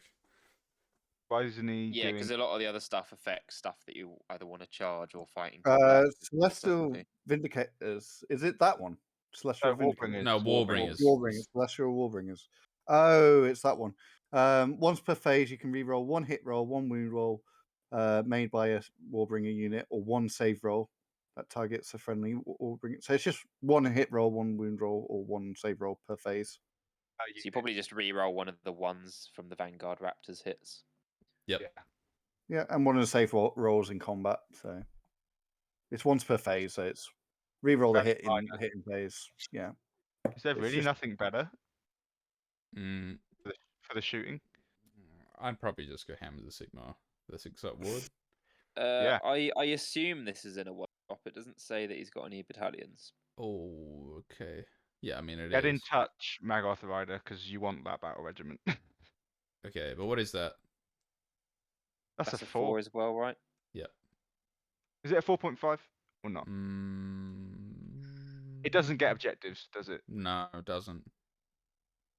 No. 4. And you've not really got anything protecting your shooters, so anything fast that isn't dead is just going to wreck you. I reckon this one, surely you run this one with Gardas and Hallowed Knights for the 5-up ward and just stand there. Makes way more sense to really double down on the defensiveness of the castle if you're going to stand and shoot from it. Yeah. But But yeah, yeah. 4, I think, for that one. Okay. Are you putting it in, Luke? Yeah. What is he? A 4, yeah. Yeah. Okay. Living City. Mark Wilson. This is a very, very good list. This is a This is the proper Living City. This is how you play with fulminators, isn't it? Really, you go Living City. You take your normal Iron Drake stuff, and you have a great time. Yeah, these 3 are the ones, by the way. These are the boys. Yeah, yeah. Frostheart Phoenix, Rune Lord Sorceress. You don't need other heroes, just those. So don't take Durthu. And then this is your battle line. Yeah. And then this is your Stormcast. There you go. Yeah. Yeah. Boom. Done. And then you got the Bridge. You And get the Drakes in where they need to go. And it's a 1-drop. This is terrifying. This is a 5. Yeah, This is it a is. 5. It's so good. Yeah. Yeah. There's not really much to say about it. Most of it, everyone already knows about. Iron Drakes, they're great. They get all the buffs from the Longbeards and the Rune Lord. You bridge them over, they smash. Fulminators drop in from the board edge, shoot, and then move forward, and then charge and kill everything. And the Frost won the game. just goes around Yeah. being annoying. Yeah. I think realistically it's like in Living Cities you do this, and then in Tempest you do dragons. I think in my mind that's how it works. Yeah, because the dragons already have enough speed, they don't really benefit from Living City, and then you need that in the Tempest Eye. Whereas because the Fulminators can come in off the board, shoot, and then get a pretty much guaranteed charge because they move forward afterwards. Like I love how that Living City rule is like isn't it named like a fire and fade thing, as if you're supposed to shoot and then move away? But I don't think anyone has ever once done that. No, for most of the time it's been used for like Durthu, like living his dream of actually getting in combat. Yeah. It's like I think 99% of the time you shoot and then move towards your opponent. Yeah. All right. Yeah, that's a 5. Get that down as a 5. Okay. What's happening here? Oh, it's another Nagash. Matt He's Terrell got is loads of Pain running Rasp. Yeah. I think this is very good. I like this one. Do I like it more than the hex rates? The Hexo sounded cool for Olinda, and the bringing them all back. Yeah, it's a shame you can't fit Reikenor, but it's too expensive. I mean, I don't know. I think Chain Blast is still a good unit. I do really like them Yeah, as they're a really unit. good. Does he need 2 Spirit Torments? Yeah, he just wants it for the reroll hits. Otherwise, the chain rust stop doing any damage. Yeah, I guess so. And he wants Pendant at the Fell Wind, or they don't move any inches. Which is kind of important. He's in Reikenors though, so they can actually go fast without the pendant. This whole thing makes them go crazy fast. I think they move they'll move like 15 in this. Those chain rust can go 15 and get healed 2d6 plus 1 heal. Yeah. So Yep. it's a fast Alan? list with reliability. Sorry. Alan, no. Do you want to sub me out for half hour whilst I eat some food and have a poo? Sure. Thanks. Didn't need to know Thanks. about the last one though. All right. Everyone, this is Alan. He's been our call a friend for the last show. He's here to give his much more eligible thoughts on the rest of the list. I'll see you guys later. I won't be long. Won't be long. Right, I'll see you in a bit, Luke. Bye bye. Okay. But yeah, what do we reckon about Nagash in this? I'm not sure Nagash is getting full usage here, really. This is the quandary of Nagash though, is because like with Nagash, you want stuff in front of him, but to get stuff in front of him, like to get a meat wall, you can't go quality, and he wants to bring back quality. So to have like bodies on the ground to help Nagash, because the fact is Nagash is like 1,000 points, he's had to go Chain Rasp, which bringing back 4 Chain Rasp a turn isn't stellar. But it's Or a fast. are they going for the re-rollable rally? Yeah, I mean, Yeah. to be fair, so one thing that'll make that list annoying is you've got 30 chain rust that can move 15, go into combat. Nagash can spend the command point and give them a 5-up shrug, and so they've got a 5-up ethereal save and a 5-up shrug. You can get that by just spawning Curdlesin and shooting, though. Yeah, the Krulgast. Krulgast. Yeah, I'm actually a bit surprised he doesn't have the Krulgast, but I guess he's worried about one of the torments being shot off, and then he doesn't have reroll hits. Yeah, because otherwise it's 4s re-rolling and then 3s re-rolling 1s. No rend, 1 damage. Yeah. It's a list. Yeah, What do we I reckon? think it's what's this going to be, a 3 or a 2.5? I think it's a 3. I'm hesitant to give it less than that, just because Nagash can just mortal things off the board, and it has got the bodies to keep whatever combat army wants to get into Nagash off Nagash long enough for Nagash to bolt down combat armies. But Okay, yeah, 3 sounds good. Let's give it a 3. All right, Tempest Lord Stormcast. It's dragons with a prime. Prime and dragons. Cool. Next. Moving on. 4.5. That's what we're giving them so far. Yeah. I actually think the hammer makes it better than like the pure Stormcast. I think so. I like this one. Yeah, better. yeah. I like Tempest why Lord. have you been giving the pure dragonless a 4 or a 5? We give them 4.5. 4.5, I think. Yeah. I think this is 4.5 or 5, just because the hammer is a nice little cherry on top. I think Tempest Lords is really good as well. Yeah. But yeah, because this is the combo where both the Knight Draconis and Prime can sort of go in together, isn't it? Because doesn't the Luck Stone do the same thing as what the Prime does, where you can decide the roll? Yeah. Yeah. Cool. Yeah. All right. 4.5. Next Stormcast. It's 6 Vanguard Raptors and some other stuff. Raptors, random gyrocopter. 4.5. Move on.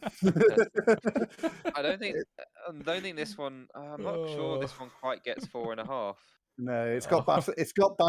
It's got Raptors. You can keep them around. He's got dragons. 2 Tempestors, not Fulminators, and he's got only 2 Stormdrake Guard. He's got a Gyrocopter Liberators. This is totally a 4.5. Oh man, that Gyrocopter's That absolutely buckled me. Oh my God. Just looks like a random Well, gyrocopter. think about it. What cheap things can you have in No, SE? it's not even wrong. It's just kind of a flex as well, though. It's just like there. Like you have all of these like dragons and glorious soldiers, and then you just have like some dwarf and a helicopter. Little helicopter. Like, I can help as well. Yeah, sure. 4.5. Let's go. Move. We move. All right. Is this where all the Stormcast lists are? What do we got here? Sons of Behemoth. 4.5. We don't need. 4.5 next. It's for All right, two let me just. Gatebreakers. All right, let me just look at the artifacts. Amulet of Flaming Destiny. Weapon. 6 up, Amulet of Destiny. and then Flaming Yeah. Weapon. Yeah. Cool. All right. Another Stormcast list. Oh, this one's spamming Fulminators. With Aventus 4.5. Fire Strike. Oh my god. And then 6 Vanguard Raptors. Okay. Yeah. All right. We've reached that part. The M's are full of Stormcast. It seems. Jeez. Wait until you get to the S, and then you'll see a beauty of a list. But yeah, no, this is Oh, just dear. move on. Yeah, 4.5. Yeah, he's got Prime, doing Fulminators instead of Dragons, but still got the Raptors. Cool. All right, let me just sort by name. I mean, is Aventus Firestrike an interesting addition? No, not really. No. It's a Toralon that heals D3. That's what that does. Gives the guys +1 to hit, I guess, and yeah. I think it's good with MSU Fulminators like this. It's not wrong. Yeah. Yeah. Okay. Yeah, that's another 4.5. What's the next one? OKO again. Okay. Yeah. So double navigator got with the that. flare pistol, spill in a bottle, custom stuff, and 2 ironclads. I'm guessing in Alpha And Beast 2 pack. dragons. And 2 dragons. 2 ironclads, and 2 dragons. Warp Lightning Vortex. Ah, this one's good. Okay. That's a good list. Yeah, I like. Yeah, this is a good one. It's a good list. It has a massive weakness in that KO just can't take objectives. But the 2 dragons, that's 10. Yeah, that's what the dragons help do. Yeah. Is that they are like it means you can at least fight on one objective while you shoot at another one. Yeah. It's a good list though. I wouldn't rate it down because of that, but it's Yeah. a glaring. What have we been putting KO lists at generally? Like 3.5. I'd say It's this is probably a probably a 4. 4. Yeah, I would put it at 4. Yep. Okay. Yeah, he's got the charging ironclad and the shooting ironclad. Oh, he's also got Warp Lightning Vortex. That shouldn't be just ignored. So Oh my Yeah, he's God. got the definitely, bottle and vortex. yeah, that's definitely a feel bad 4. Yeah, because if he gets against certain armies, getting that turn 1 Vortex is going to be nasty. Okay. We have 2 people with the same name. Okay. 2 Mitches. All right. So Both playing dwarves. I have a program that's going to automatically do the matchup. So Mitch 6123, if you're listening, you're not Mitch. Yeah. just Who is he? just so we know the situation. Okay. Is he going to be Mitch with the numbers? Because one of them, yeah. Well, one of them is. I'm assuming that's his Discord ID, so he knows who he is. Yep. Anyway, Okay. Fire Slayers. Yes. Now it's a load of Hearthguard Berserkers and Gotrek. And Gotrek. A Rune Smiter to take some of them into a tunnel. Now, do we Yeah. think that's any good in Age of Sigmar 3? It's Well, Yes, Luke you will want say it no. active. But... Oh, he's also got some half guard to. So all his heroes are pretty tanky because they've got the bodyguard. Yeah. And it's Berserkers, right? Yeah. Well, what he's got them on pole axes. Okay, so Yeah. 6s do 2 more wounds. This is decent, right? Yeah, it's just that you don't see it much, so it's hard to know how well it actually performs. Because I would say 3 or 3.5, just because those Berserkers, Yeah. they don't have, because you take them with the pole axes. So so they either have the regular axes, which is freeze and freeze, rend 1, 2 damage, or you have the pole axes, which is 4s and freeze, no rend, 1 damage, but 6s do 2 mortals. So you're all in on those rolling On the 6s, mortals. mortals. But they've got extra range, I believe, and you can get 2 ranks in or 3 ranks in, so you get a fair amount of attacks. They have a 4-up ward. So yeah, Yeah, I'd say this is a 3.5. Like, I think it is a very effective melee army. it's a Um, very bricky, like Yeah. it'll just move up as a brick. And the trick is killing the heroes, but those heroes have got 10 bodyguards. Yeah, 10 bodyguards. Hmm. So, and then it's got god tracking. So I actually think it's probably not awful into dragons. no, this is almost like a counter because dragons don't have answer to the mortals. So yes, dragons can go all out defense, get a 2+ save, but the berserkers go great. Most of our damage comes from those 6s to hit. And all you need is 5 6s, and then that's a dragon down. This is almost like he predicted that there were going to be 18 dragon lists and was like, what can actually deal with dragons? I know this because the shooting is going to take 2 to 3 turns of shooting to kill those heroes. So Yeah. either they waste 3 turns shooting the heroes off, or they try and take out the berserkers, but the berserkers have got a 4-up ward. And he certainly can't engage that brick. So he's going to be like, can just sit on the objectives for a couple of turns until the heroes die, and then eventually the brick will get worn down. But by that turn, It's kind of Gargant listy, isn't it? Really, it's like Yeah, sit on the absolutely. objective and be tanky. How long is it going to take you to clear me? Because if it's more than 3 turns, then you probably lose. It should do good against dragons, I think. It might struggle with tactics, though. It's the thing. Yeah, that's why he's got the you can put those 10 berserkers or 5 half guard with the runes smiter. That's an easy spearhead. Spearhead, yeah, true. You can run 3 units. That's an easy one, and then conquer maybe. Yeah, I think he'll be okay for the first. It'll be like the last 2 battle tactics, maybe the last one, maybe the last 2. I think he should be okay. I He don't will. like Gotrek in Fire Slayers, I gotta say. Like, I mean, I don't like Gotrek full stop, but there you go. isn't it just just slow. it's just half guard, but like one guy. Like, Yeah. I don't. Yeah. Yeah. Like you could almost have 20 more Hearthguard, which is probably what Oh, you he's do. run out of reinforcement points. I guess that's why he went Gotrek. Yeah, I guess. I'm sure if we asked Lee, what would he rather have, like half guard berserker get 10 man, but like be double the points or even triple the points, and he would still go yes, just because he could then take them more. Yeah. But having them have to go up in units of 5 is pretty rough on them. Yeah. Okay. Yeah, Alright. 3.5 is fine for that, I think. Yep. Oh, Okay. we got a Sylvaneth, bro. Okay. Yas Alariel. Queen. What are we? Nalroot? Okay, we are Nalroot. Oh, Yars God, there's evergreen. no Warsong It's Revenant. basically this is basically Luke's list, right? Yeah, but there's no Oh Warsong no, Revenant though. it hasn't got the spell portal actually. Nah. No, so Alariel Alariel's got a Brantley Treelord. stronger. So Alariel's got a stronger spell than the Revenant, but it's a single target as opposed to area of effect. Yeah. Whereas Luke trying to like blow up entire armies, whereas Alariel's just looking to blow up a unit. Yeah. Alariel's Other also than that, it's tankier. really thin on the ground. Yeah, I don't rate this list, unfortunately. No disrespect here. They look awesome. They always look good. Yeah, What do we think? he hasn't got enough screens. I think you would have been better off taking 2 units of 3 hunters with bows, because I don't think the size is going to do much. They're just going to die. They're just very expensive right now. Yeah, it's just got a big block of Kurnoff with size with this hive to get them like a decent charge, like an 8-inch charge or something. Teleport them with the woods.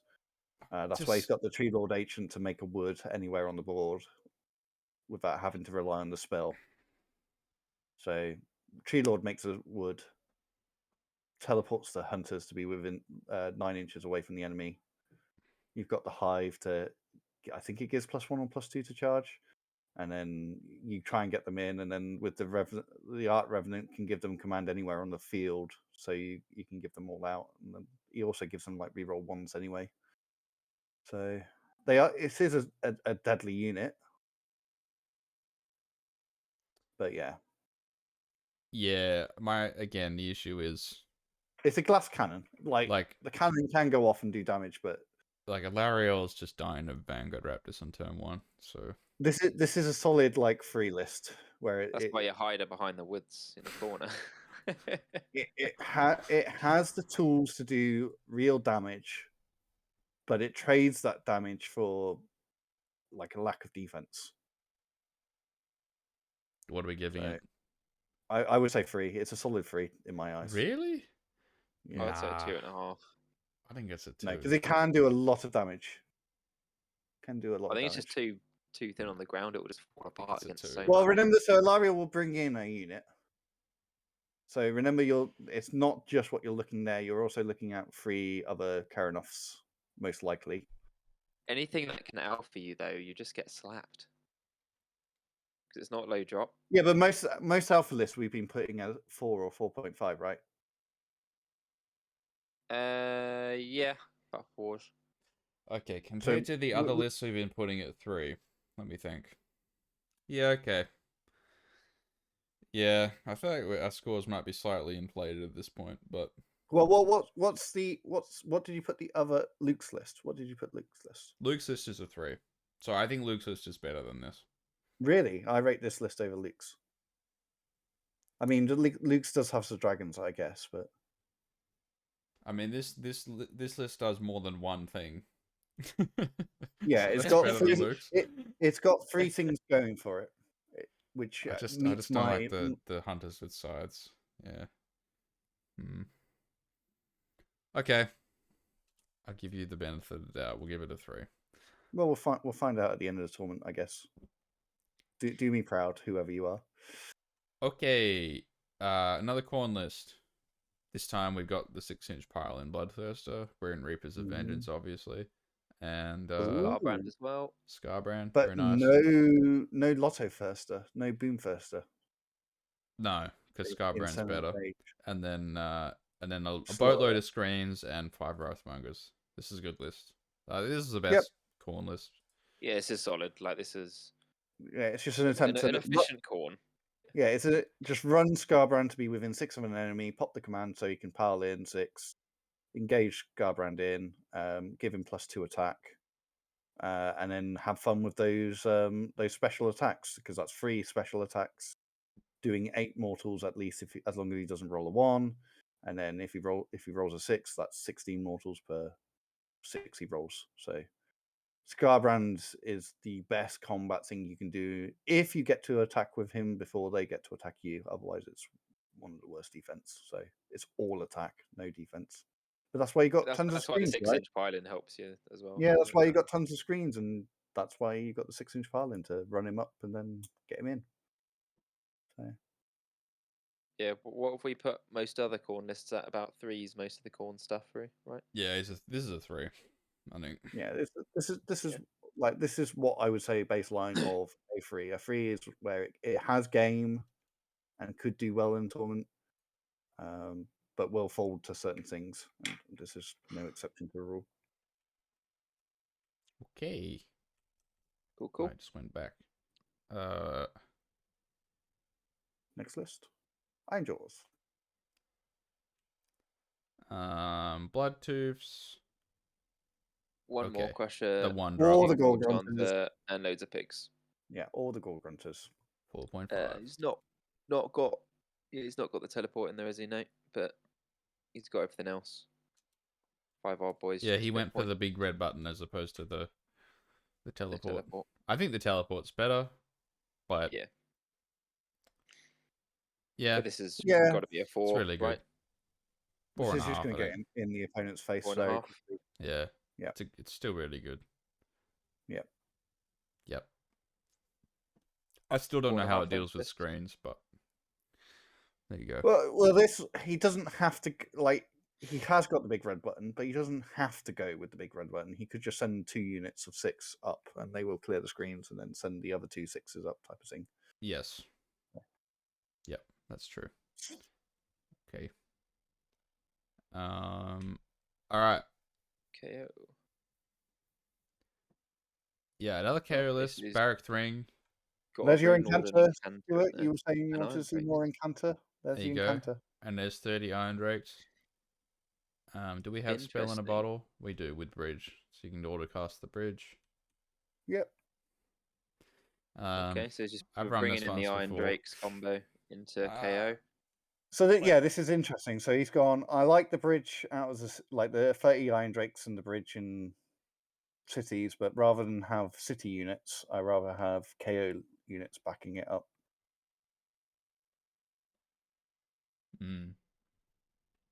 Wait, has he got 30 Iron Drakes? Are they a battle line here? Yes, Yeah, for the Duarden General. Yeah. Yeah.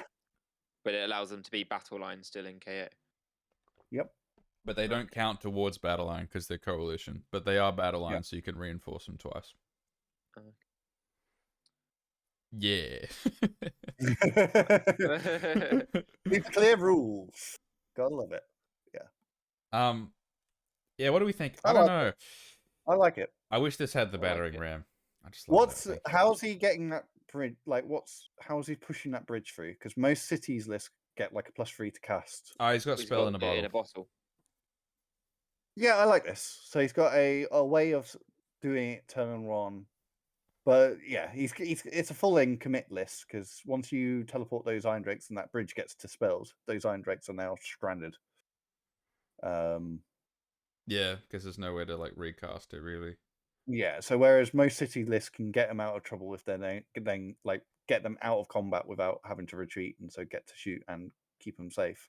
This list is all in on once I use that bridge, I've used that bridge and they're kind of there and stranded. And they're then also just sort of like out in the middle of nowhere because you can't get the Arcanauts in front of them, can you? Because No, but that's where they you've got can't get out the volley. What's it called? Ironclad with the last will or last testament with the gun. So if he charges that thing, he gets to fire the gun, and he gets to unleash hell with something. So I imagine he'll put the Ironclad in front of the Iron Drakes.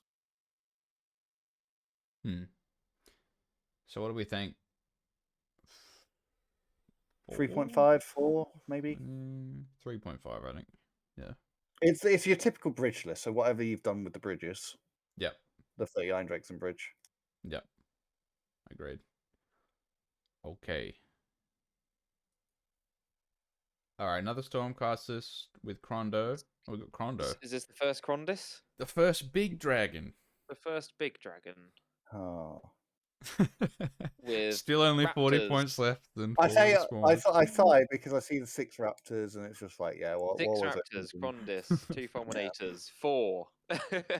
Yeah, narrative player, not a narrative player.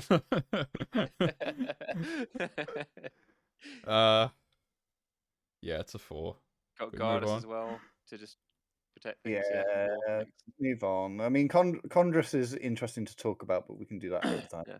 I mean, to all you Stormcast players, I'm sorry if you think your list is really cool and interesting, but Well, the fact that you've got 18 lists and that a lot of them share similarities is the issue. yeah, once we've explained it once, we've explained all of them. Look, it's nobody's fault, okay? This is just the situation that's been presented to us. All right? Yeah. Nobody is at fault for taking 6 Vanguard Raptors. It's fine. No, this is Torment at the end of the day. This is Yeah, like a narrative. it's fine. So Oh, we no, love we've narrative lists, well, now we can talk about a Torment list. Why have we got a picture? Banned. You're out at the tournament. Oh god, look at. All right, I looked at this list before. This is basically Mr. Tupperware container. That's what I call this list. It's like that's what this is coming in, right? Just loads of little dudes in a bag full of Tupperware and bubble wrap. This is right? yeah. This is Tupperware containers. That's what this list is. There's so many models. Oh god. I think this is great. It's a good list. It's a good list though because he's Yeah, keeping the it's heroes got so minimum, much which I stuff.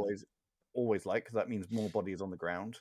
The It's got Necromancer's got Mantis, the claw for +2 cast, and that's an aura, not a just for himself.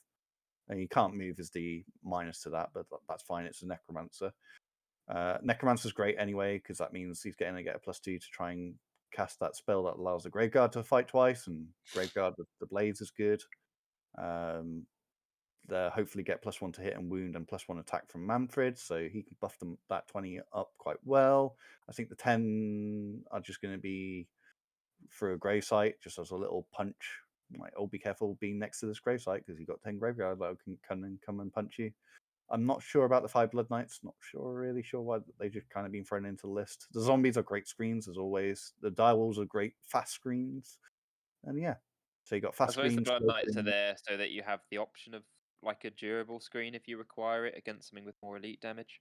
Yeah, Yeah. I think in a real world, if he wasn't maxed on the reinforcement points, you would probably just get another 20 graveyard, like 20 graveyard, 20 graveyard, and then. But yeah, he's already used all his reinforcement points. Yeah, he's got 2 in the skeletons, 1 in the Graveguard, and 1. Oh no, Is so he... you could, No, yeah, no, he has that's got quite one more. Yeah, he is. Okay. Mm. No, he has got 1 more because he's used 1 for the Graveguard, 2 for the skeletons. So he has got 1 more reinforcement. But he's Yeah, just not so used that it. surprised me then. But maybe he just likes Blood Knights. I don't know. What Didn't about... have enough This is a Tupperware 4, for the right? other 10 This is a good Graveguard. list. Oh yeah, no, it's a Yeah, it's yeah. I great. think this is nice. This is It's a This really is good like list. a 3.54 list. Yeah. Depends he's- on how nasty or nice you're feeling, whether you give it a 3.5 or a 4. Because I'll I give it a think 4. it does good against elite damage because you just have loads of bodies in loads of different places. But Yeah. against stuff that will go through chaff, so like I mean, if this goes into Iron Jaws will just like take 1 unit, just put 1 unit into each thing and kill all of them. It doesn't have the damage is the issue. It'll play the objective game really well. It Yeah. has 2 threat ranges of those 20 Graveguard and Manfred. But if any of those threats get countered or like destroyed, he's then really struggling to look at a unit and go, "You need to die this turn and kill it." So, yeah, I would almost give it a 3.5 because of that. Yeah, I'd say 3.5 is fair. Mm. Okay. Are you tempted for a 4 spit? Yeah, I just don't think there's like you just get a lot of stuff compared to other armies in the game. And I remember last time we played with a similar list, and it was just really hard for anyone to get through it. Yep. I mean, how many wounds is this list? Does it have it on the readout? It should do its 4 score builder, isn't it?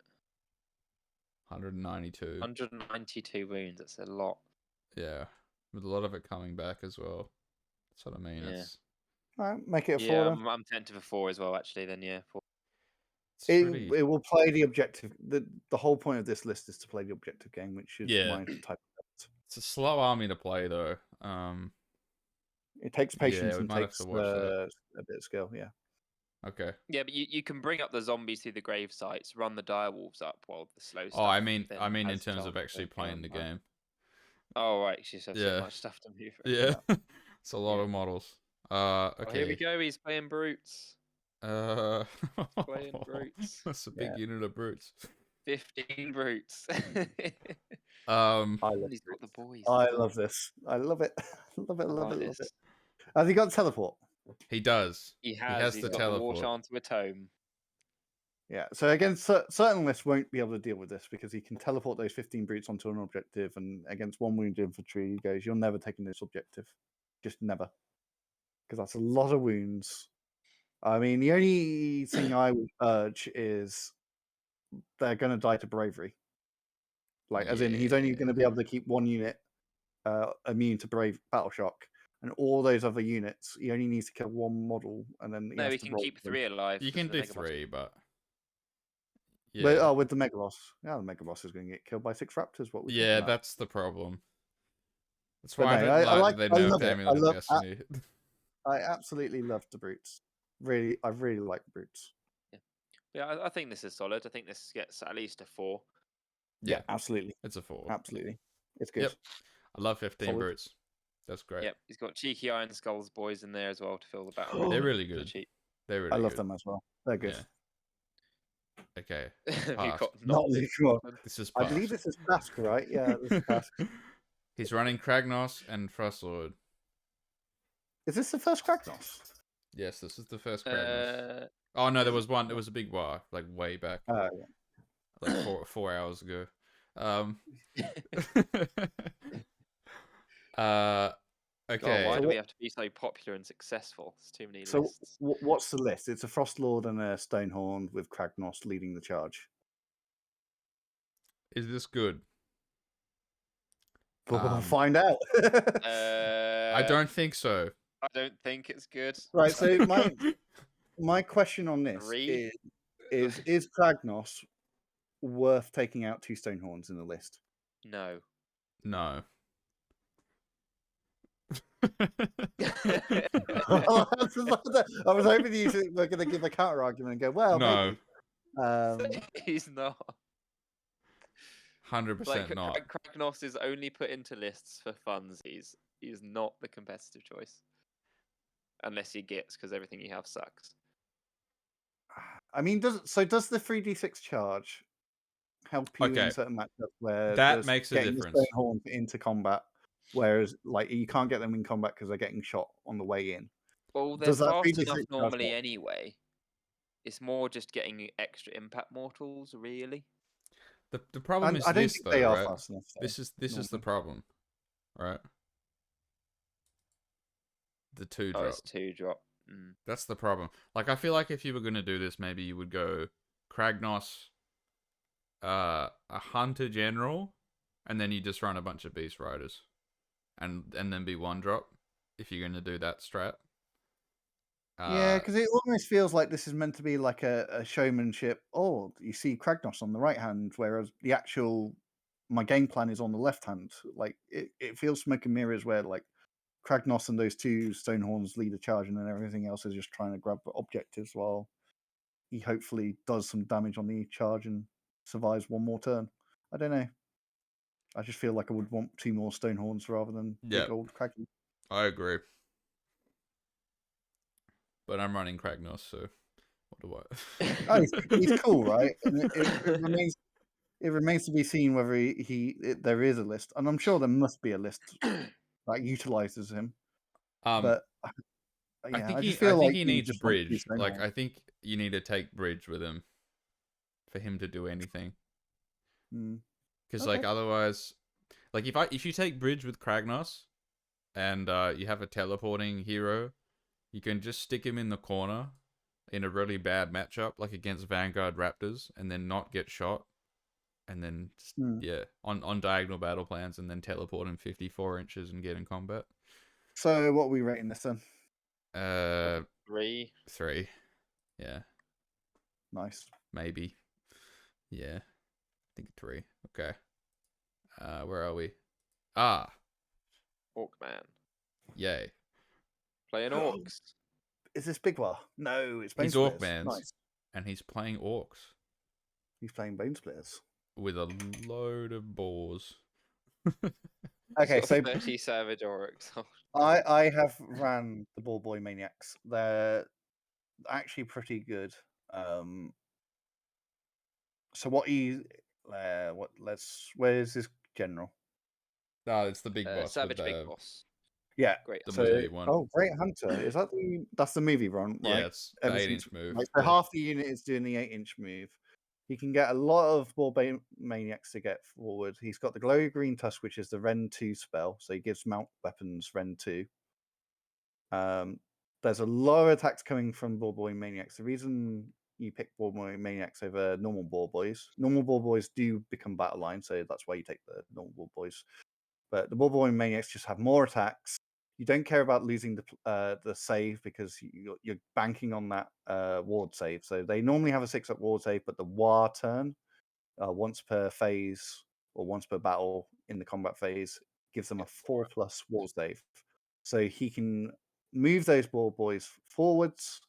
What subfaction is he in the Mortal Wound subfaction? Icebone, I think. Yeah, that's the mortal wound. So 6s to hit will generate extra hits. 6s to wound generate mortals in addition. So the idea here is he has a big turn of pushing up forward, engaging the enemy, does some damage with the charge, with the attacks, pop that war, keep him locked down. Well, and that's basically it. And he's got Wargogs as well. Wargogs should never be underestimated. Yeah. I think it's good. Yeah, it'll catch people out, is what I'll say. Where does the rating go for this though? 2.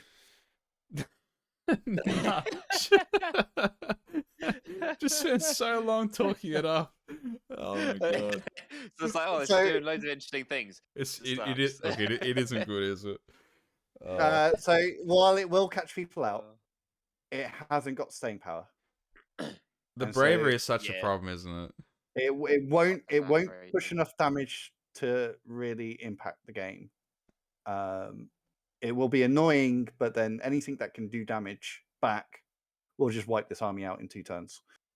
I love this list though. I love Bone Splitters, but yeah, no, unfortunate. I just Does it not even get a 2.5? I didn't for think it. love? Surely it's a 3. I don't know. we can give it a 3. I want to give it every chance it has, but I think it's a 3. if you want to give it a 3, you can. We'll Okay. split the difference in 2.5 it. All right. Fair enough. Yeah. Okay. Hey, democracy, Oh, we're on to Owen. Yes. the legend himself. OJ, the juice. He told me he was running this, 3 and he Mortis did. engines. Beautiful. This Uh, this is okay, amazing. Rob finally gets his Black dream. Knights as well. Can we talk about Black Knights? manifested. Can we talk about Black Knights? 100 Sure. points. So, is 100 points worth basically chariots? They're a chariot unit, Like, you know. Yeah. they're not bad. I'm not going to say they're bad for Battle Line. They're definitely not.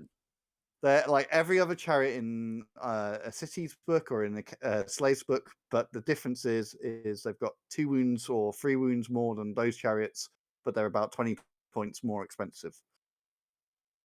But they can also be set up in the grave. So, but And they you cover a basically lot more space as a screen. yeah, so he's basically got 3 screens that can do mortals on the charge. He's then got 20 obligatory zombies just to be zombies. He's got the 20 graveguard to punch. And then he's got the mortal wounds, which are the mortis engines. And they do basically 2 lots of D3. So you've got 6 D3 coming out of them to units and aura range, and then you've got D3 coming out of the Black Knight. So it's just lots of chip damage, and then you back He's it up got by him in 20 Alpha grave Beast pack to get him D6 further forward. and Vampire Lord, Yeah. Zombie Dragon. So you've got 2 combat monsters, and you've got a bunch of mortal wound chip. Is yeah, that I good? quite like it, and he's that Vampire Lord is going to get a nice +2 to cast on foot, and the Dragon one's going to get a +1, I think. Oh no, he's picked Marshall, so he gets +1 attack. Yeah. I like the switch up in this sort of like a lot. Yeah, There's a lot. it's a different Soulblight list, which is again like Soulblight just has a lot of different options, which are cool I- and fun to play around with, and I like it. I will say this: any dragon list that comes forward and like blasts the zombie dragon, thinking that's the big threat, and then like engages those Black Knights and kills the Black Knights and all that, and goes, "Haha, I fund the game," and left those 3 mortis engines around. That's 63 onto all his dragons. So if you're running like your 2/2/2 dragons, that's like 3 dragons dead on the hero face. So it can do something. It's a lot of mortal wounds. And +3 to cast, I think, as well. Or Yep. +1 to cast. So Yeah, it's cool. I think like it. this does okay. Solid 3.5 in my eyes, but you might think more.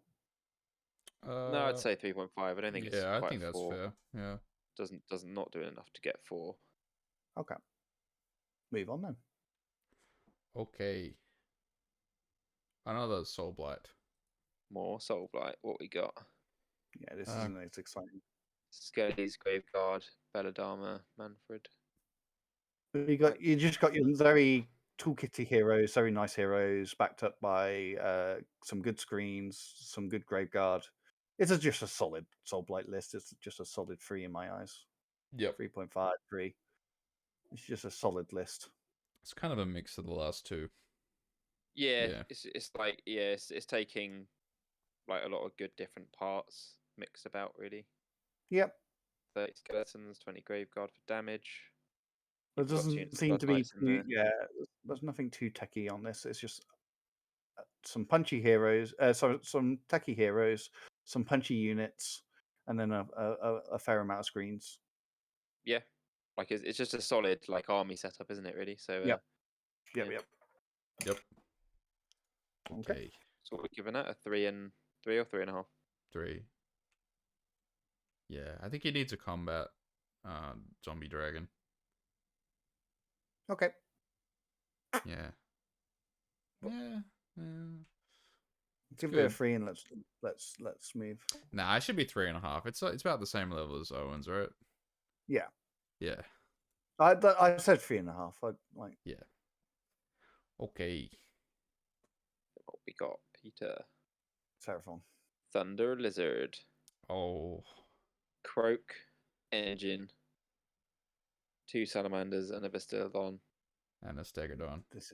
This is just a standard list, right? It's a 5. Yeah, this is like more or less your usual but Croak variant, I guess. Yeah. We gave the other one a 5, so we've got to give this one a 5. Yep. Yeah. Okay. It's got all the nice parts. Hey, he went Prime War Beast.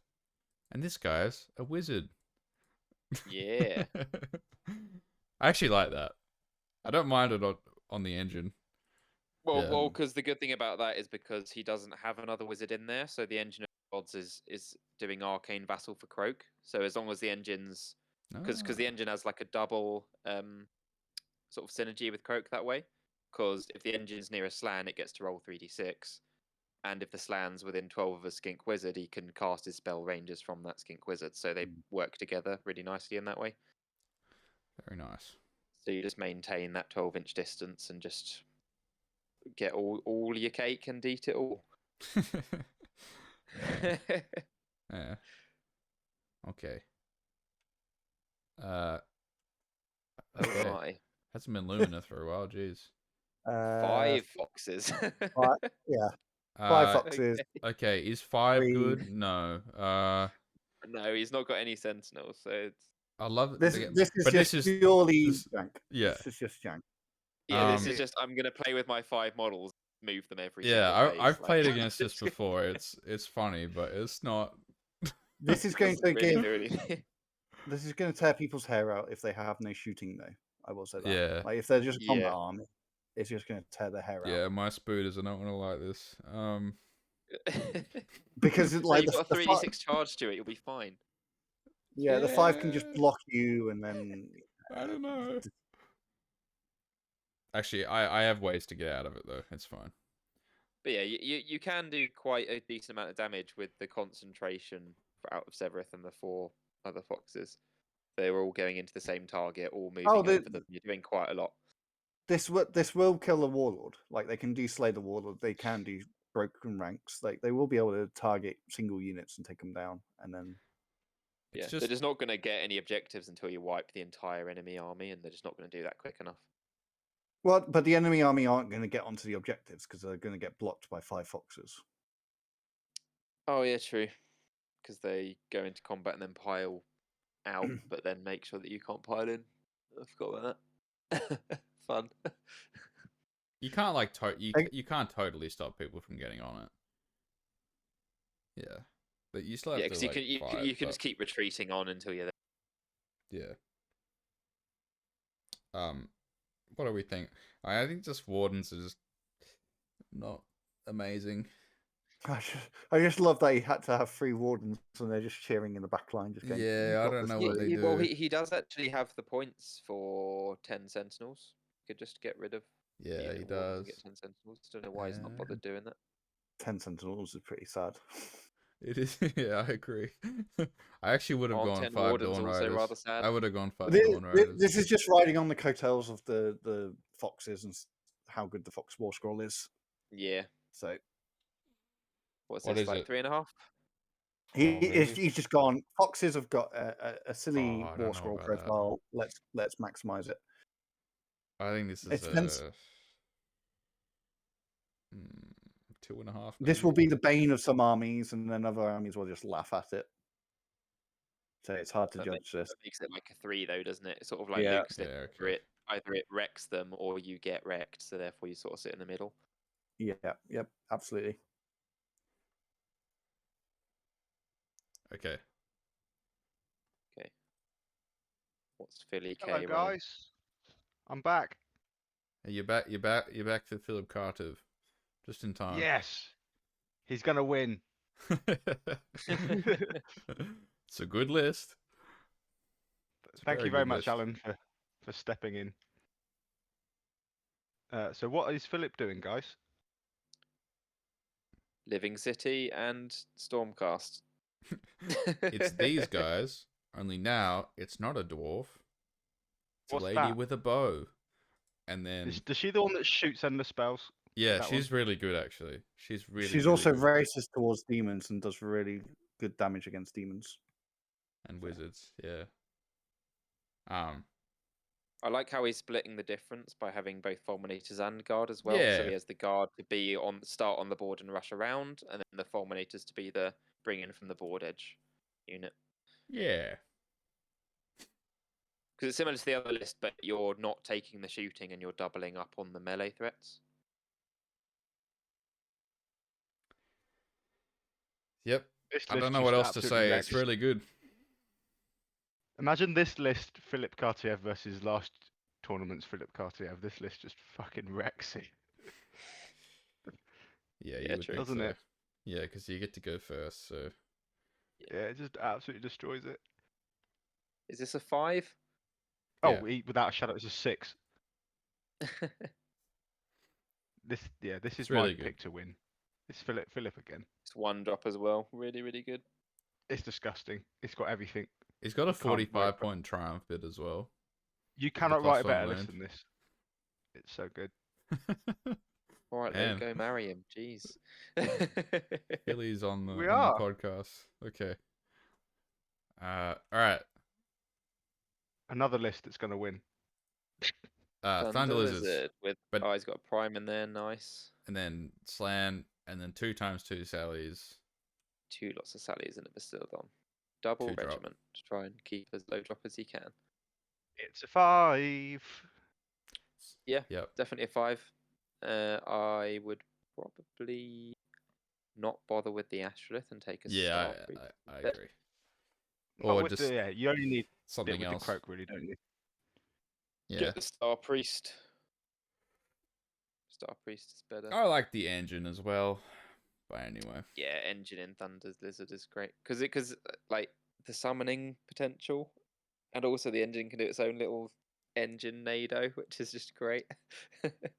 Yeah, yeah. All the different tornado mechanics. Let's get them in there. Yeah. Big fan. Yeah, Okay. tornado mortal wounds. Let's go. That's a 5 next. Oh, yes, we got it. Oh, man, I didn't know someone was writing this. Yes. What we got? The Ultimate Timmy Express. Oh, he's got Karazai and Krondys. He's got Yes, he's five. got Gardas. Oh! And then we got both the men, and then a Lord Arcanum on Griff Charger because he's got the heal spell.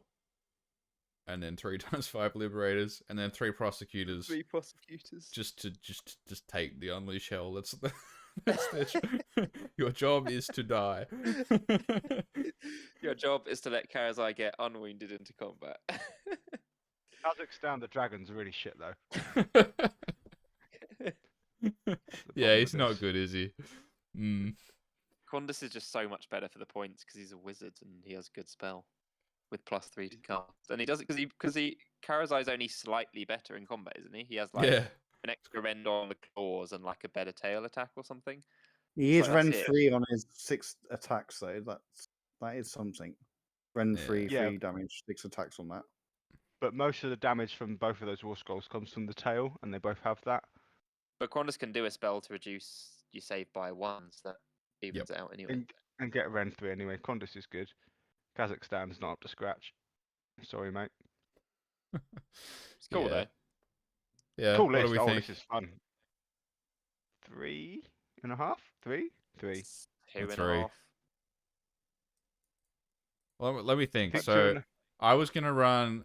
If I ran 2 more Crassus and Kragnos, would it be better than this? Yes. So this is 2.5. Not by a long way. Yeah. Yeah. Because like as soon as even just one of your dragons die, it's like game over. Like it's like Yeah. Still can't. You don't get any objectives 10 something just walks No, onto it, and then yeah. you lose. Yeah, that's true. Yeah. Okay. Right, Raymond's playing Nurgle, but he isn't. But he isn't. Fair enough. Hmm. He's playing Petrifex with It's got Arcan. Harbingers. Oh yeah, Raymond. I like this list. 4 I think this list Harbingers, is I good. like I it. think Harbingers and Petrifex are good. Yeah, because he can get them. Has he got? Yeah, he's got the halberds. So he can get Rend 3 on those. And I like the Bone Toads Rika. Does he get Rend 3, Tabby? Because the halberds are Rend 2 already, and then the Petrifex command gives you an extra one. But what do I think this is? Compare it to the other OBR list that we've been seeing. It's exactly the same, but instead of Catacross, it's got. It's better than Harbingers. the Catacross one. Is it better than the other Petrifex one? Not quite. No, Because that it's one had a about the same. catapult. Yeah. What do we rate that? A 3? This one is also a 3, I think. Yeah. I really like the Harbingers, Who's though. playing this? I, Oh, this I is always Raymond, want isn't it? Yeah. the Harbingers. Harbingers to are be used. I think amazing. They're really cool. But I mean, it's just like Putrid Blight Kings, Pascal Blight Lords, but like OBR. Yeah, but fightier rather it's- than tanky. But it's like the same Yeah. unit type, isn't it? Yeah, yeah. It's It's Ra- like two big base dudes. Yeah. But I It's think Ray's they're unit, love it. man. Yeah, they're just like they're just a low number of wounds, so they just risk dying, and they're not that many attacks. I think they're only like 3 attacks with the Rend 2 ones. Yeah, they're Yeah. only 3 attacks. They're It's only 6 3. wounds and 3 attacks, so it's like, ooh, It's expensive. It's very Yeah. expensive. It's like Okay. mega elite, isn't it? Really, they're an elite glass cannon. Yep. But Petrifex is trying to help offset that a bit, so they might do okay. Okay. 3. Next. Sylvaneth. And We're back again. So- Okay. I just feel like I'm losing my mind every time I read Sylvaneth lists. Okay, so hear me out. If this oh, it's if got this list- Dirty. Oh no. if this list didn't have the prime in it, it would be a 1. And I'm not kidding. Okay. All right. Glowing review so far. Yep. Oh, So, What does okay, the so what prime we've get? got- Half a point or a whole point? Well, I think it gets to the whole point actually. But think- here, what we've got here is Winterleaf. So Yep. everything's getting exploding 6s, which is a really, really good sub-allegiance ability. It is good. And you get a once per game fight twice, which is a really, really good ability. The problem is that the 2 units in this army that isn't the Celestant Prime, Durthu does no damage once she's taken 3 wounds. Does nothing. And he misses half the time anyway. Is the fight twice a command ability? No, the fight twice is from the The kernel. Frozen Kernel artifact that she's So got as long on, as you don't get the other one. roared, then you can use the realm command so that Dirty fights at top bracket and has his 6 It's damage. true. still. It's Yeah, true. you can't use the command ability for +1 to hit, which he needs because he hits on 3s. That's fine. Hitting on 3s isn't bad. Yes, it is. Whenever I hit on 3s, I roll 6 dice and I hit twice, guaranteed. Hitting on 3s, so Guaranteed. that 30% that makes a time. difference. Although the one thing I do need to check is the Dice Reaper. I think this is an Oh, extra jeez. rend. Oh, He's not gone Gleamwood Gradius, which is what I would do, which is at +2 attacks from the charge. we're gonna look it up, do we? I really think that's an extra rend, and that's it. So Yeah, I should just start taking I can't obscure even get Ogre Alan More for this Tribes one 'cause artifacts. no, That's what I should start no doing. one knows.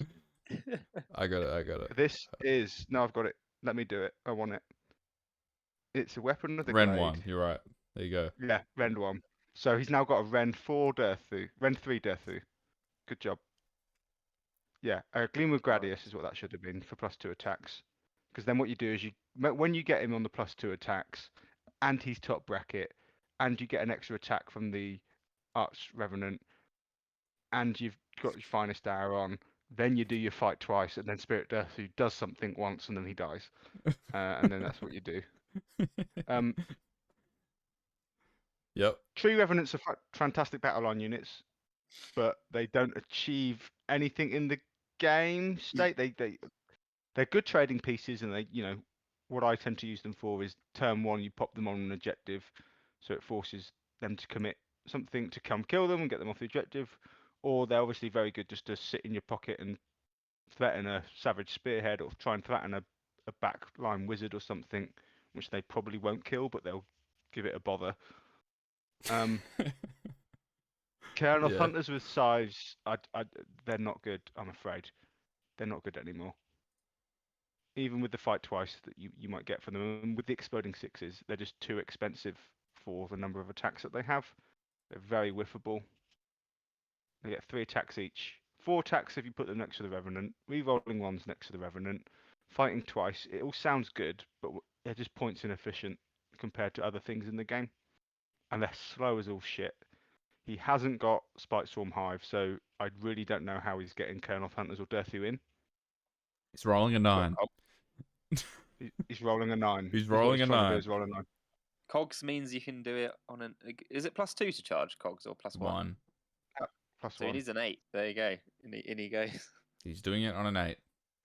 What he does have, though, is a spell portal and a Warsong Revenant, so he can do a shit version of what I'm doing. But he can only cast 2 spells. So he auto casts the Throne of Vines, which is good. He doesn't Don't have get me Throne of wrong. Vines. He Oh, does. gosh, this is The too much Warsong Revenant discussion. does. The What is it? Warsong Revenant does because he knows all of the lore.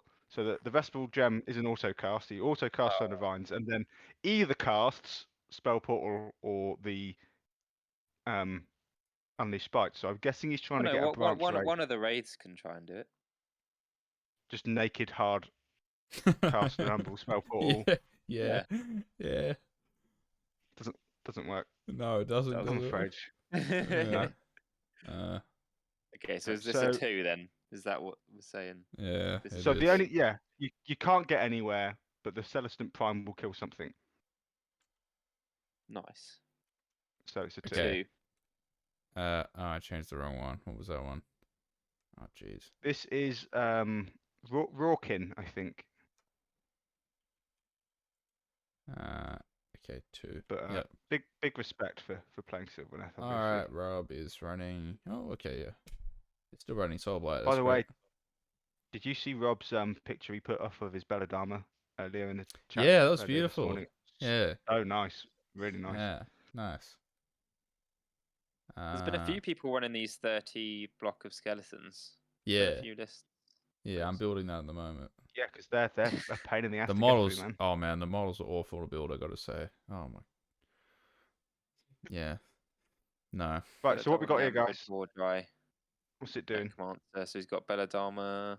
Yeah, he's got the. Got I a feel good like hero this is set your up. this is your standard Vrykos list now. I think this is like the standard Soulblight list you're gonna see a lot.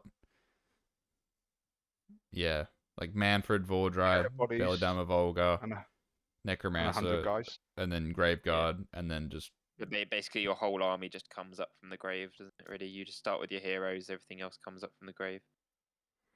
like I mean, like if all the buffs go up on the Graveguard, they're just gonna slap. Vordry slaps fairly unconditionally. Manfred can Manfred's pretty good as do well. his stuff, free roars and Right. solo missions and stuff. Yeah. So I played against Nikita in the last tournament on the final round, and Manfred just charged in, roared, pissed off every time, and against Gargants it was huge. He's a free roar and a buff piece, and a piece that can use to, he doesn't have to fight a fight he doesn't want to fight. So he's quite hard to pin down if you don't have shooting. Yep. What are we calling this? It's probably a 4. It's a Soulblight list, therefore it's a 3.5, isn't it? Okay. Fair enough. Yeah. Okay. I agree. Rhymer.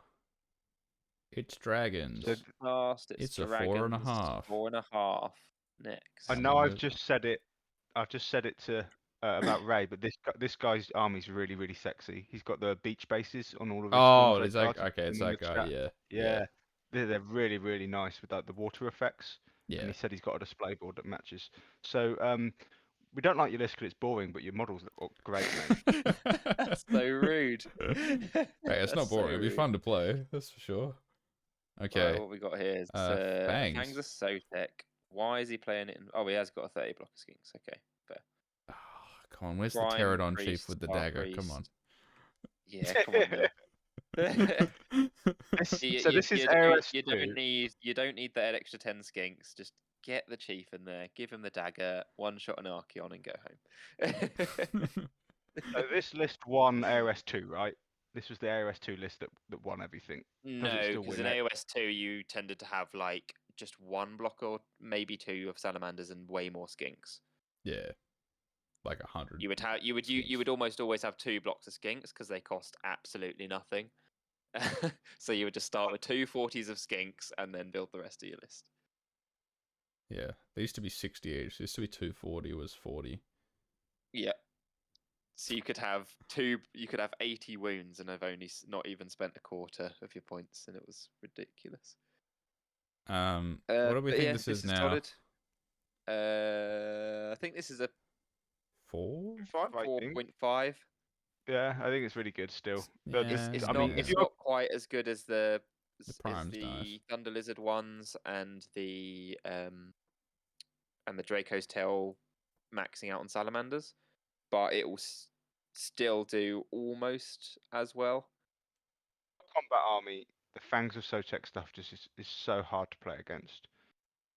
And as the Seraphon player, you don't have to do too much thinking to get all the benefit from it. You know, it's like, my skinks that you've just charged are going to run away. You can't shoot me now. You can't hit me now. I live another day. Yeah. I teleport. I and all that still other think thing. Fangs is really good. Actually, I don't know why people don't still play it. I think it's really good. Well, Thunder Lizard is better, but this is still really good. Yeah, I think this list definitely should have a monster in it. Should have a Bastiladon, but Well, every list should have a Bastiladon in it because they're fucked. yeah, But Alright, we're almost there, like 15 less. Okay. 4.5. 4.5. Let's speed through this and get to the matchups, okay? So Sam Morgan is a self-confessed 6 out of 5 star general, which is great. He is a 6. He's a 10 in my head. He is a 6. Yeah, and he's running Troggoths. I just like to Stuart, say, you by the way, you notice how he's not running the Trogs allegiance? Have you noticed that? Do you know why? It's Neither did because the it's other complete guy. garbage. It's Yeah. completely terrible. Okay, you don't even run it when you're running Trogs. Yeah. Yeah, he's got the So- Breaker Boss because it's amazing. Yeah. Scragrot. The Nice. things to say about this list are really like the Marsh Crawler and the Breaker Boss. I mean, the Marsh Crawler just gives you +1 to hit an aura. It's so funny how the Marsh Crawler, being a Cruel Boys unit, is better in every other destruction faction other than Cruel Boys. Yeah, It's like, it's so good 'cause in Cruel Gits. Boys don't need it at all.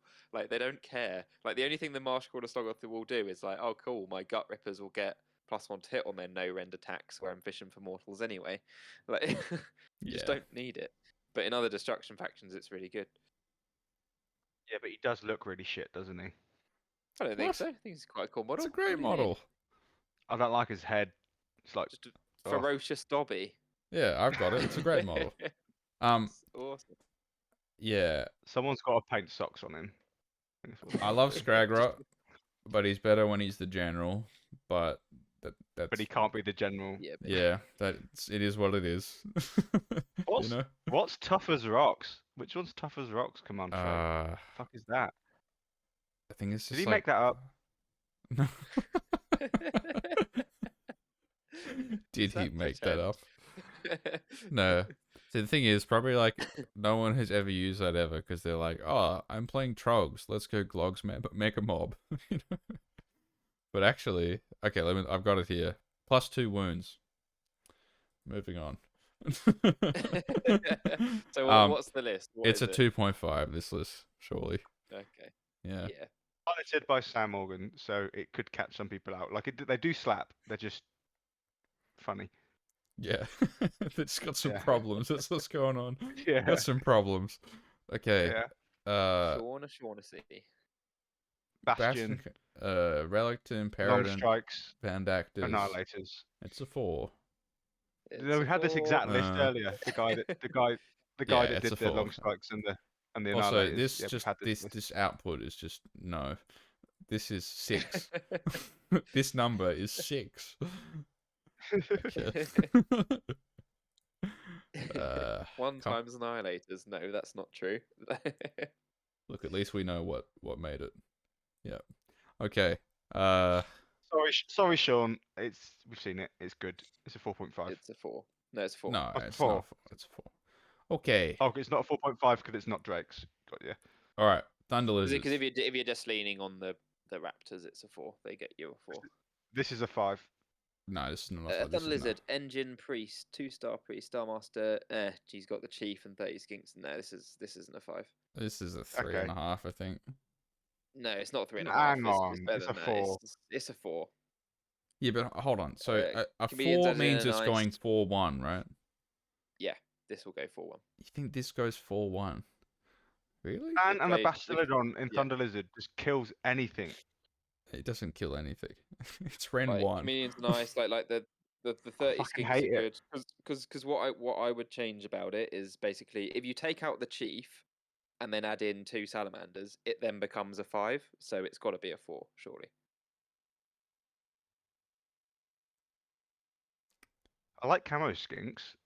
But why? A unit of camo skinks are always good.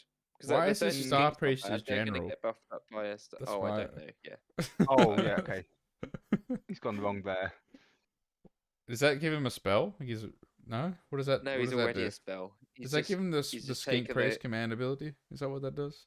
No, Master of Star Rituals gets you +1 to cast if you're already a wizard. If you're not a wizard, it gives you the priest. Right. Why Command don't ability, you? basically. Why don't you go the re-rolling shit on the slan? Yeah, that's what you should do. Yeah. Or Yeah, if you're gonna take the skink chief, okay, you take the You don't. flamethrower and then give him +1 attack on the flamethrower. Okay. But the That's- thing is, though, is like the Seraphon list that's a 5 here. It's actually like a 6. So Yeah, so this so is what I'm so, trying when, to say.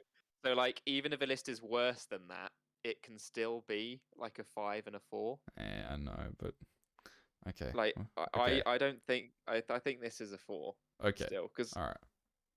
you Fair enough. you can 4. get so far with a shit Seraphon list. Guys, it's got the burning head in it. Hangover from Aos3. last edition. Yeah. That was fun though last time. Yeah. Just have 3 Yeah. Vasties with an orb in a triangle. Just rerolling. With the No, it head doesn't do that anymore, right? worshipping knows your the No, head. list. it doesn't. No. Yeah, it's probably D3 just you got mortal 20 wounds and then points left. You know, disappears. may as well. Yeah. Yeah. Didn't have enough for a life swarm, so he's popped that in. Sure. If you had enough for Um, cogs though, you could have put cogs in. Oh gosh, I love this list. This is hilarious. This is great. Level just an Iron Blasters. Let's go. With Bundo. Oh, it's Bundo. What did I give this? A 3?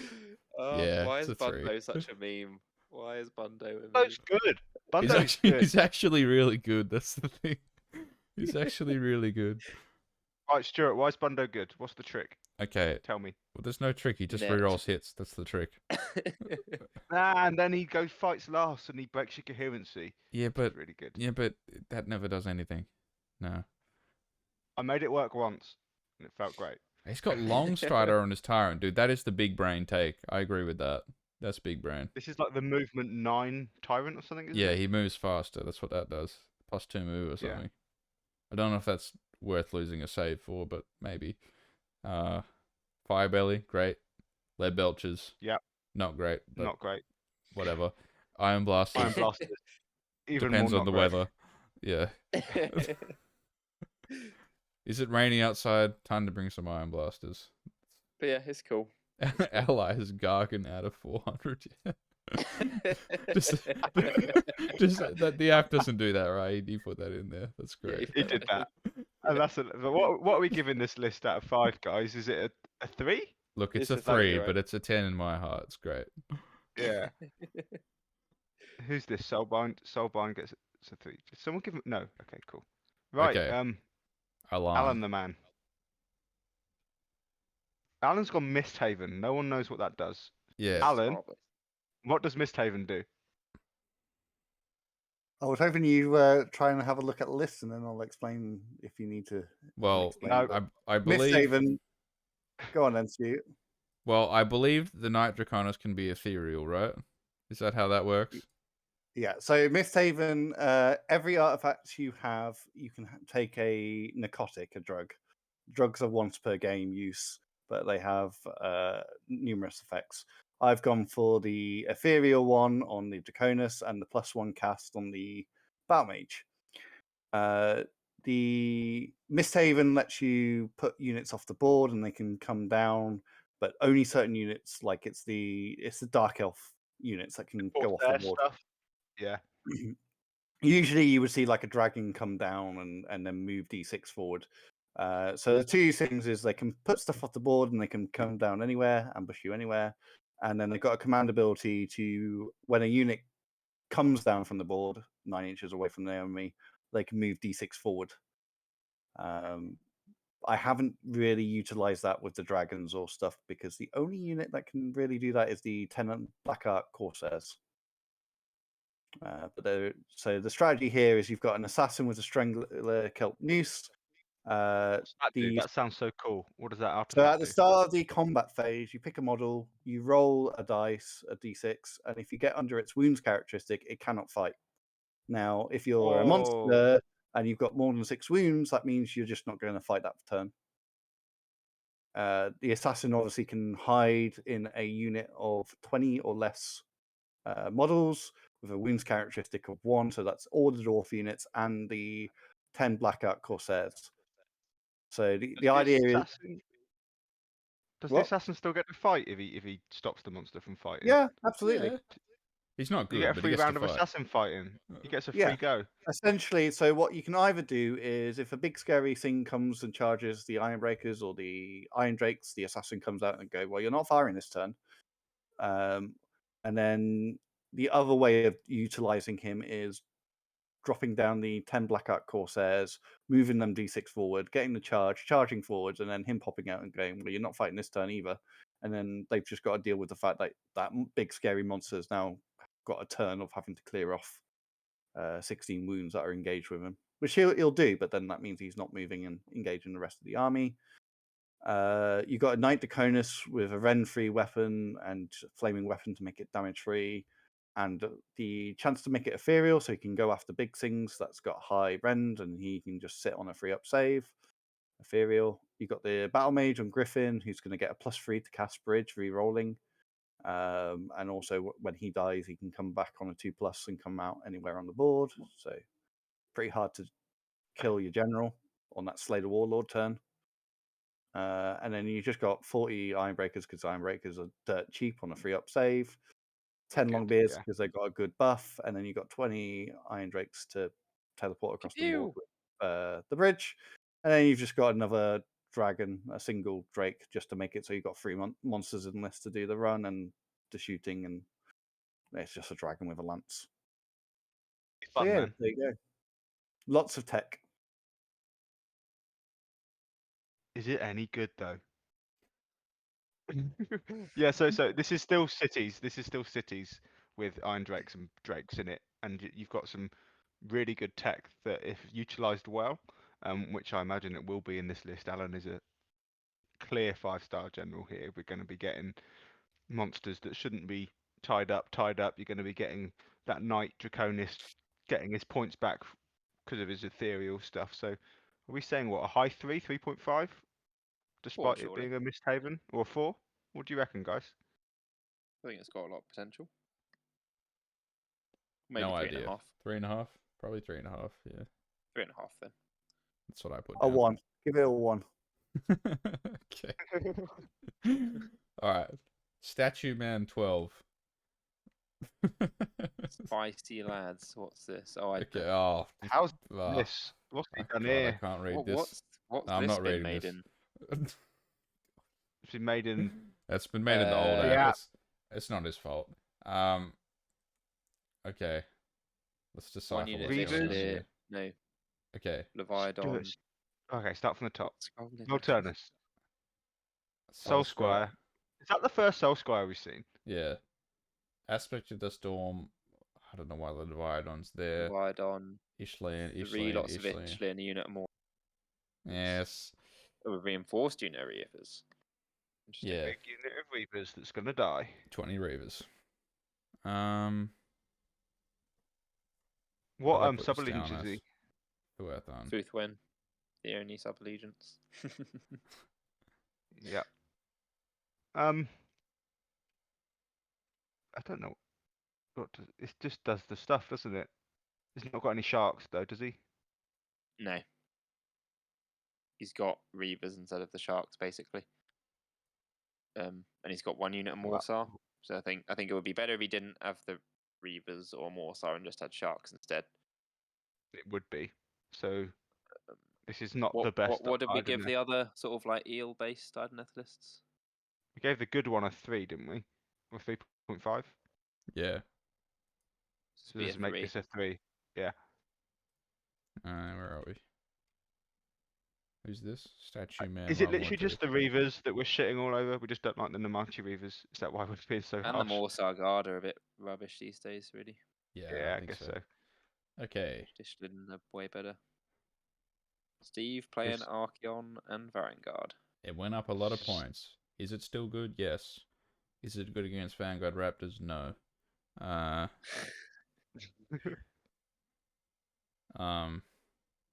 But at least you know So- that you're going to die. Yeah. Yeah. So we've got Slaves of Darkness, Host of the Other Chosen, Archeon, Iron But I don't Golems, necessarily War Shrine, think and Vanguard. this is not necessarily a singles team, singles list though. No, I know he's testing it for teams. I think, like, for context, I think we know he's practicing this for a teams event. But yeah, in singles, there's just too many things which will just ruin your day, I think. It's still going to ruin a lot of people's day, right? We can't brush over that. Like Archeon still chads around, and the Iron Golems are such fantastic units. Yeah, and the really strong thing is, like, with the ability to know how the next priority is going. Like, when you know that you're getting a double, you can just go all in, and just charge into the screens and wipe them because you know that you're going to be able to do it again. This is probably the least techie Slaves of Darkness list I've ever seen. Yeah, it is what it is. It does. It's just straight up does what it does. Yeah, The only tech probably is like curse. it's probably On like a a 4-up. 3.5, right? I think still a 4. Well, it's still a 4. Yeah, Archeon still works. He's still a 4-up, a 4 out of 5 list because some people can't deal with Archeon. Yeah, I suppose. There's more stuff that it beats than gets beat by. Oh, Yeah. without a shadow of a doubt.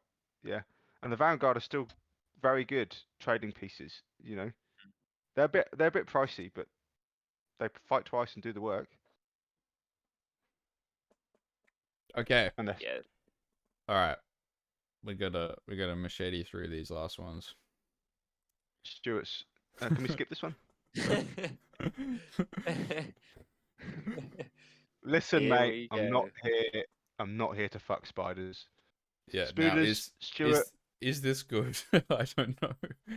You tell me. Is this No. good, Luke? So Stuart, what's going on? So you've got Kragnos, a Webspinner Shaman, and no, it's terrible, but you're playing it.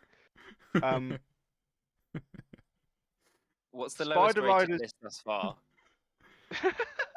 By the way, I think I a deliberately 1.5. put these in the wrong order. So like this guy's Magnus is a obviously the most surprise at the significant. end. Yeah.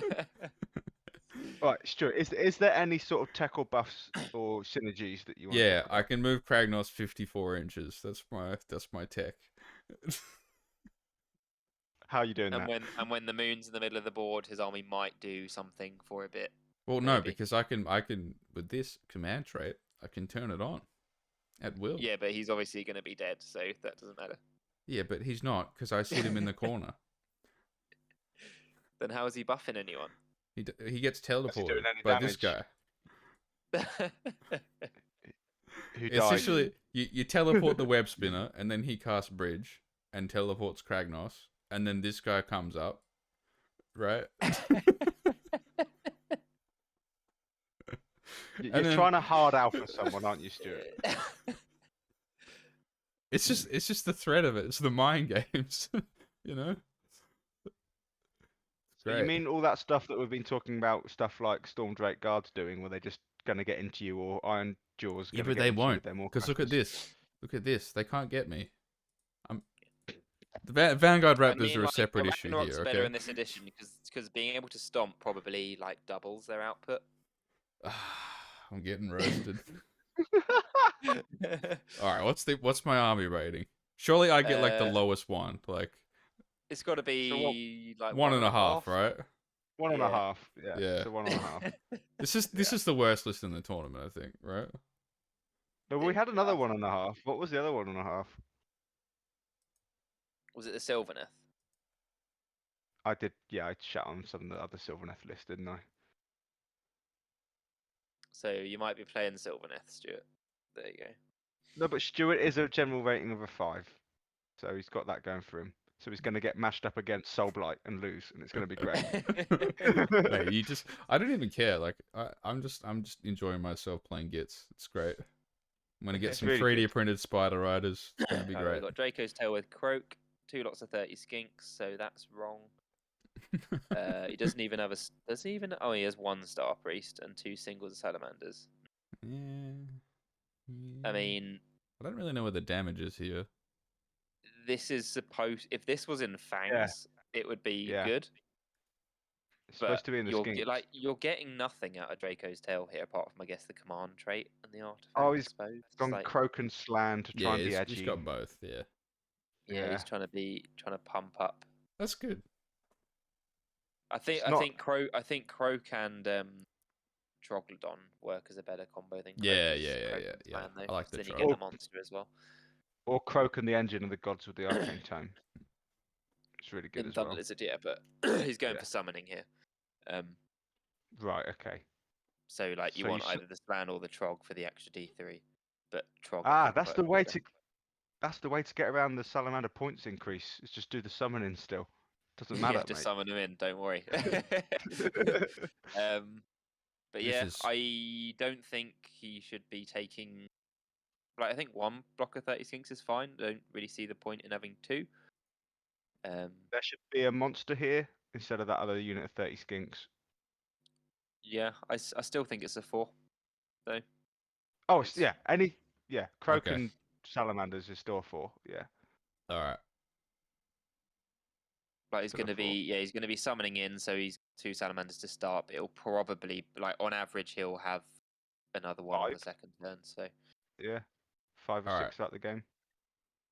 Storm of Okay, this is a Seals. 5. Six It's a up, tremendous username, by the way. I just want to say this is. Swarm of This is- Seals. Oh, sorry. I thought it was. That's tremendous. Okay. What do you think it was? I don't know. I'm losing it, man. It's 2:30 in the morning. Right, come on, let's help him get through this. Right, City Sigmar, Rune Lord, Sorceress, cool. Fulminators and Iron Drakes and Storm Drakes, cool. It's what were we giving these? Were 0.5. these 5s? Yeah, it's a 5. This is a 5. Yeah. It's a 5. It's got both Storm Drakes and Yeah, Fulminators. it's got And Fulminators, Iron Storm Drakes. Drakes, and Iron Drakes. It's And got Bridge. It's it's got the lot. We've already done It's this. got a yeah, Black Arc Fleet Master. Why? Is he it flexing on does. you? I don't know why. I don't know why He's it's got a flexing. Black Arc Fleet Master, but it makes no difference. I'm not reading this. Iron Okay. Deepkin with No. stuff. It's a 3. Okay. It's a 3. That's my rule. I don't read that. All right. Okay. Tavi, what have we game. got Yeah. going on? I mean, you need to scroll down to the amazing part, right? Yeah, no, wait. Oh, no. Oh, yeah, There you've revealed they it are. already. There it is. Yeah. There they are. But you know, Okay, we still got Tavis. this.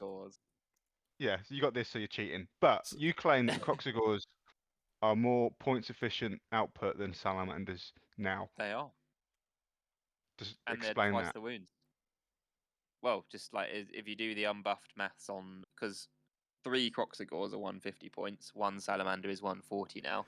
They're now essentially the same points that I think the Croxigor should now get a shoe in.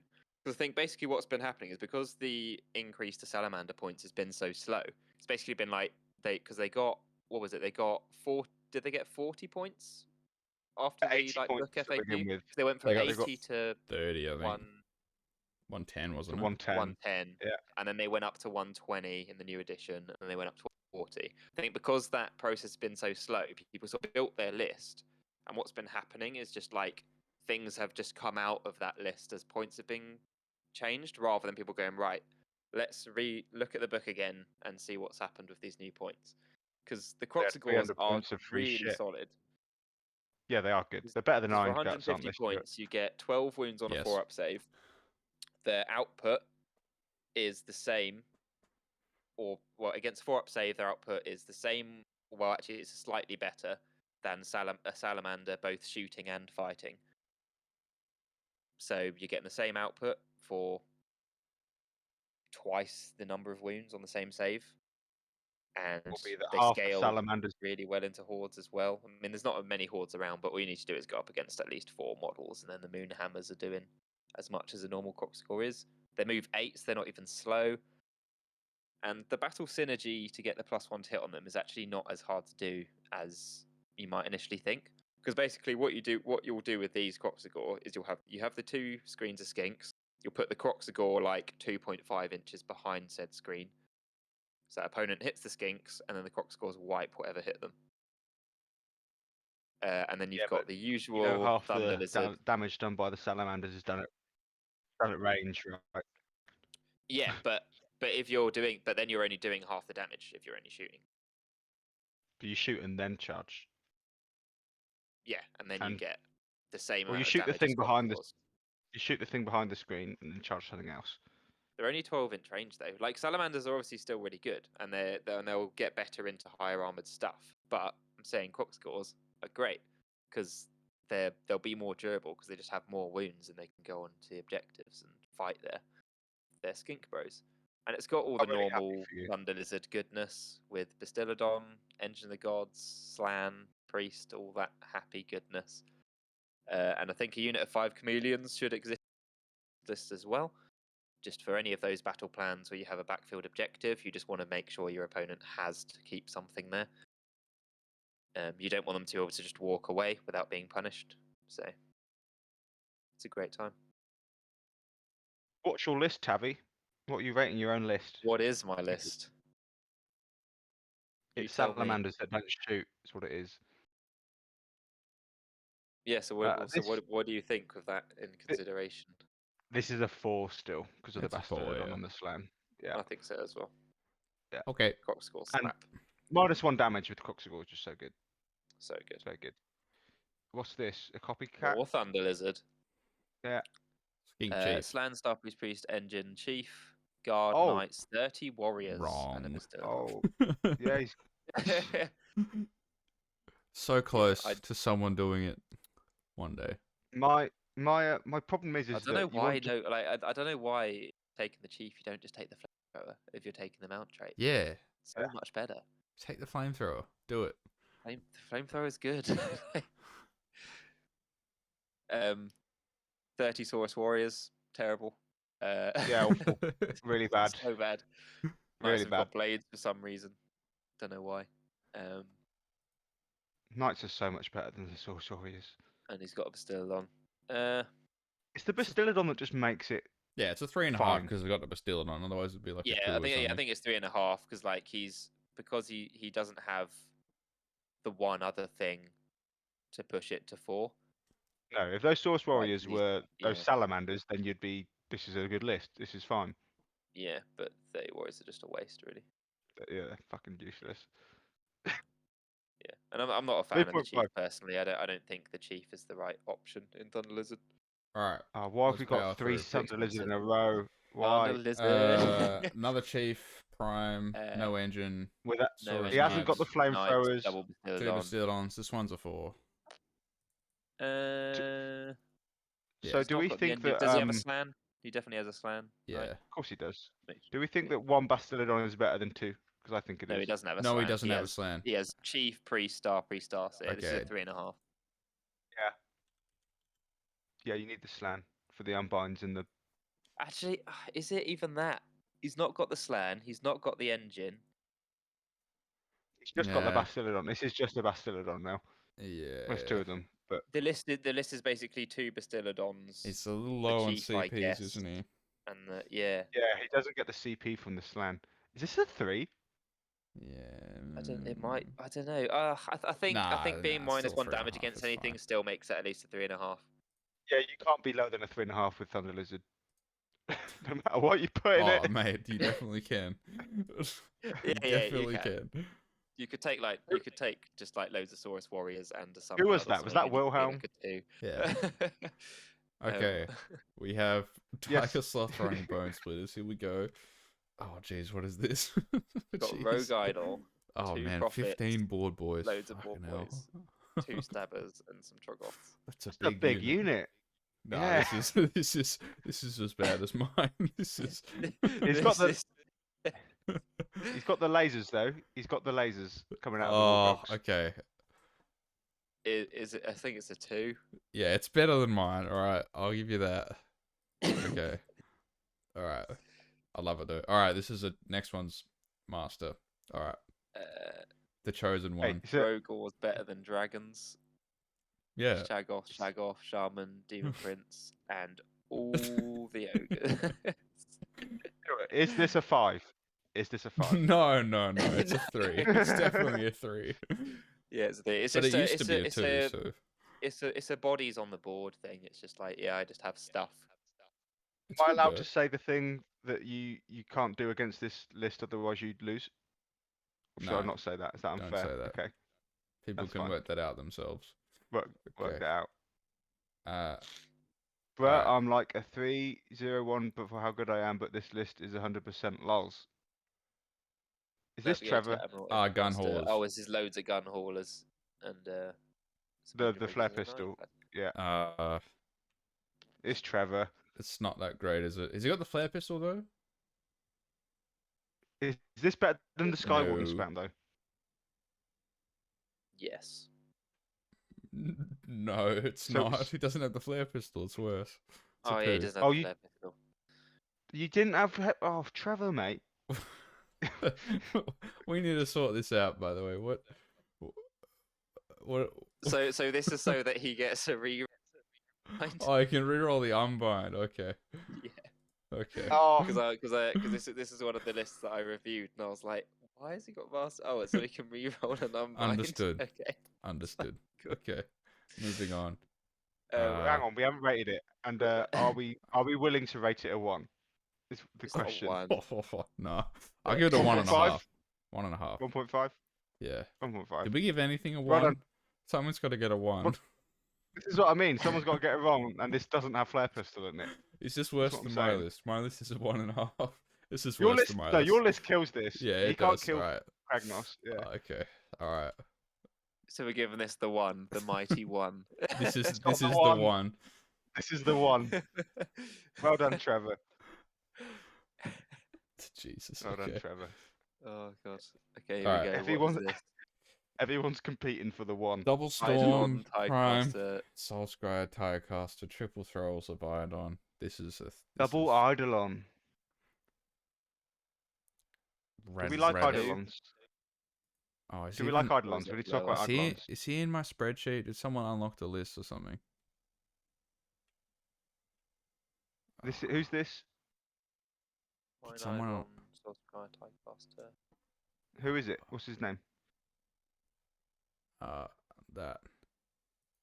Vradivoskov. Yeah. I don't have him. I'm gonna he's- put him in. He's been in.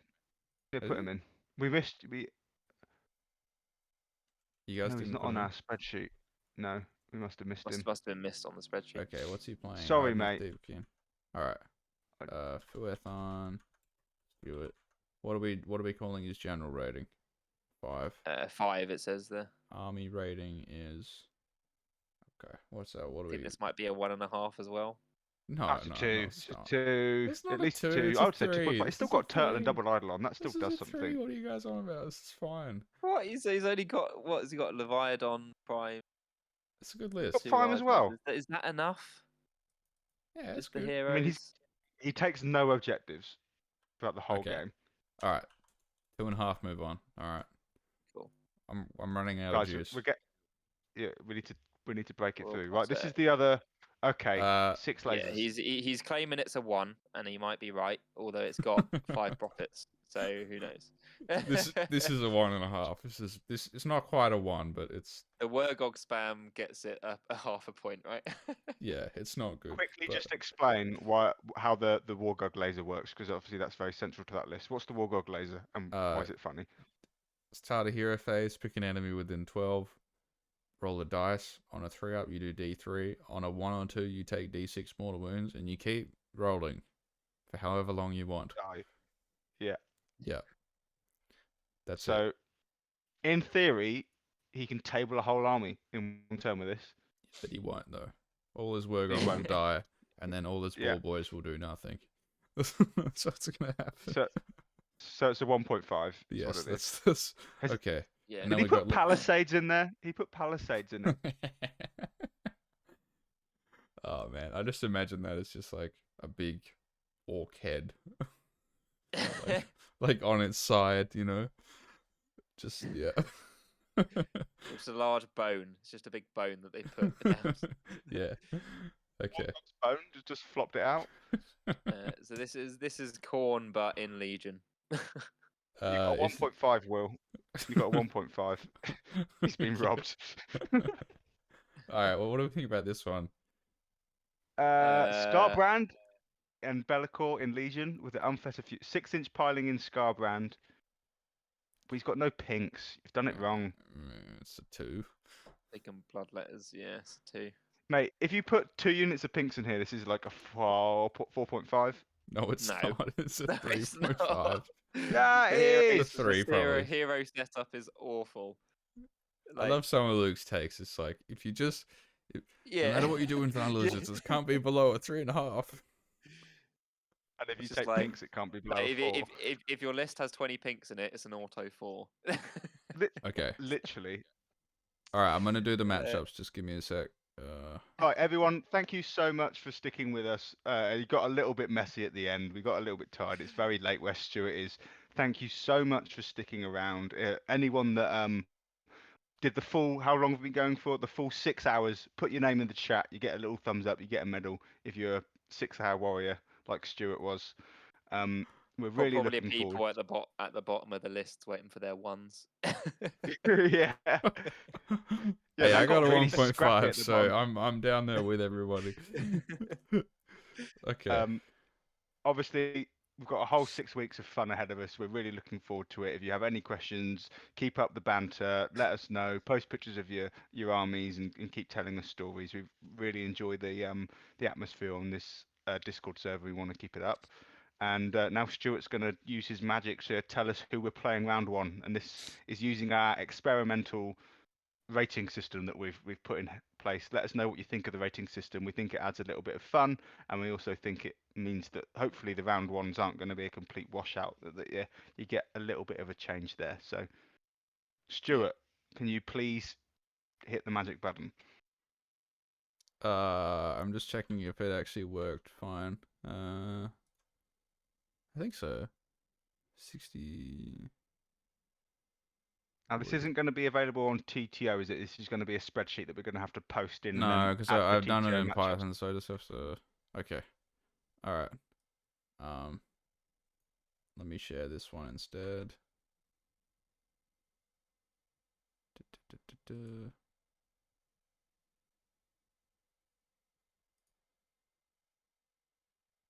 Stuart, close the stream. Show's Oh. over, everyone. Go home. No. Okay, here we go. The moment of truth. Right, let everyone click back on your screen once you've put it up. Make sure everyone needs to click watch stream. And I Click need to it pop off. it out again. Sorry. Okay. Alright, this is the round 1 matchups. Philip versus Patari round 1. Ooh. Oh, what's happened here? What the fuck are you doing, Stuart? What? Oh, why did it go over there? What? It's just bugged out. It's just This is mega a bugged out. mess. This is a mess. Alright, I don't know Just how. see white and Calibri. Yeah, it's not my fault. It's Discord that's Stuart. bugging out. If you just copy and paste that grid and pop it into the chat as a text, would that work? Are they side by side, all the names? Oh, okay. I'll just do that. All right. Yeah. Right. Everyone, thanks for joining us. We're going to pop the text version of that into the pop it into the round matchups bit. round matchups chat. Feel free to stick around here and chat about the matchups and chat stuff. Thank you so much for joining us, and we'll hope you enjoy the tournament. So How do we goodbye, everyone. How do we make sure everyone's Bye. allowed to speak in this channel?